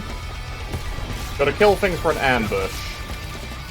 Now, it's the undead ambushes in this mono, so they're pretty easy. We shouldn't need to worry too much about whatever it's going to be.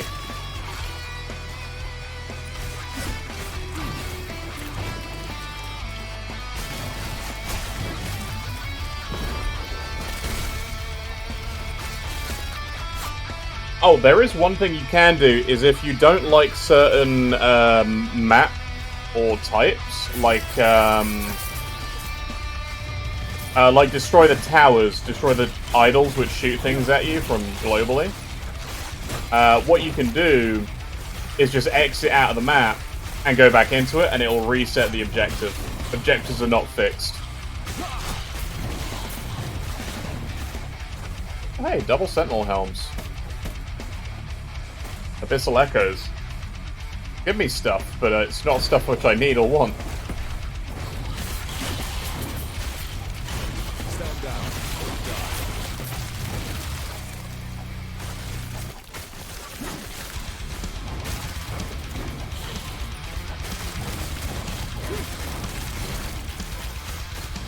Take that, you.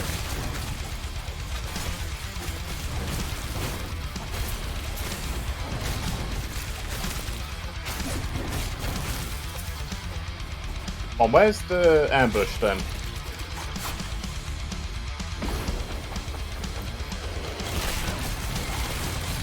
I've been ambushed. It's a hambush.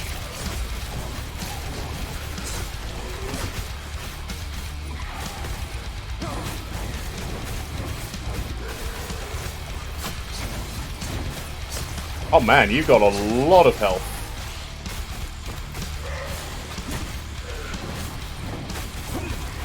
Ooh, catapult gloves.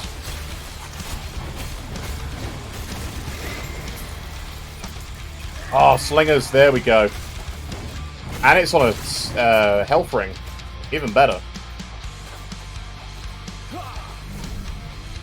Alright. What we get? What we get this time?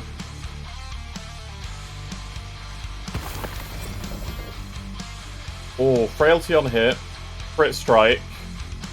Lightning pen. Lightning pen's a nice one. Necro pen. Mana, dodge. Ellie damage. Biz damage. Oh, come on, guys. Nothing. None of these are that great. I mean, I guess... not even that one. Like, the poison pen would need to be removed. None of these are that nice. I mean, maybe this one with a cast speed, but I don't think you'd use cast speed with most channeling. And dodge at the same time. Oh dear, oh dear. This, though, this was worth it.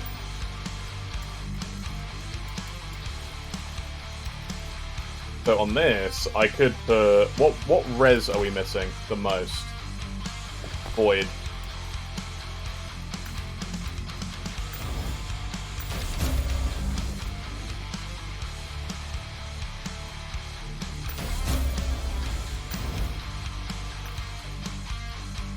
I'll take that. I'll take that throw speed. That's brilliant. Everything else here I'm going to sell. Because the thing is, you can just pick it up, sell it. Because she's right here.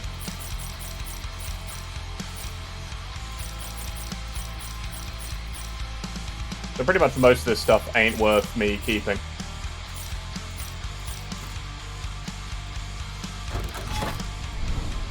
Oh, relics. Let's go. Let's get a good relic. Come on.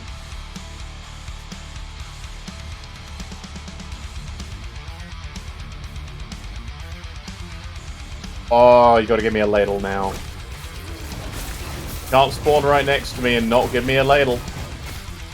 It's illegal.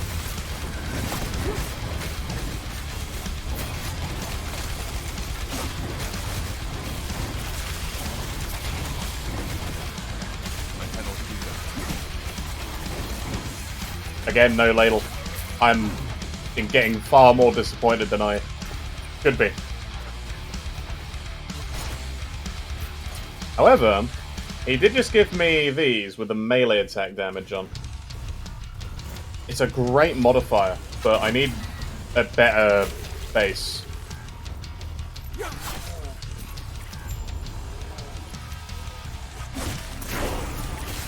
And we're level 50. Finally. Oh, ain't no way. Yes.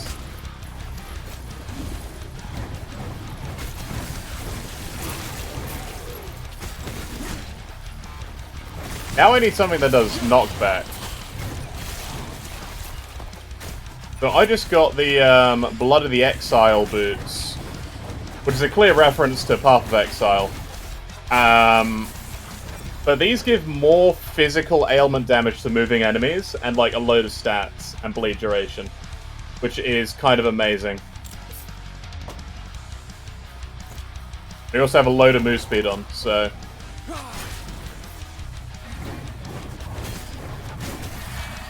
That means the more bleed we do, which we're now doing as well.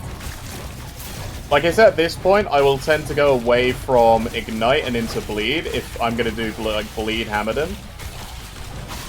Like, Bleed Hammerdin is also very cheap, because you get loads and loads of Shred. For pretty much existing as a Paladin.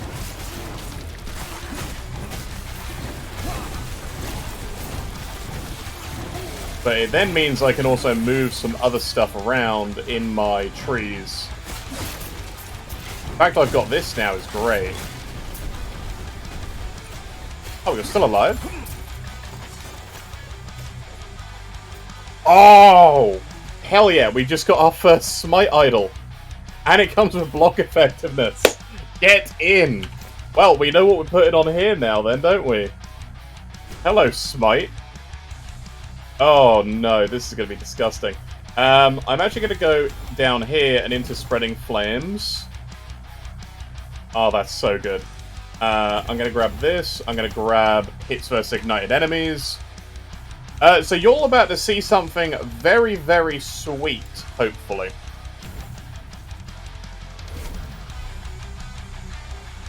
So, Smite Idols are what makes a Hammerdin a Hammerdin. Ellie damage over time, baby. 66% increase. That's great. Of physical damage. If I can get rid of... Come on, change to something good. Damn it! It failed. It didn't do what I wanted to do. Okay, we should be good to just keep going. What else? What other loot do I want? What are these shields, don't I? Gotta take a look at them. Right, so, behold, the full power... Well, it's not even full power, because it's only one. I need more. But...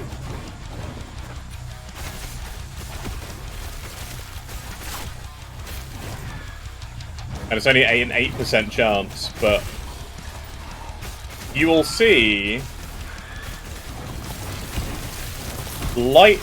bolts of light from the sky come down and smite our foes. That is now going to happen automatically with Hammer Throw. And smite costs no mana when done this way.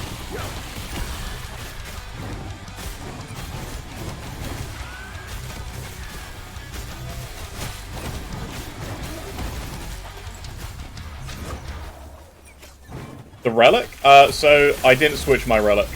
The relic that I was trying to craft on had increased elemental damage over time, which is good because we're still like hybrid, burn, bleed.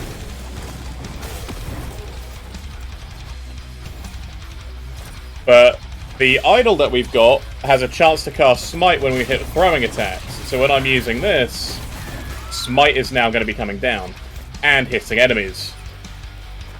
Just as we move. So I need a few more of these. Because you can make it go off a lot. Like a lot.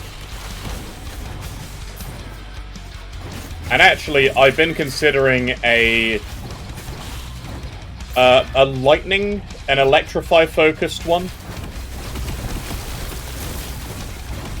On hit.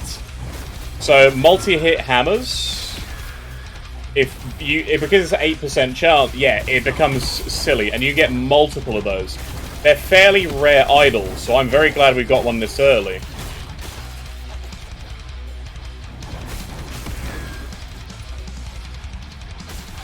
But it becomes disgusting in big groups. And so what I'm actually planning on doing is eventually switching over to this over here, which turns all Ignite into Electrify chances, and effects related to Ignite depend on Electrify. So Spreading Flames is nice. The hit damage versus electrified enemies would be really tasty. And then I get extra Lightning Bolts, which then multi-hit on different enemies around it. So Hammer Throw being a great AoE skill anyway, this then becoming an even better skill. It's going to be disgusting. You can also... The thing is, it will also hit blinded enemies for more, which we do blind anyway. We're not going double cast. We're not going to be doing, like, Sacrifice, even though that does do significantly more damage. But I'm going to get the hits versus ignited enemies up first. And then I'm going to turn it lightning. And then hopefully we can get hammers to lightning. Because Electrify and Ignite are not that different. It's basically only the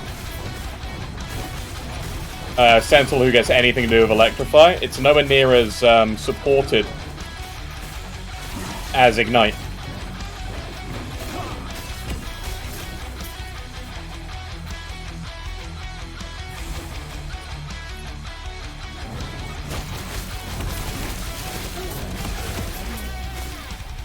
I will probably drop Shield Bash now, because I'm not using it anywhere near as much.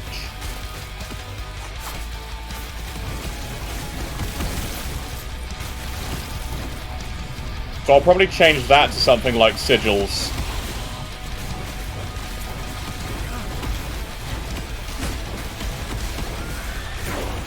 You can see it go off so much, just there, with how many enemies we were surrounded by.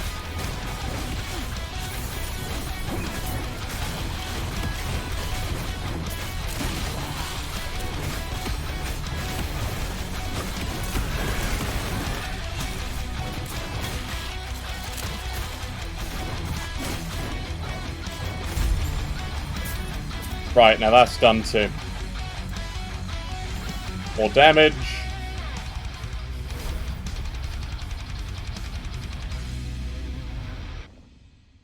So this is going to get very silly once we get it going.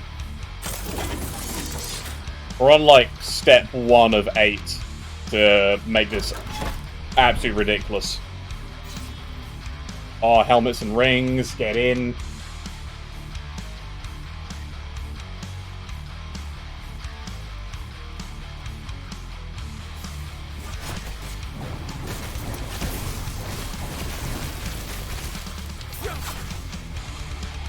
Nothing really else great for us.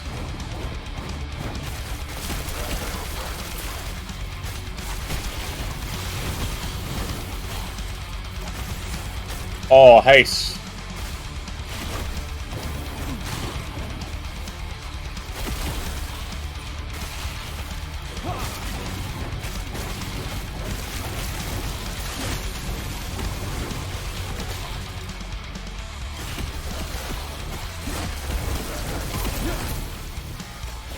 Oh, there was one.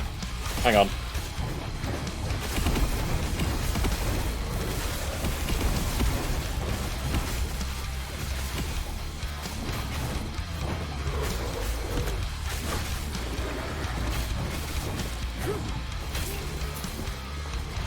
Oh, Outcast gloves.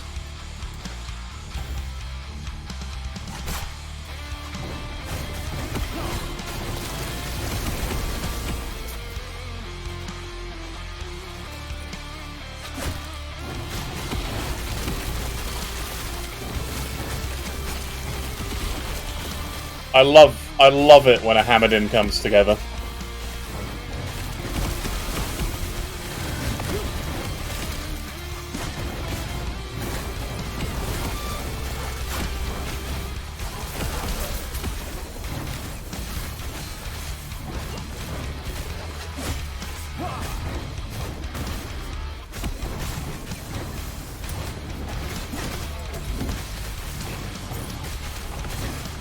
Nope, still no unique.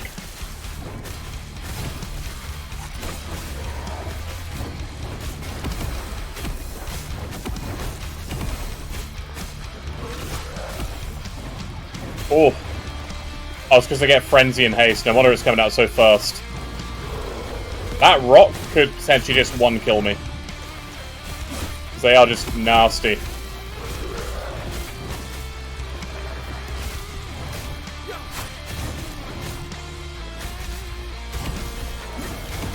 In fact, he also has more health and increased health and 25% increased health. No wonder they're so tanky. There's like 3 health nodes already.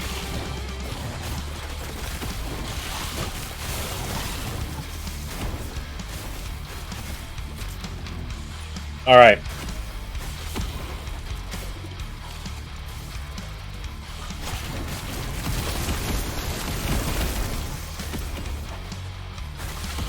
Despite the little glowy circle around the smites coming down, they do not do AoE damage. They are single target only.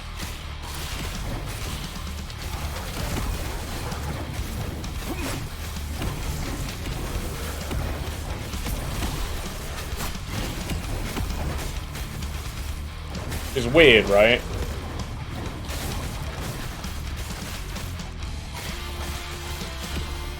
Ah!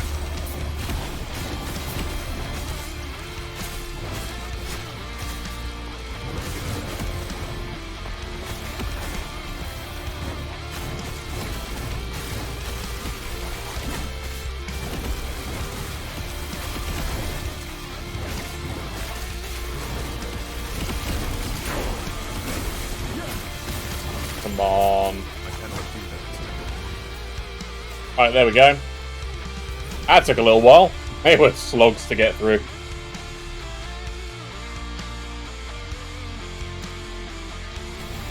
More bleed. Amazing. See what we got. Block chance, block effect, heal effectiveness. Reflected. Yeah, nothing really here is worthwhile compared to what we've already got. I mean, we've got block chance, health gain on block, and then the necro res. It's not great, but it's not bad either.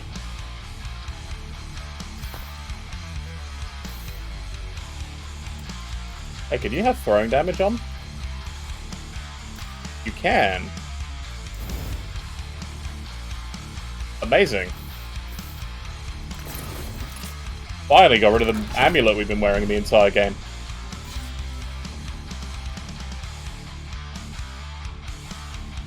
I mean, that's a lot of block effectiveness. Healing effectiveness would be good too. So actually, I will make that switch out. Okay, I'm gonna go here. I'm gonna go up to rings and the helmets.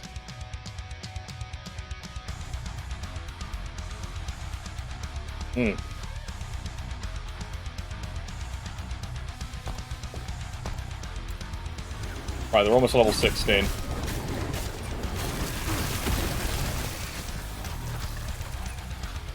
Sentinel full plate multi-strike. Increase area. Less spell cost. Alright, that doesn't really do much for me anymore. In fact, at all.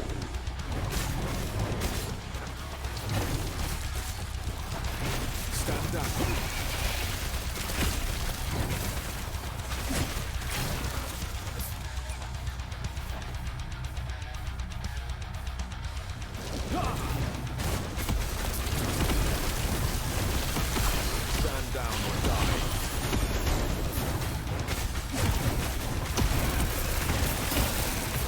Oh yeah.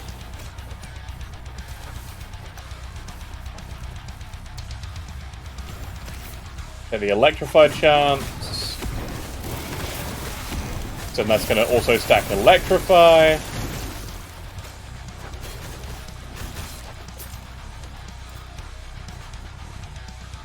Yeah, I'm going to get rid of Shield Bash. I'll probably replace Shield Bash with Sigils of Hope. And then we're basically a classical Hammerdin. Hey, Wormu, how you doing, bud? I'm actually going to come down here first. I'm going to get full mana efficiency. What the heck was I replacing? Oh, Shield Bash, yeah. Sigils. Good old Hammerdin, Captain Keen. Good old Hammerdin. Classic Hammerdin, except it's like Bleed Electrify Hammerdin.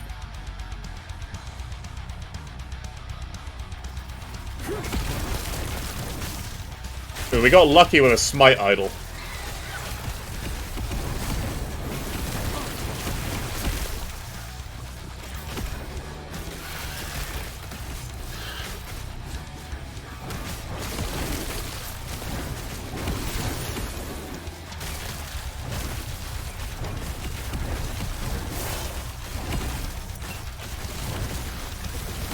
Oh, Ballista's Gold Ring. Finally! Finally! That is literally a copy of a skill. It's because I've made it a copy of a skill. Also, finally, man. Zoski! Thank you very much. Thank you very much, Zoski. Thank you for the follow. Finally. No, not that one. Where's the ring? I have been waiting for mana reduction forever. Absolutely forever. I've had one shard of it drop. One. Right, can I change the necro damage? I'll take healing effectiveness. That works out. I lose... You know, I'm going to replace my font. I don't need font to be erased anymore. But that means it only costs 7 mana to use Hammer Throw again.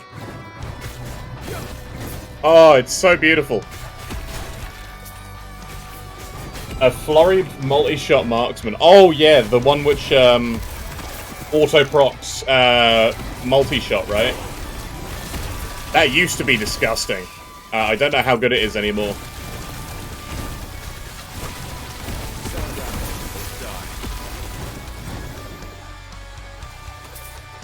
Plus 10 intelligence boots?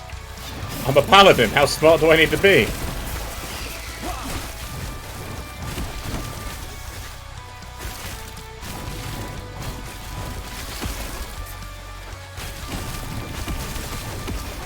So yeah, Wormu, the hammer throw basically normally throws it straight forward. I've then made it orbit and spiral because of the skill tree I've gone into. Speaking of which, I'm now going to get more mana cost reduction because I want it cheaper.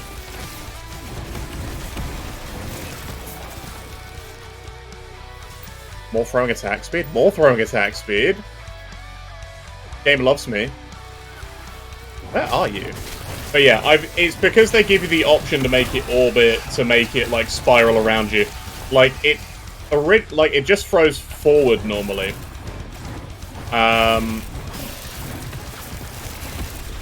But I've turned it into this. But then again, at this point it becomes... Yeah, it's not straight off just a copy of another skill. It has a lot of different options that you can use. This is just still very fun.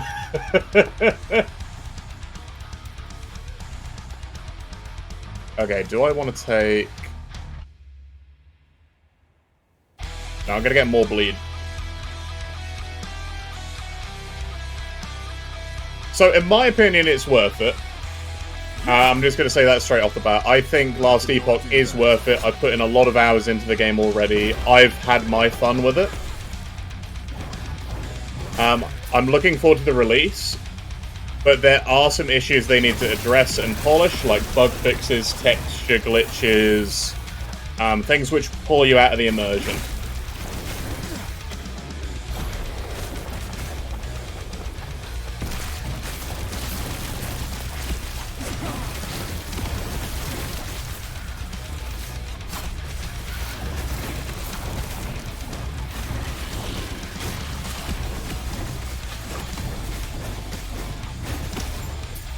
There we go.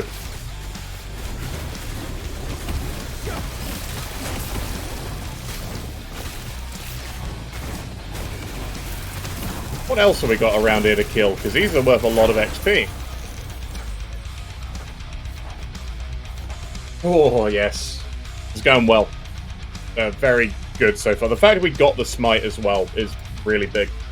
So in Holy Aura, I'm going to grab more throwing attack speed.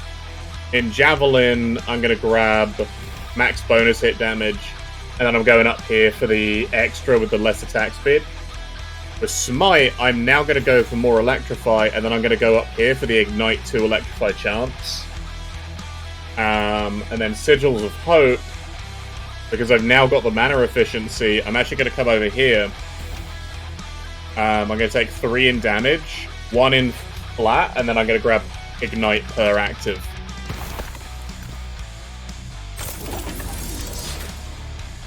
Minion melee damage? I mean, okay. Ward per second. Nothing else, nothing there for me. Okay. Let's go for helmets then, as we just got a bunch of good rings.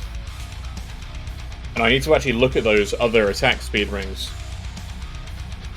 Oh, butterflies.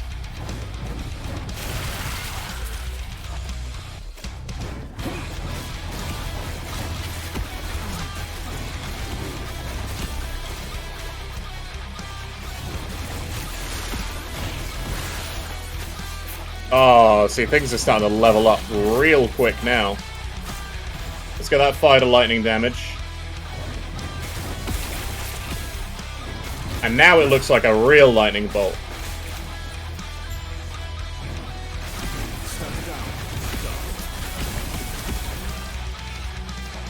Well, give me them sparks. What we got here? Affix shards, even better.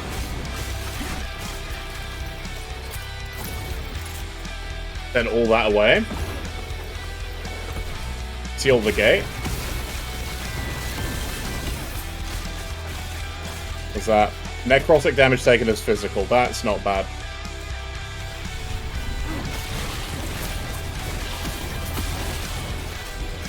Oh.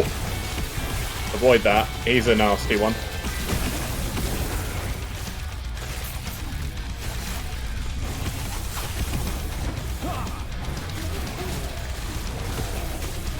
So I'm actually using Javelin. How Smite is being triggered? I absolutely can. Give me 1 second. Let me just kill these things quick, because they're nasty.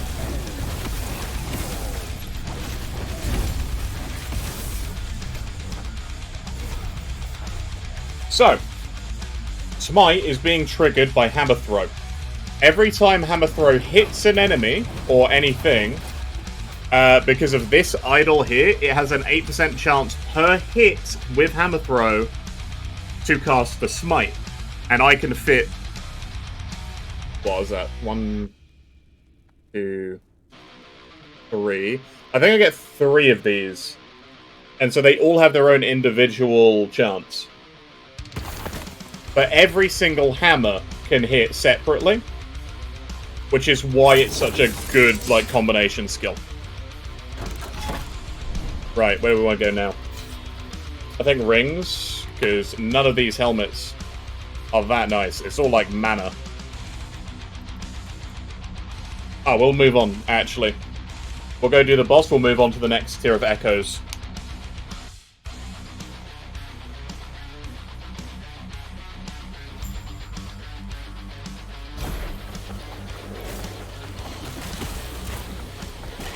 Just keep charging. You know? It needs to stop.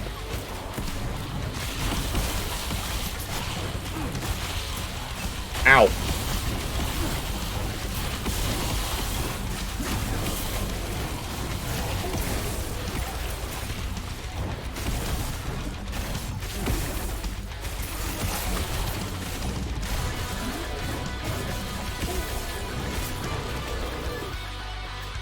Woo! That was good. What's that one? Ignite on hit? Nah.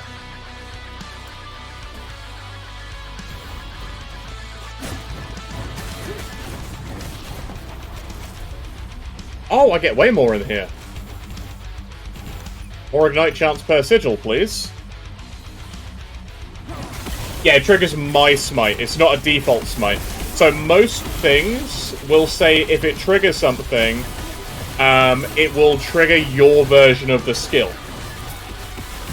It specifically will say not with your modifiers if it doesn't.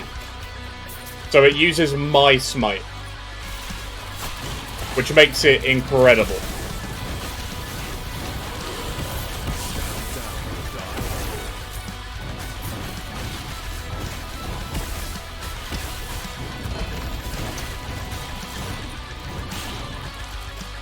What we got? Another Sun Wreath. No use to me. It is insane, and it makes a lot of builds really, really good.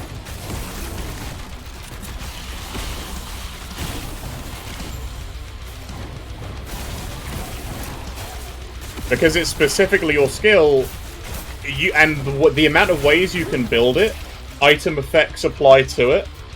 So if you have, say, like, Smite, which I'm using... oh, the thing here, though, is, like, this here is it will not like, if you use it as a traversal skill,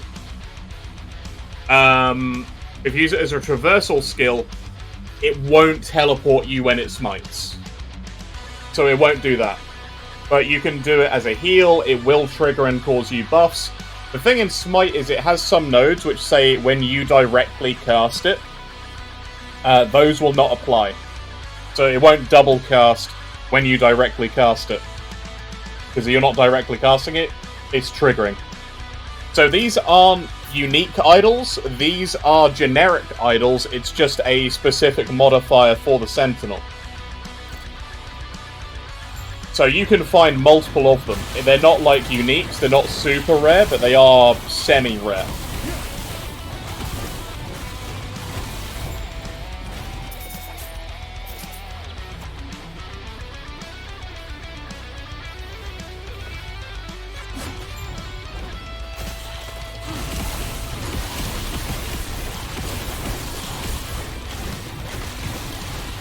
Hey, you really want to get started?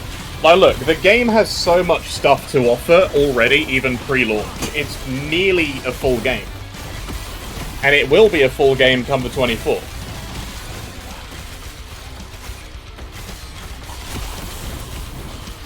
Yeah, once you, like, learn about the different things you can do in the game, it really wants to draw you in.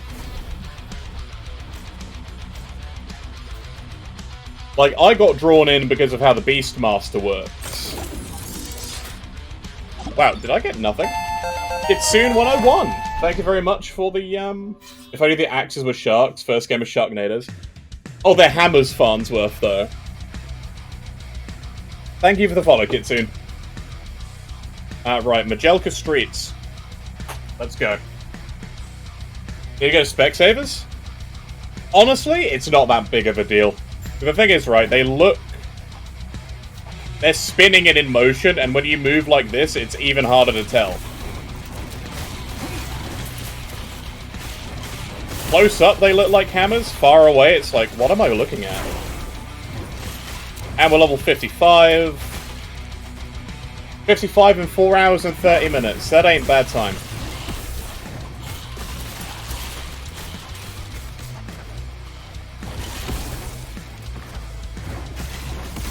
But yeah, because we found one of these, I doubt we're going to find another.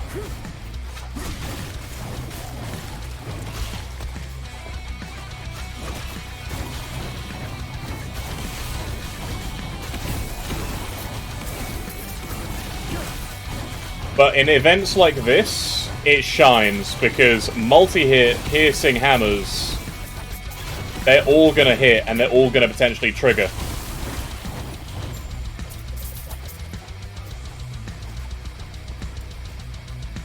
Alright, I'm gonna grab even more bleeding. Now I have a guaranteed bleed on Hammer Throw. Hang on, conduits? No. Oh, hang on, I should get Shock Chance. I should get Shock Chance now. Ow.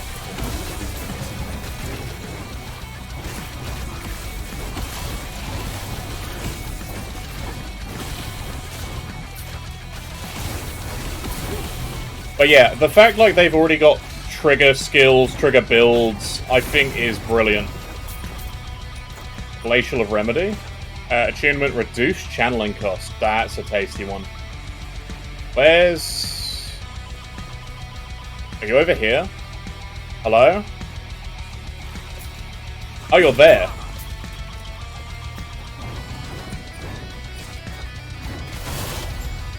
Easy. Alright, it's time for the first monolith boss. The first monolith boss is not too bad. It's not too bad. Don't die? I never die. What are you talking about? So I have 60% necro res. That should be okay. We're a little bit under his level. We should be fine.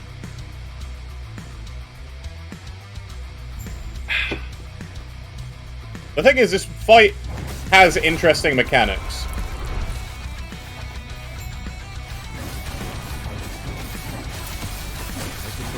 Never die.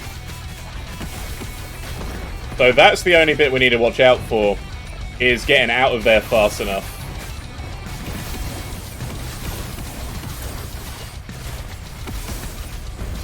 Woo! That's another one bites the dust. I'm going to take a hot second over here and regen some mana. Avoid the big boy. Because he says invulnerable until soul vessels are destroyed. So until you kill these things, you can't hurt him.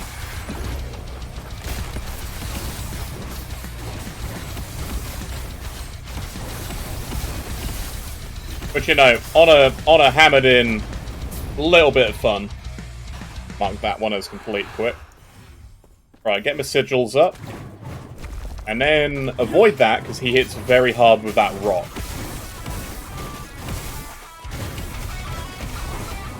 The hammers follow me now. They do. Because that's another node in there.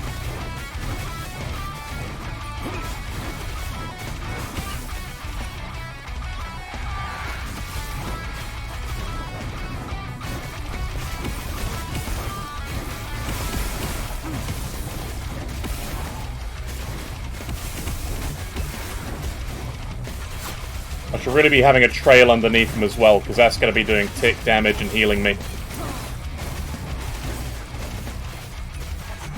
Just heal by walking over here quick.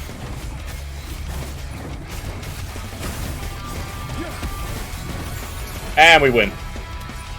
He dropped me ribbons of blood. He gave me 2 dungeon keys. Yeah, he's not a difficult boss. He's just, if you don't know or don't read the thing at the top, it's like, why can't I do damage to this guy? Oh no! It's gonna kill me. I died. Oh no. Oh, ignite and shock on here. Ah, but no, I've got the spell damage on here. Oh, I have shock on hit on this already.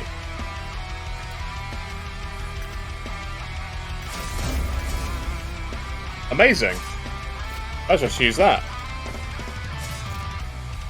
Nothing else here is really good for us, because I haven't set my full thing up yet. This pen will bleed. Get rid of the dexterity.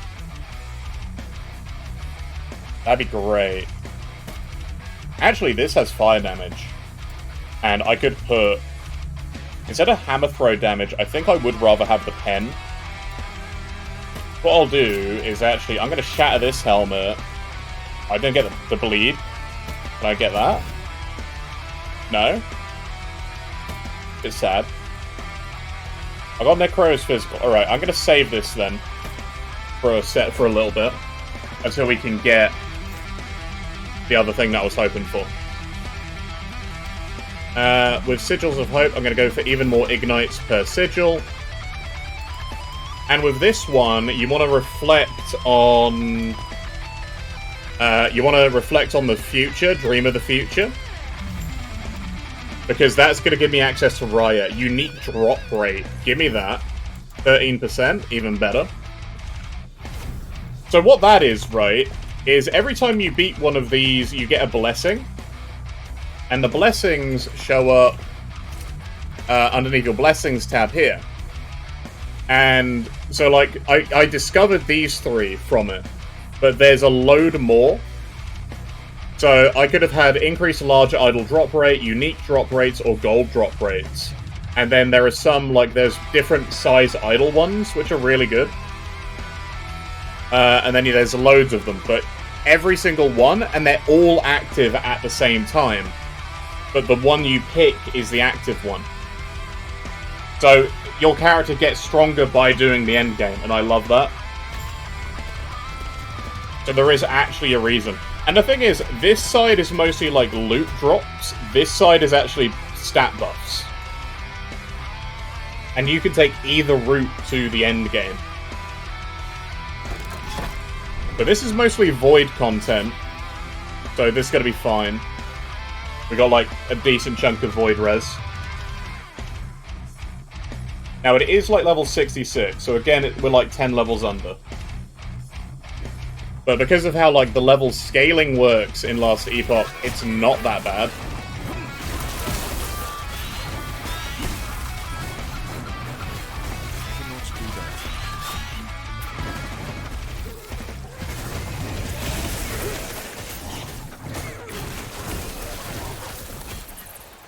Easy.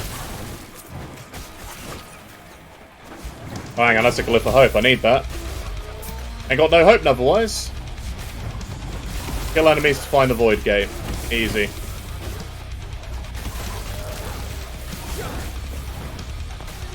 So with Smite, I'm going to be going into here for extra targets. So then every Smite that goes off will hit multiple things. Hang on, what was that? Just to bleed if wielding an axe. Yeah.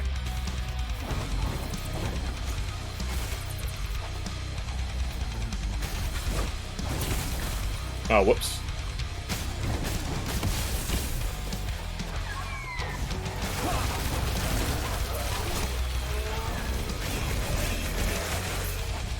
Oh yeah, I love this map in particular, because it's just a big loop.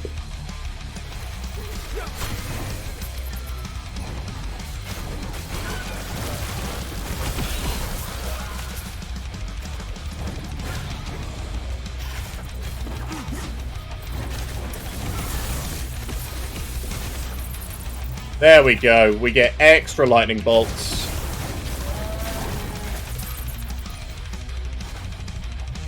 I think. Yep. It's just smite hits.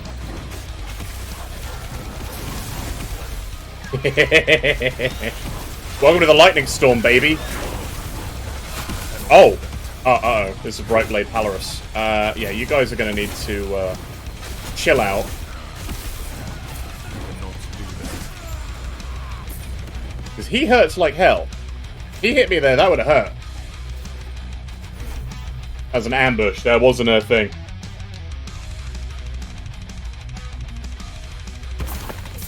Free money. Soul Harvester, bleed on hit. Yes. Hi. Give me your runes. You can also buy some of these off me. So much flat damage.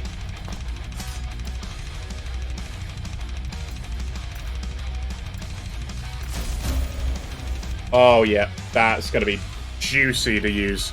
Alright, I'm gonna switch this out. I'm actually gonna shatter this. And I'm gonna stick that ignite on here. Oh yeah, that's nice. That's a lot of spell damage. Never play the skill, it gets rolling. It really does get rolling very quickly. The main thing that makes it get rolling is when you get the Smite Idol. As soon as you get that, it takes off. I'm going to actually shatter that. Hopefully I'll get the attack speed. I did. No, I am still using Riverbend gloves, but there is a point where I will switch out of them. And it's going to be when I have something like this, which has like the experimental armor that I can move to its own slot. The helmet we're going to switch out for is going to be this. It's got the fire and the ignite damage. Because our hammers actually do ignite. Right, let's get a new shield. Hopefully we get a good shield. But the Paladin is one of those classes which will scale basically by itself, because you get so much flat damage added to spells just for being a Paladin. Oh boy, that was cool. I've never seen them walk out of the walls before. Kind of terrifying.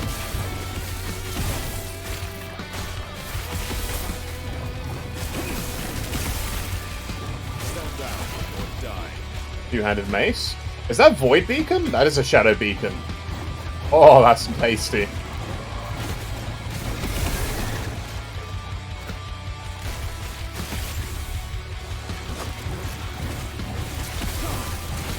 Welcome back to the Void enemies.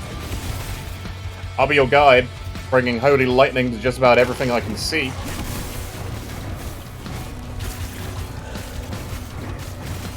Ow. Smelter's Wrath. None of that really happens or matters.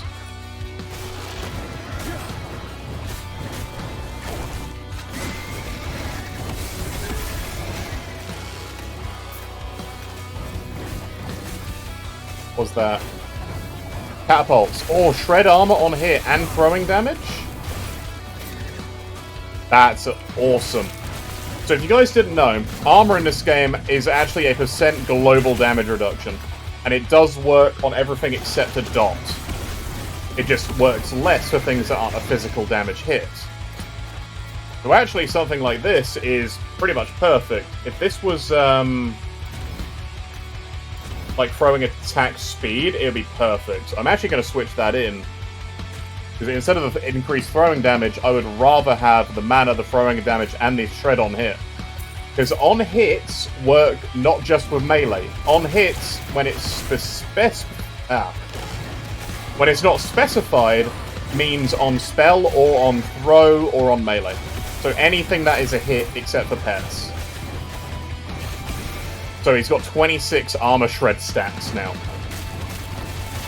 Which means they basically have no armor. So everything's doing full damage.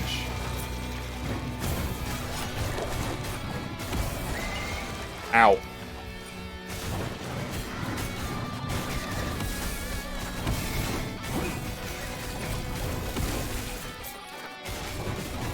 Toxic Sapphire Ring of blocking. Not interested.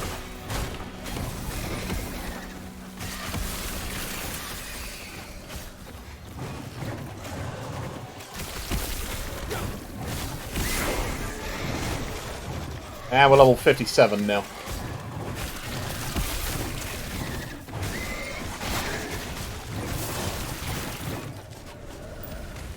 Pop him?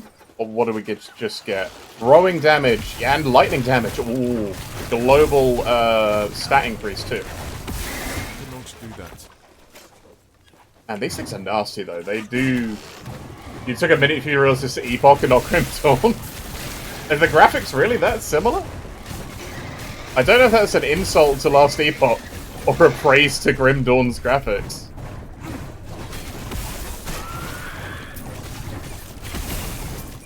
But yeah, no, we are in Last Epoch today, Flu. Also, hey Flu, how you doing?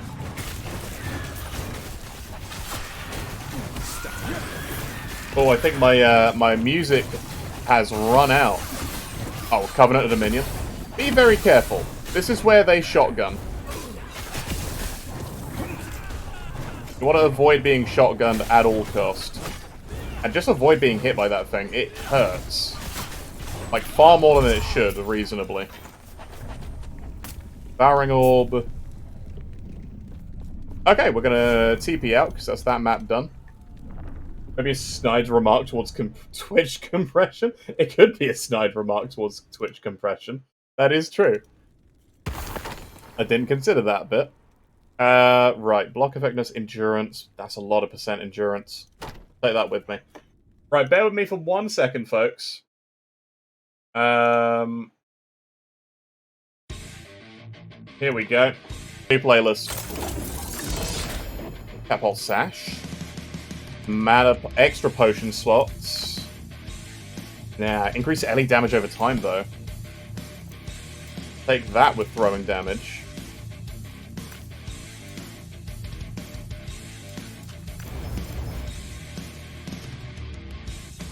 Oh, and reduced damage taken from crits. And flat health. I'll actually switch that. Do I want to switch that out? Probably not. Probably not, actually. Should have thought about that. Hey, Johnny, how you doing? Come on in, my friend. I'm going to take Empowered. I'm going to get Sigils on kill. That's going to be the next plan. Get some... Let's hopefully get a helmet.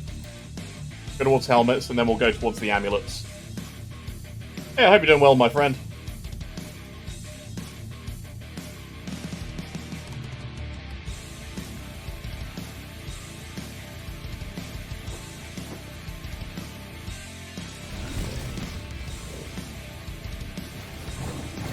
Been unwell last night. There is a bug just going around. I feel like everybody's getting ill, including me.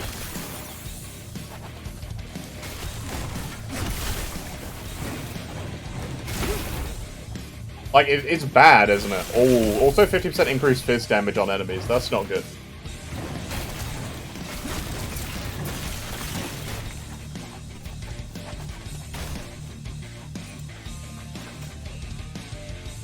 Okay. Right, what's the mana cost on this now? 6? I could lower that if I use another one of these. Can I upgrade this one more time? I can.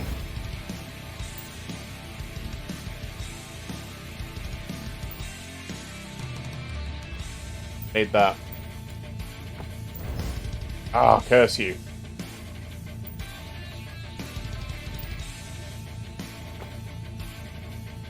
No, I want the throwing attack speed. But you know what I'm going to do? I'm going to get some more projectiles, because screw it. Give me 3 hammers every single throw. I'm glad you're feeling better, though, man. I'm glad you're feeling better. Frailty on melee hit.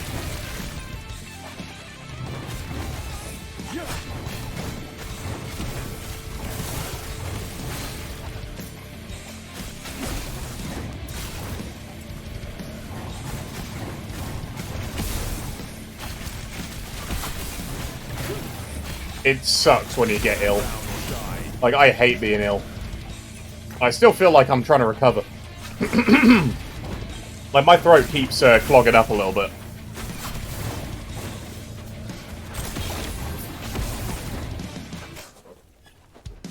I missed picking up those shards. I'm not going back for them now, though.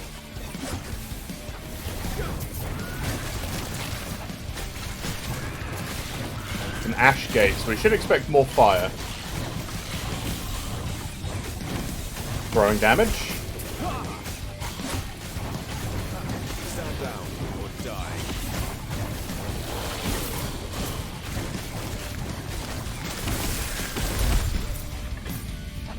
And another... oh, also frailty on hit. Okay.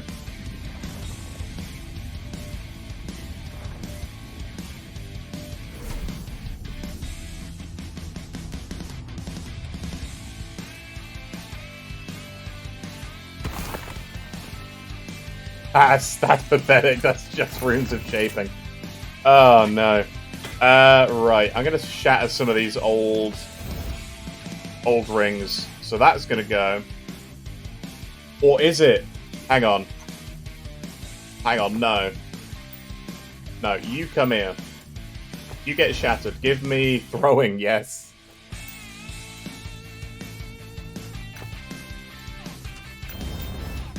Yes!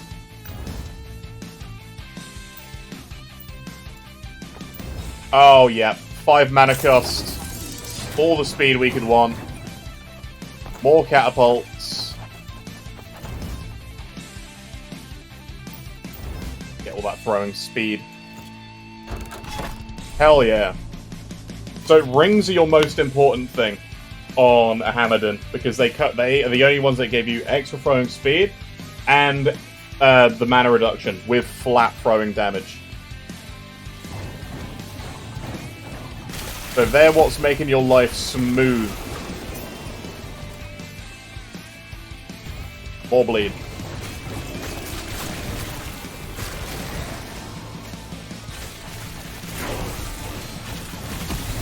And the more flat damage you have, the better, because that's going to be the hammers hitting. And then you get free spell damage because you're a paladin and you're holding a shield.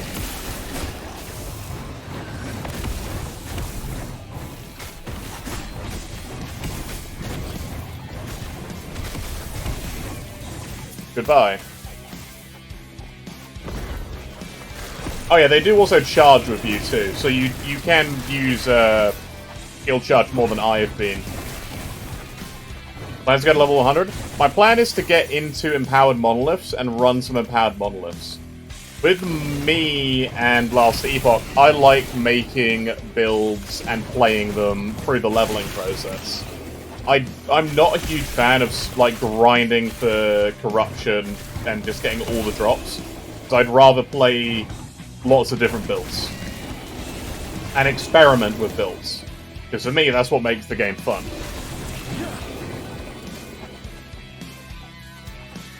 More lightning bolts or more electrify? More electrify, baby.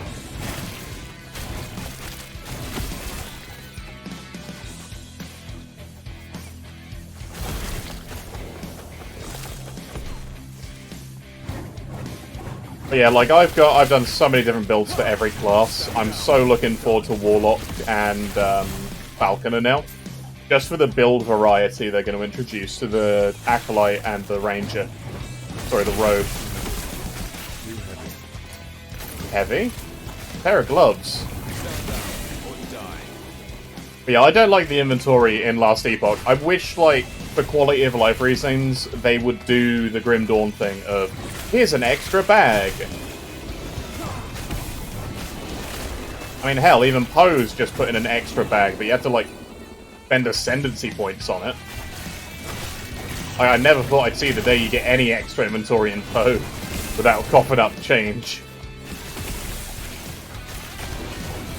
Hang on, what's that hat? Poison damage is physical? Nah.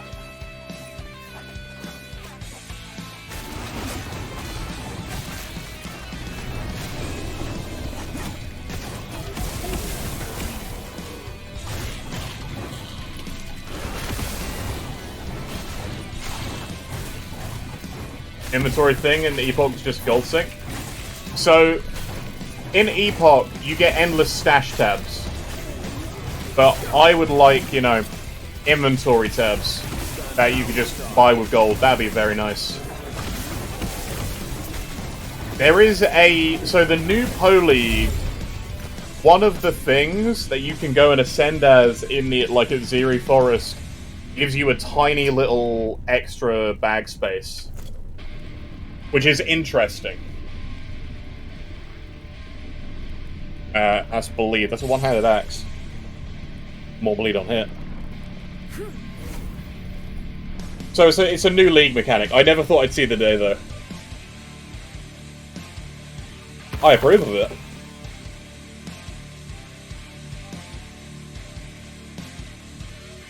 Too heavy.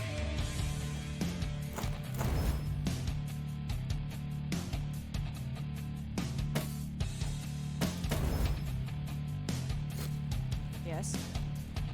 Never thought it would happen. I never thought it would happen either.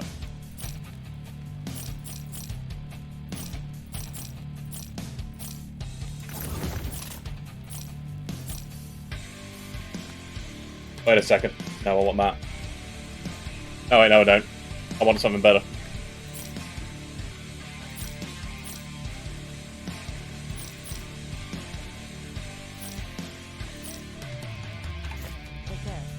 Remember the donkey in Dungeon Siege? The fact you could take the donkey in Dungeon Siege and it would just go and collect all of the loot for you, and it had just a huge inventory, it was so good. Adding quality of life trade with instant buyout?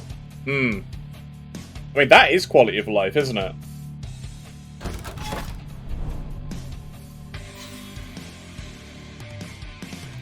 Relics. Let's go relic slots. Like, when they have quality of life, like, the thing is, the quality of life in Last Epoch is pretty high already. The fact the crafting system is cozy, as far as I'm concerned. I feel like it's a very good crafting system.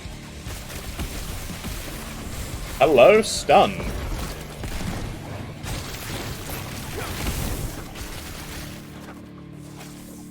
Stand down, die.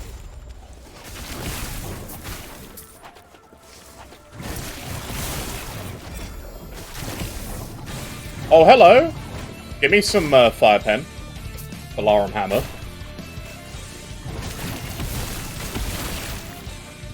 XP on kill. On a straight map.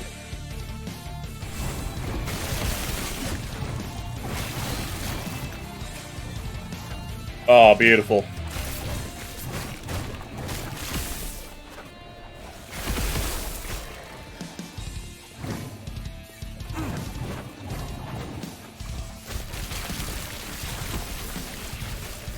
But yeah, we need to look for more idols as well.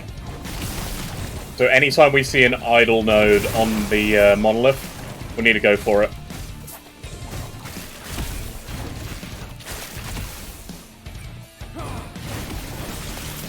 Stand down, die. Oh, 59. More stun chance.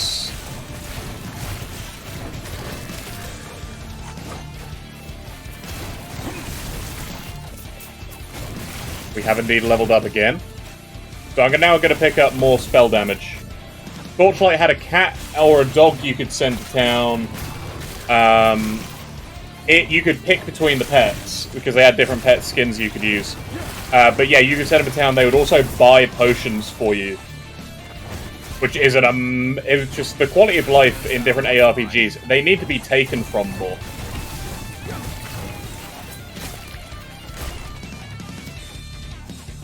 Sigil on kill. Now we shouldn't need to manually cast sigils. Ow.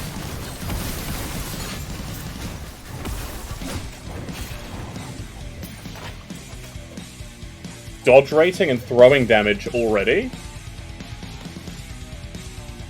There are a lot more obscure ARPGs, that is very true.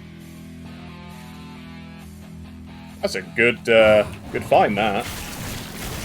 A Norse-themed one? I can't think of any that are Norse-themed. I agree. The crafting and the stash in Last Epoch are the best crafting and stash systems I've seen in ARPGs. They're just fantastic. I also love their legendary crafting system, because it lets you use most legendaries in a really good way. Those are no use to me.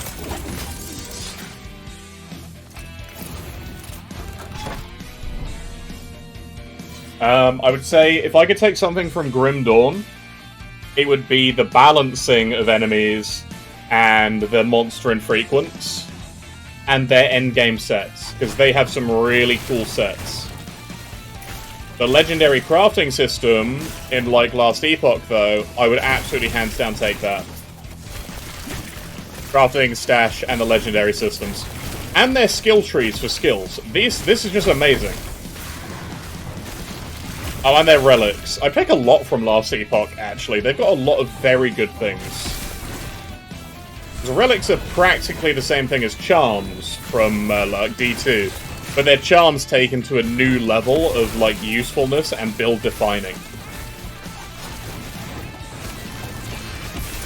Well, they used to be infrequent. They used to not be a guaranteed drop. I'm so glad they became a guaranteed drop, though. That's such a good quality of life change.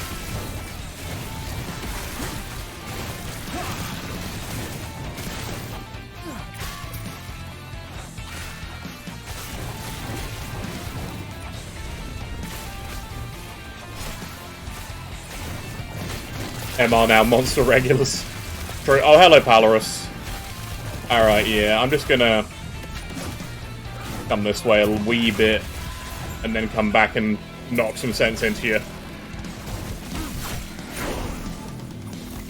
Epoch's Golden Chalice, level 60. Get in. Some more bleed pen. Actually, I've got some more points there. I've got 3 more points I haven't spent.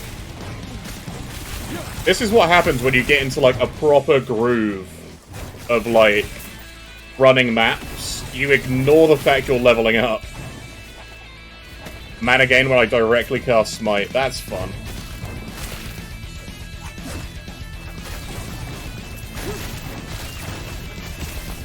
Alright. Next level, we get Strategic Patience.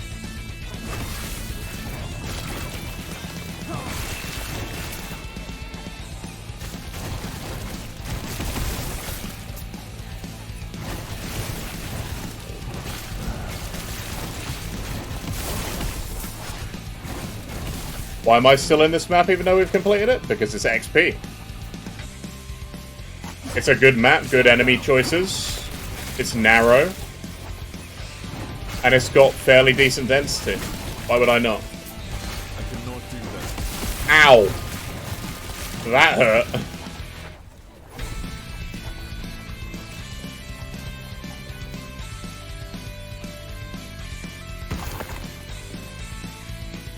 Throwing damage. Ellie dot. What a good base. So that's a good base for us, but the crit, multi, and crit chance is good. The increased armor and void res is also nice, though. But if it didn't have mana, it'd be great. Right, let's switch this. Not achievement, not minion damage. Oh, it bricked it.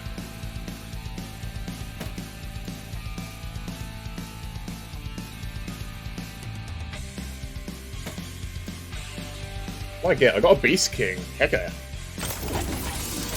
Beast King's good.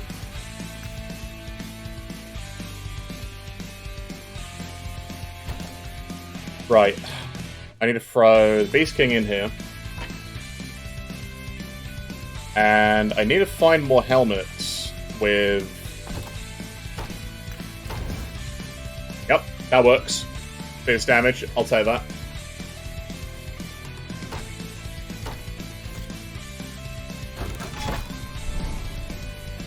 Right. Keys, more relics there, let's go there. But not in bricks. You can still shatter it.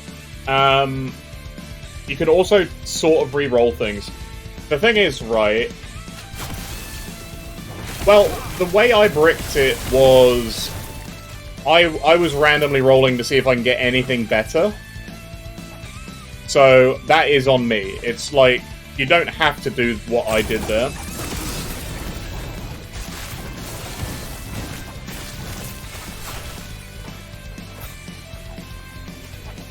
We'll take Ice, Marauders, Stun Chance and Melee Attack, and Melee Cold Damage. So these are no good. I'm going to shatter that, though. Try and get that Lightning Damage and Leech off of it. Absolutely. So with crafting, right, when you have the glyphs, you've got, like, the Glyph of Chaos, right? This randomly changes an upgraded affix to a different one that can spawn on the item type. It's very nice. So, like, if I use this and I... Right, so if I use this, right, and I want to change melee attack speed, I can upgrade it and re-roll it. So then it upgraded it, but it changed it to poison damage. And that's completely random what it'll change it into. But if you have, like, a tier 3 that's useless on an otherwise perfect item, you technically have 2 chances to make it into a good affix, which bricks the crafting, but means you could end up with something better than something useless. You could just use this, which prevents a roll of an affix in its range changing. So this is a weird one. I only use this when I have a perfectly rolled item. These two are rare.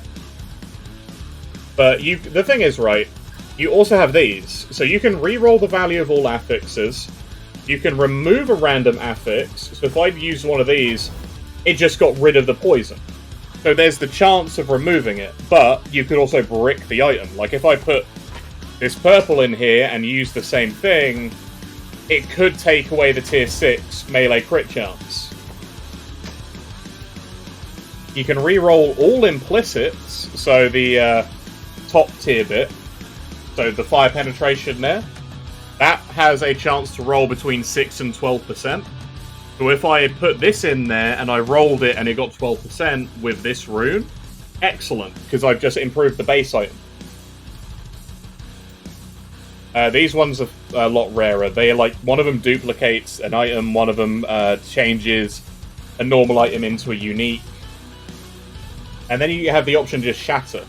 So like the crafting is nice, but it still has a little bit of the RNG. So it's not like you can just craft yourself a perfect item. It is going to be challenging and it's going to take multiple tries to get exactly what you want. But I think that's a good thing.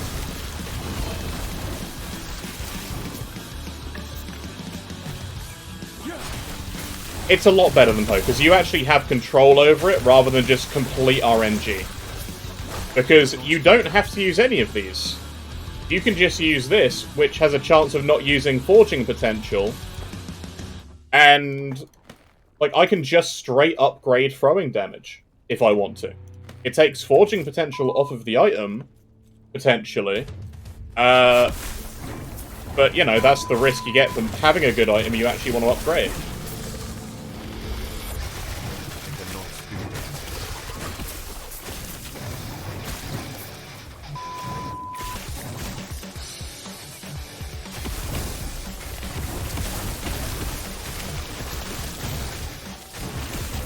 So, like, I won't, I'm gonna skip that bit of the song. What's going on? Is that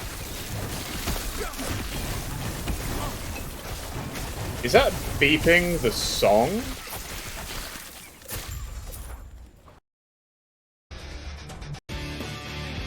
I'll skip that entire section then. What the hell? Hang on.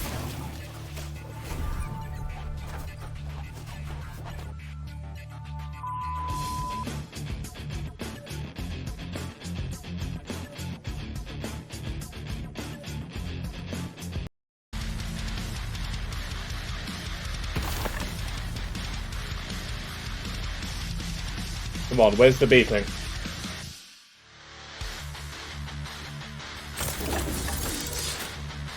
Alright, that sounds fine.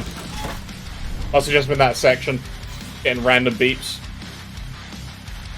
Yeah, it sounded like a battery alarm. But no, that was that. That was the song. Very annoying. I don't know why it randomly started doing that.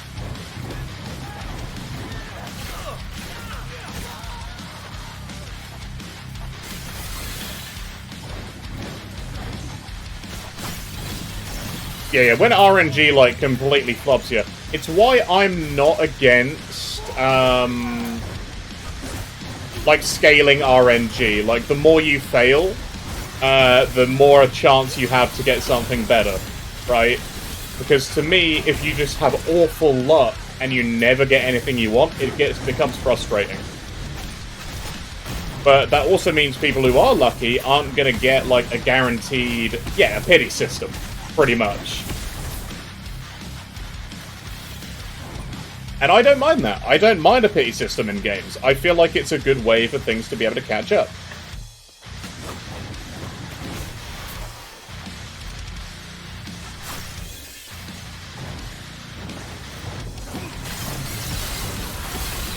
I actually really like playing at this camera angle. It's weird, because this isn't the normal game angle. This happens because of a bug in a cutscene. Like, normally I'd be slightly higher up, I think.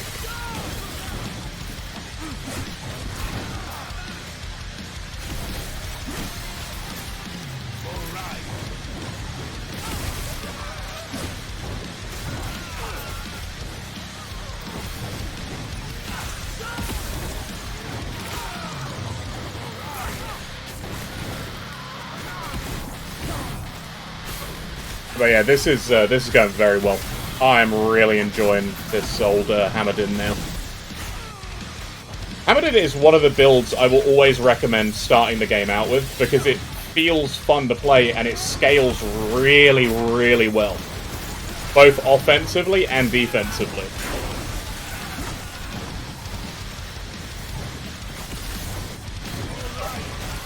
I agree, actually, because this is a fun little angle that happened because of a bug. Ow.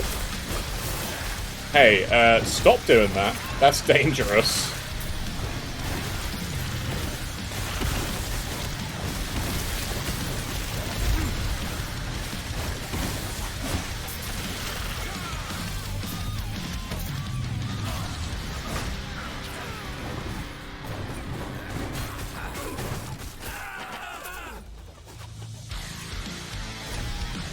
Easy. Easy maps.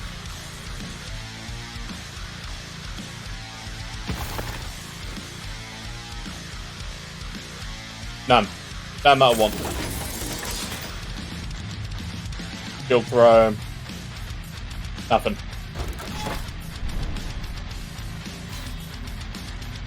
Okay. Come down here and I'm gonna take this one. Enemies are gonna crit us now. This is gonna suck.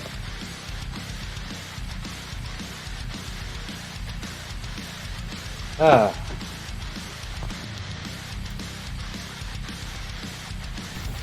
Look at that, throwing attack speed up.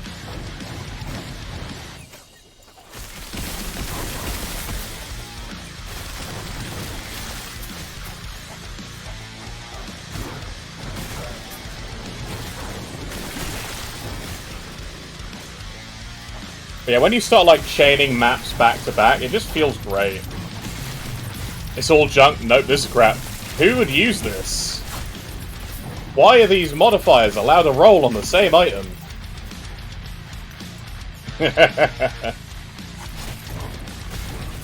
It's junk to me, because it's not useful to my build. It may be great for someone else's, who, you know, has a trash build.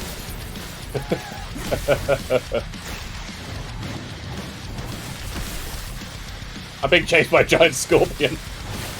Oh no. Do you remember video games were scary and bosses were hard?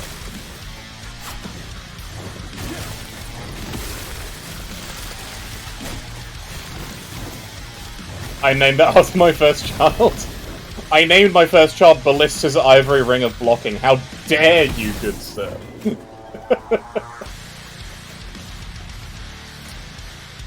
I just got the Jungle Queen chaps, though. If somebody names their child Jungle Queen, I'm gonna be very sorry for that kid growing up. It's a boy named Sue situation all over again.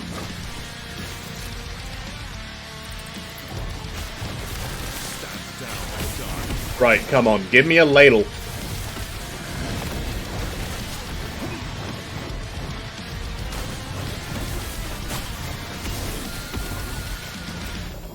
Oh, come on, give me the ladles already. Exsanguinous. Nice. Is there? Okay, but that's a stage name. You can get away with stage names.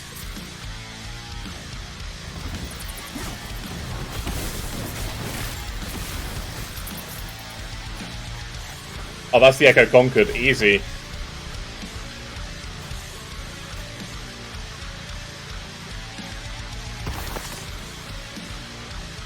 Daggers, I have no use for daggers.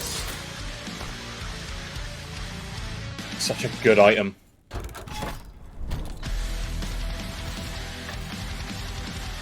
Water gain on potion use, and mana gain on potion use. That's an interesting purple. Throw that in there as well, throw that in there as well, I'll throw this up here. A lot of armor. Yes.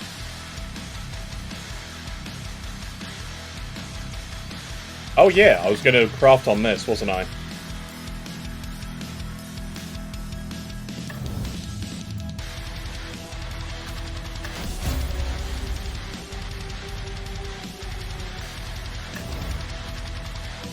Hell yeah.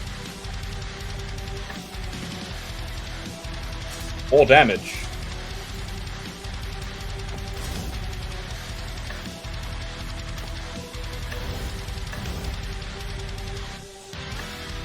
More shock chance. The more we shock, the better. Dang it, the fizz damage.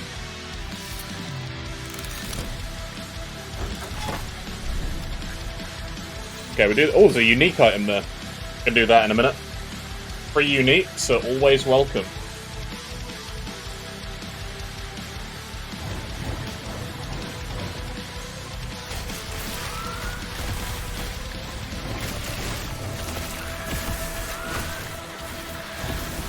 The enemies are faster, they do increase damage, and they can crit. But we have hammers, so who wins? Really? Even if we die, we've already won, because we've already seen the start of this build, and you can imagine how silly this can get, with even more of these nodes. These idols that do smite. I need a new chest piece, though. This armor is very low tier.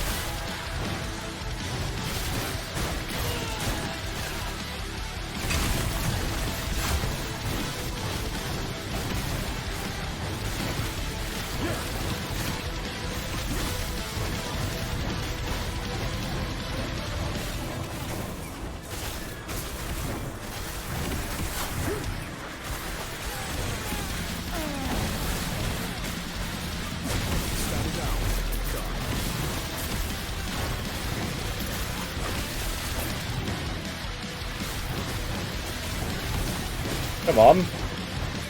How much longer does this need? 70% charged? Wow. This is a longer than I remember.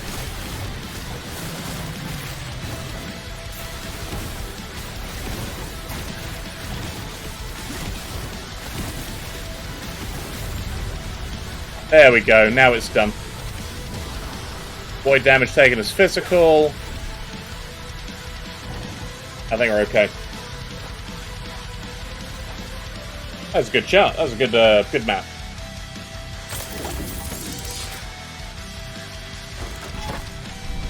So we've got helmets.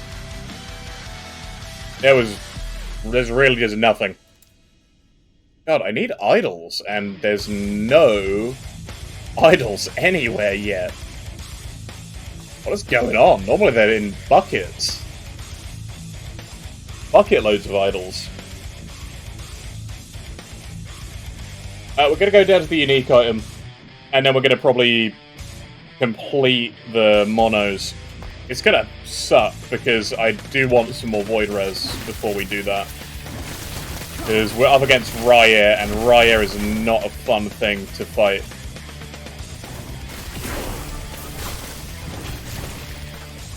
Maybe I should do Foot of the Mountain, actually, because the... No, it's a helmet is the first thing you can drop, and tier 2 is the one with the boots. Eh.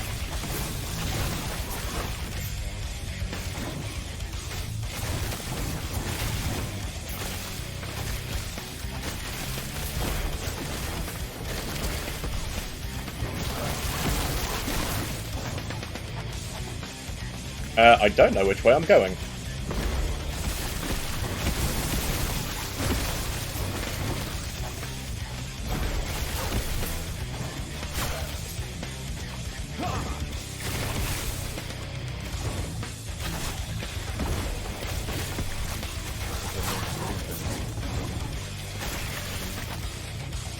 Perfect. I cannot do that. Ow.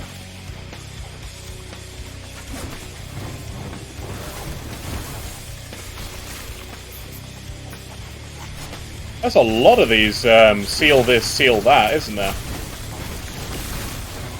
cannot do that. Funny how RNG... Oh, frame drops. That wasn't a stream, that was my game. Yep. I cannot do that. Oh dear, what is going on there? So, get out of that map. Yeesh. Oh, it has been about 5.5 hours, so normally when memory leaks start happening, they happen around now.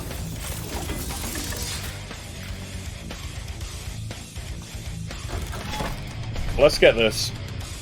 And then we can go fight Raya. So that'll be fun.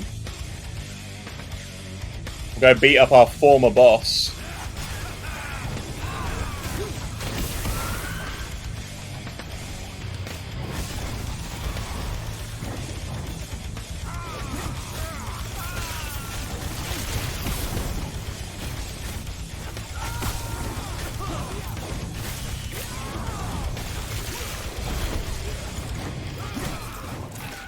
Like a Hammer Nova.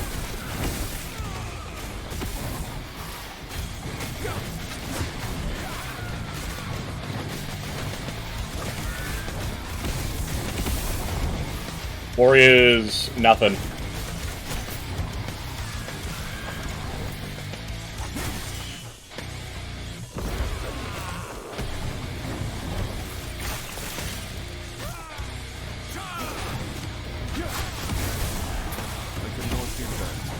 I wonder if the different colors of the Ospreys are, like, the different casts they have. Like, all of the light mages and whatnot are, like, white birds.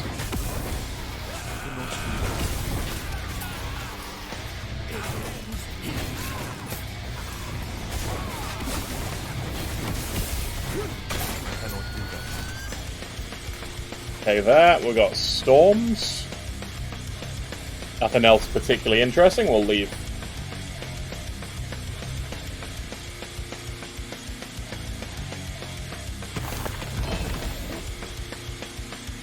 Malin's Hubris. Oh, the fire. Wait, hang on a second. All my bleed chance converts to ignite. That would mean I could get rid of that.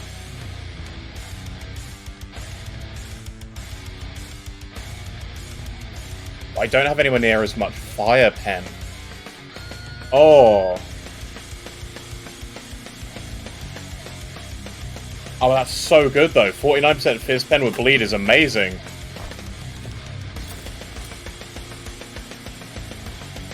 Oh, what do I do? What do I do? No, I'm not going to do it. I'm not going to do it. Because we need the throwing. We need the throwing. Oh, hey, damage over time. Dang it, I didn't get the lightning thing I wanted. Alright, let's fight Raya.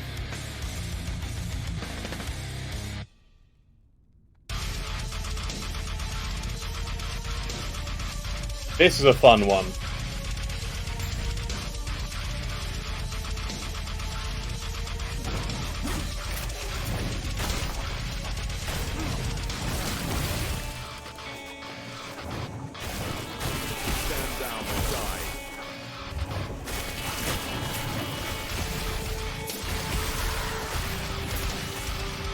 Talk to you, say goodbye.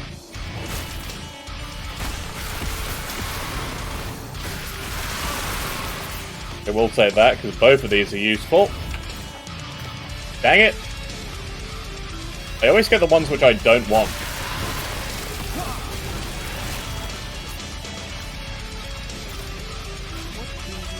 Get out of here. Let me steal your last possessions.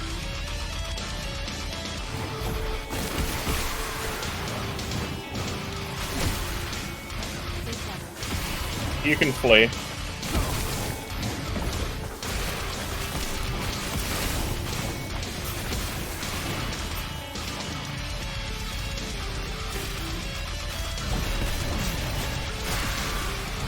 It's just like, most other builds don't have the level of automation that a Hammer Throw Paladin does. So Hammer Throw feels really good.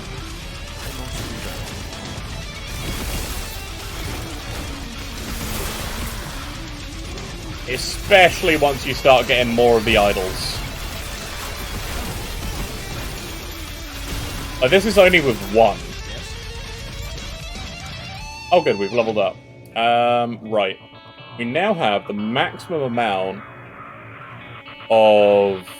I think we're fine, because we're not really using enough for the damage. I think I might up my attack speed even more. Holy Aura. With Holy Aura, I feel like I should probably go into the crit.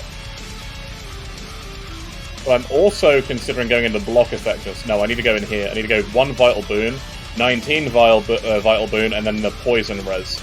Then I could use it as an ailment cleanse. That's the best option. And then we get the 50% more damage for that, and then Smite gets more Electrify. All the Electrify. Stand down or die.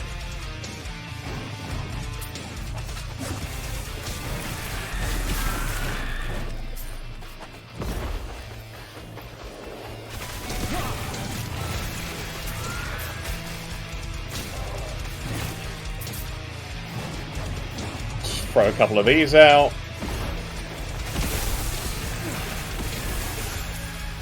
Man, the frame drops, I'm getting are real. They're not the stream lagging out, it's actually me. Oh.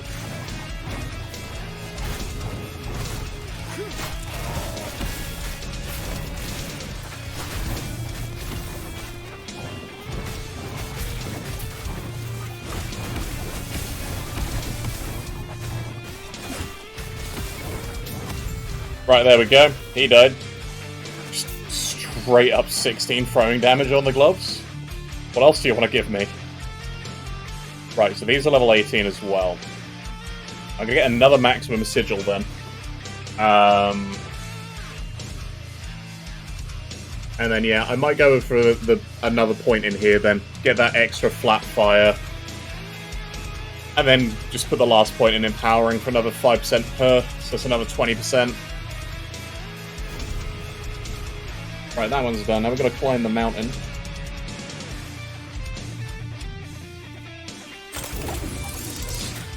Oh, you don't get any treasures anymore for doing quest echoes, which is kind of sucks.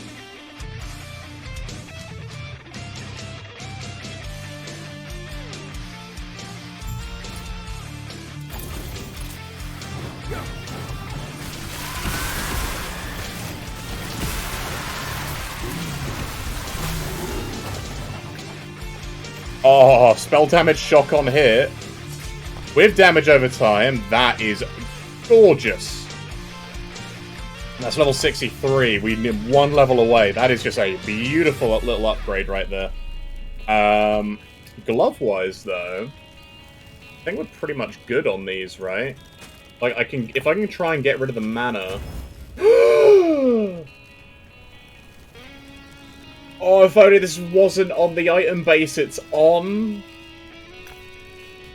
Oh, that could not have been a better roll. When the RNG hits, it hits hard and fast. Use whatever you want. Oh, we get so many hammers out now. Quantity over quality, yes. Maximum hammer.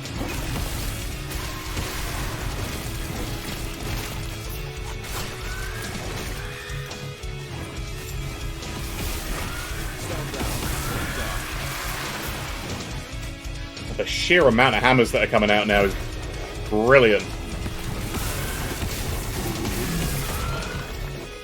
What is that? Oh, it's the rogue relic. Okay. That was a sentinel relic. I'd be like, yes, give me that. Give me, like, the good RNG on it. Oh, the slab? Eh.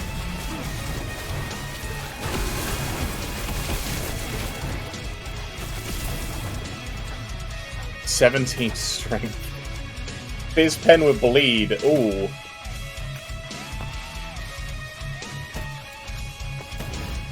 Oh, I got 4 shards out of it. Even better.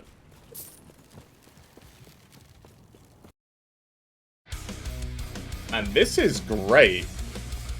This is going very, very, very well.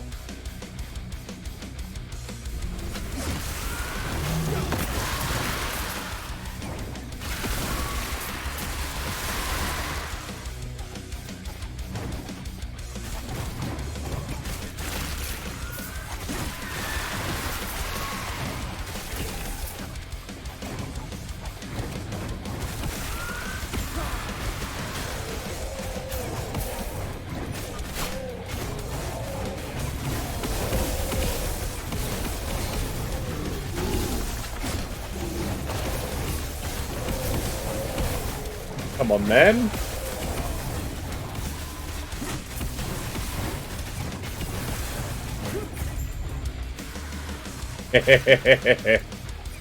The silver ring with throwing speed? I'll take it. Bandit shields, none of these matter.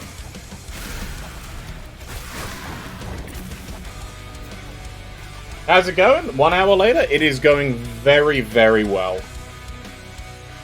Like, we are 5.5 hours in, we're in Monoliths.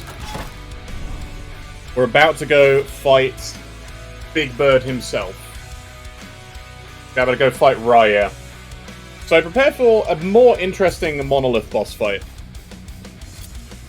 And I hope this is going to go well. I kind of wish I had hit 63 so I could use this in the fight, but it is what it is. Building bleed. So we're doing bleed at the moment. Oh, absolutely. It's a great year for ARPGs. Son of the Black Sun.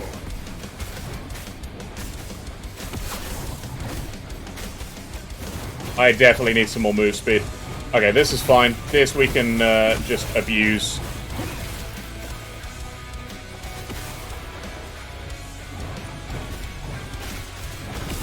And the fact he's blind helps too. Okay, now we need to not mess up. Do not get hit, because we're in hardcore. Trust in the speed. Just keep running.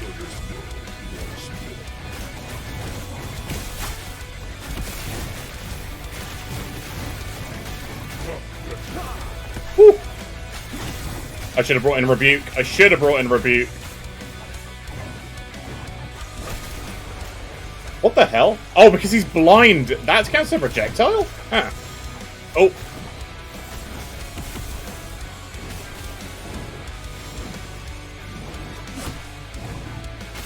Get underneath him.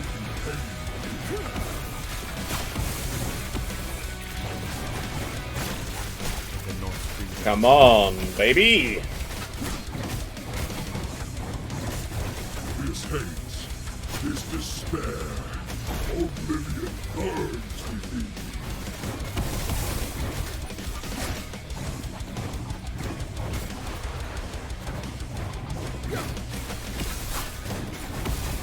There we go. And we got the Shroud of Cinders. We got dodge rating, spell damage leeches health, leeched as health on a Hammerdin. Yeah, I'm taking that. Too heavy. So that went well. That was a very smooth fight up against Raya there. I felt like that went very smoothly. And yes, I am very hyped for the full release. I'm looking very much forward to it. I've been playing this for over a year now. Absolutely love it. I took a small break away after burning out, after going really hard on the last Runes of Power patch. So, launch, I'm probably going to go very hard on as well. There's so much gameplay and like builds out there for us to do and try, especially with Falconer and Warlock coming.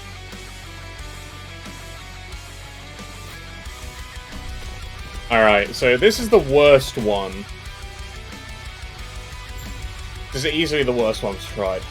I play this a lot, you barely remember me streaming it. It's not like I streamed it for like 3 or 4 months or something, is it? Just straight.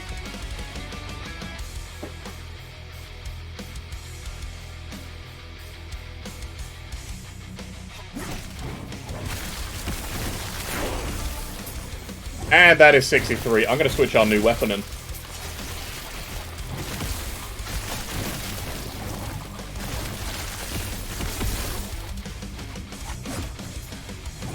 $202 hours in. I completely understand that, man. I mean, I've sunk over 800 hours into this game already. Because I play it on and off. And yeah, it is absolutely worth it. Well, they've changed the lag on fight.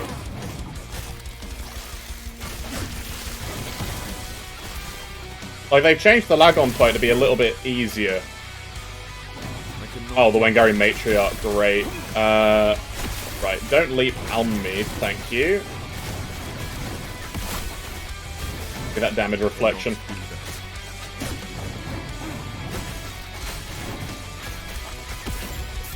There we go, there she dies. An extra day off work after buying it. I mean, it is that kind of game that you could just get sucked right into. It's like when you start playing Grim Dawn. It's like, when do I stop? There's a stopping point? Spoilers, there's no stopping. Right. Spell damage. We can put on crit damage or spell damage and spell mana cost. I'm thinking of this. I'm not building crit. He is an awful boss, I will give you that.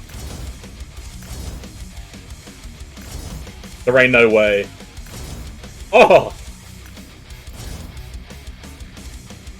This is going to be a hard to stop using weapon. 21st to beat Yakuza? You gotta beat Yakuza, man. You gotta beat the Yakuza games. Are you playing Like a Dragon? Oh no, sorry. What is it? What's the new one? It's not Like a Dragon. It's, Are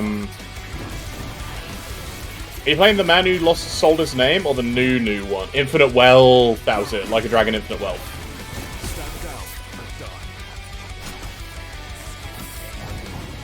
Oh good, we get the snakes now. You know what snakes hate? They hate hammers. They hate being electrocuted by hammers. Ow.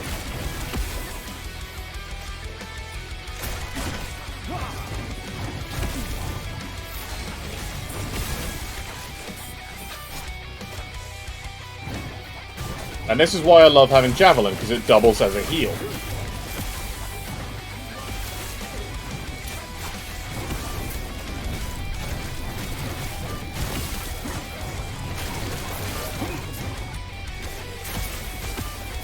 Stupid snake people.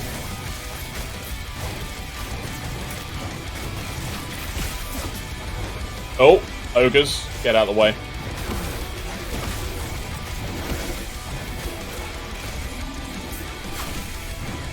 Which faction am I choosing? I'm going to be going with the Self-Found faction. I love finding loot, and I love being able to, like, tailor farm loot. So I'm going to be going with that. I'm interested in trying the Trade League, but I know I'm not going to go hard enough, or, like, no trade meta and whatnot. So, like, I did trading in Path of Exile, and I just hated doing the trading in Poem. And I know some people get a kick out of literally just doing that all day, every day on Path of Exile. And making loads of currency, and then funding, like, some ridiculous builds. But it's just not for me. I'd rather just play the game and find cool stuff myself.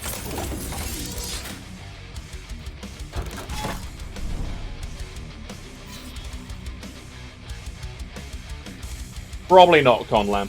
Unless it's like you get access to the auction house or something. Or maybe they have like a bazaar you can trade it with NPCs. That would be an interesting idea. What poison res like? That was like 61. Okay.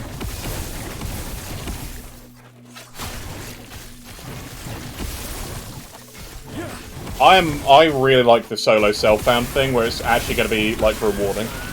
I don't want to have a Wings of Argentus 4 LP. I don't want a Wings of Argentus 4 LP. So I'll tell you what I already have in my online stash. I've got a 3 LP Heart of the Dragon thing. And I haven't used it, and I've had it for like several months, and I still can't think of anything I actually want to use it on.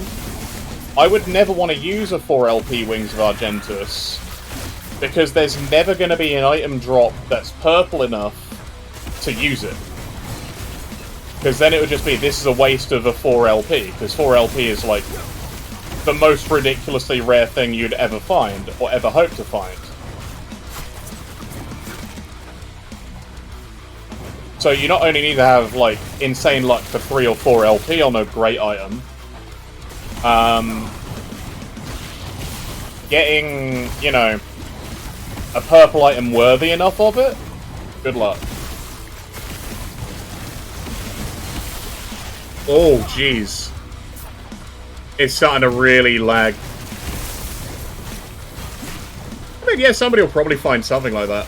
I mean, the funniest thing is when people, like, either accuse you of cheating, even though you've caught it on stream, and it's dropped, or you just see, like, a blatantly, like, edited save file, because they put an item modifier on the wrong item. That's always funny. I have 6 passive points, and I've not spent them. Let's get some spell damage going.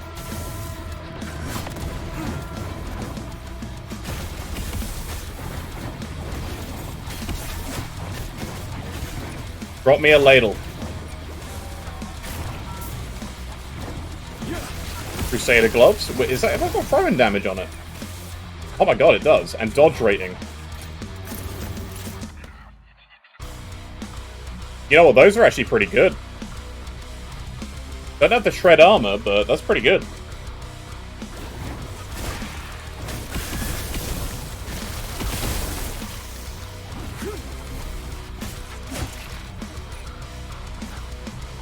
Okay.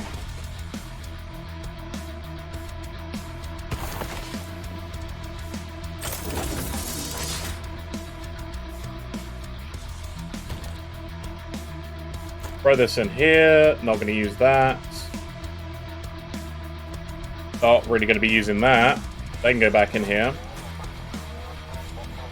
I'm tempted. I'm so tempted to use those. Problem is, these are like perfect. I can use this though. Up this throwing damage. Whoa, free tier 5.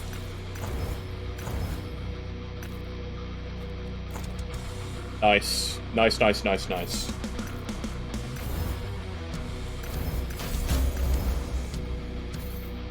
Get it. Absolutely.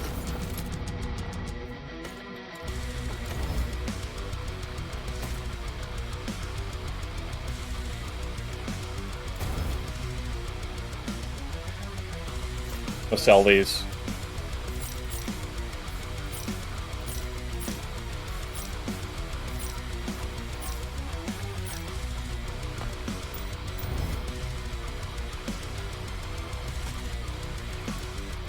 I've run out of things. Have you got any? You do. Gimme. Gimme, gimme, gimme.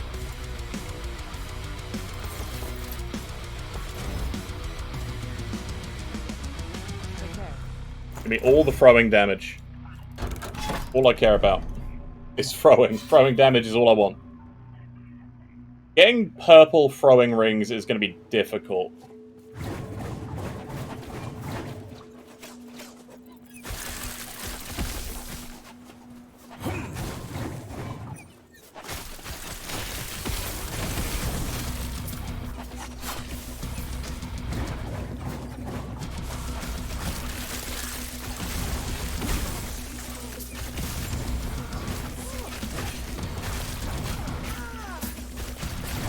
Diamond Matron enemies, like, the thing I don't like are some of the newer enemies they did bring in, like the snakes. I feel like they aren't fun. They are a nightmare to farm for this. The thing is, right, I'm playing, like, Bleed.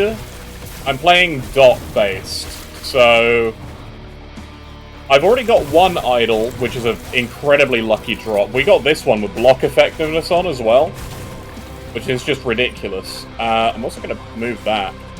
I realise I have space there.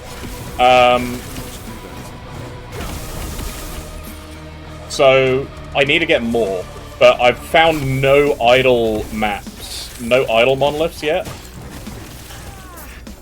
It's a little bit annoying. Oh, hey, fire damage. Ow.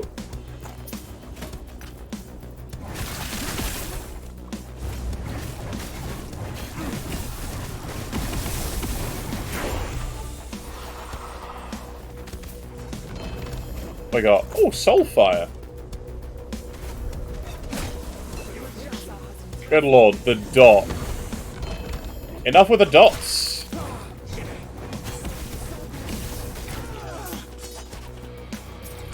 Oh, so rude, isn't they? Will there be a wipe at 1.0? There will not be a wipe at 1.0. So what they're doing for 1.0 is they're going to be creating a league that you can then make a new character in, but all of your stuff so far is going to be on the standard servers. It's like Path of Exile Seasons is what they're going to be doing. Aurelus. Such a funny little item.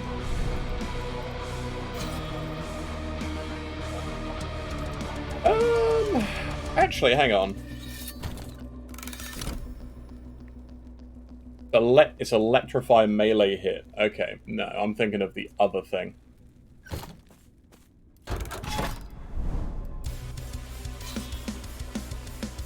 Yeah, I found no idle monos yet. So, it sucks, man. Oh, enemy waves, even better. Telling me I could just stand here and spam.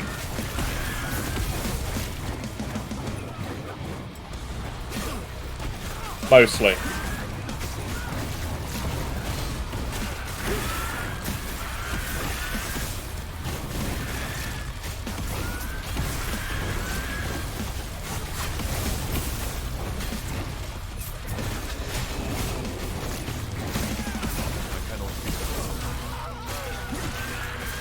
Get that healing. Oh, geez, there's more lag. What is going on with that?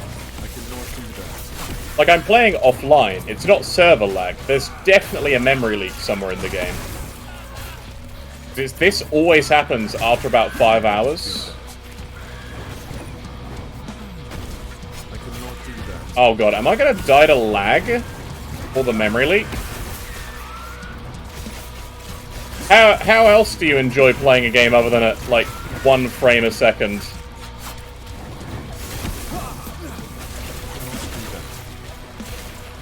See if it happens on this side of the map. It doesn't.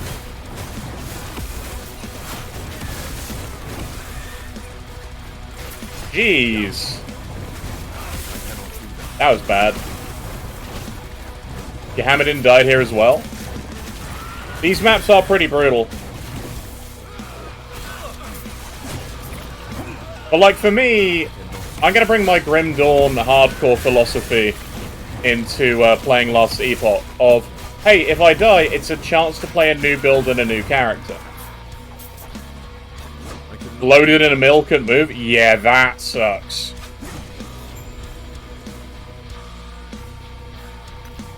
This middle bit will just outright kill you, because that deals ridiculous damage. Twitch delivery trying to rip hardcore streamers? Good lord. I mean, they could. You know, wow, all of them have freeze rate multiplier. What are the odds? Right, more spell damage. With shields.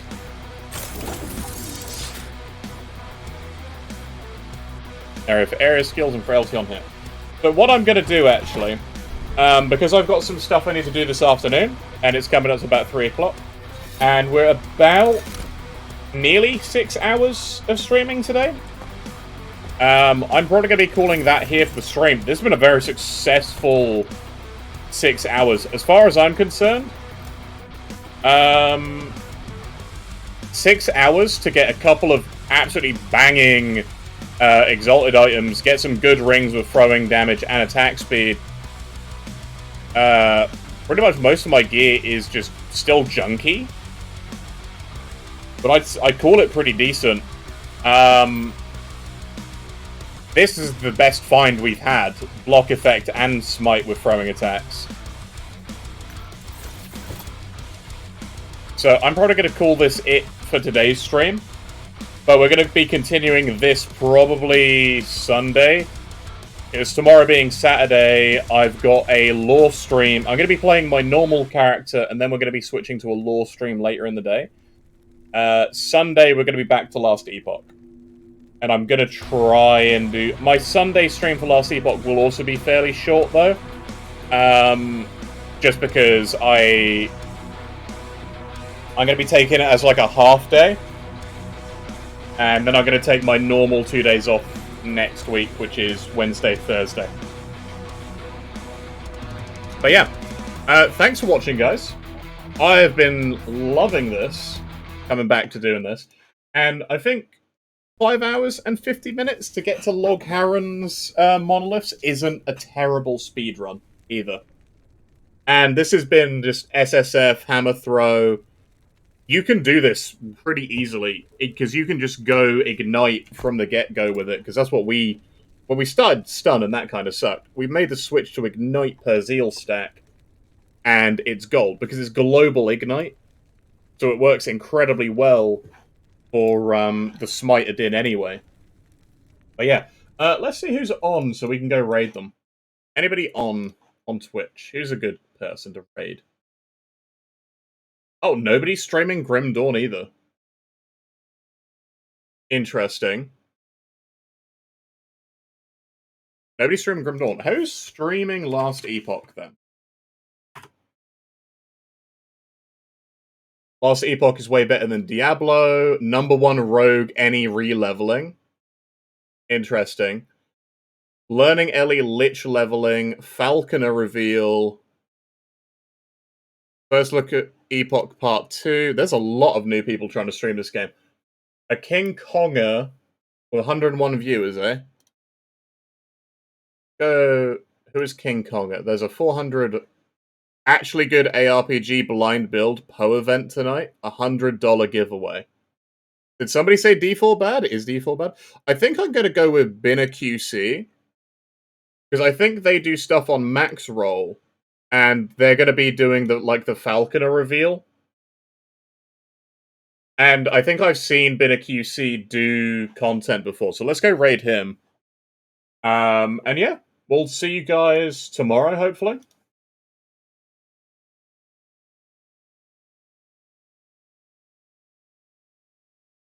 Yeah, we'll see you guys soon. Have a good one, folks. I think he is a build creator on Max Roll, and I know Max Roll is getting the Falconer reveal. So who knows? You guys might see some behind-the-scenes information about Falconer. Have a good one, everybody. A summon Falcon skill. Maybe you just have it by default.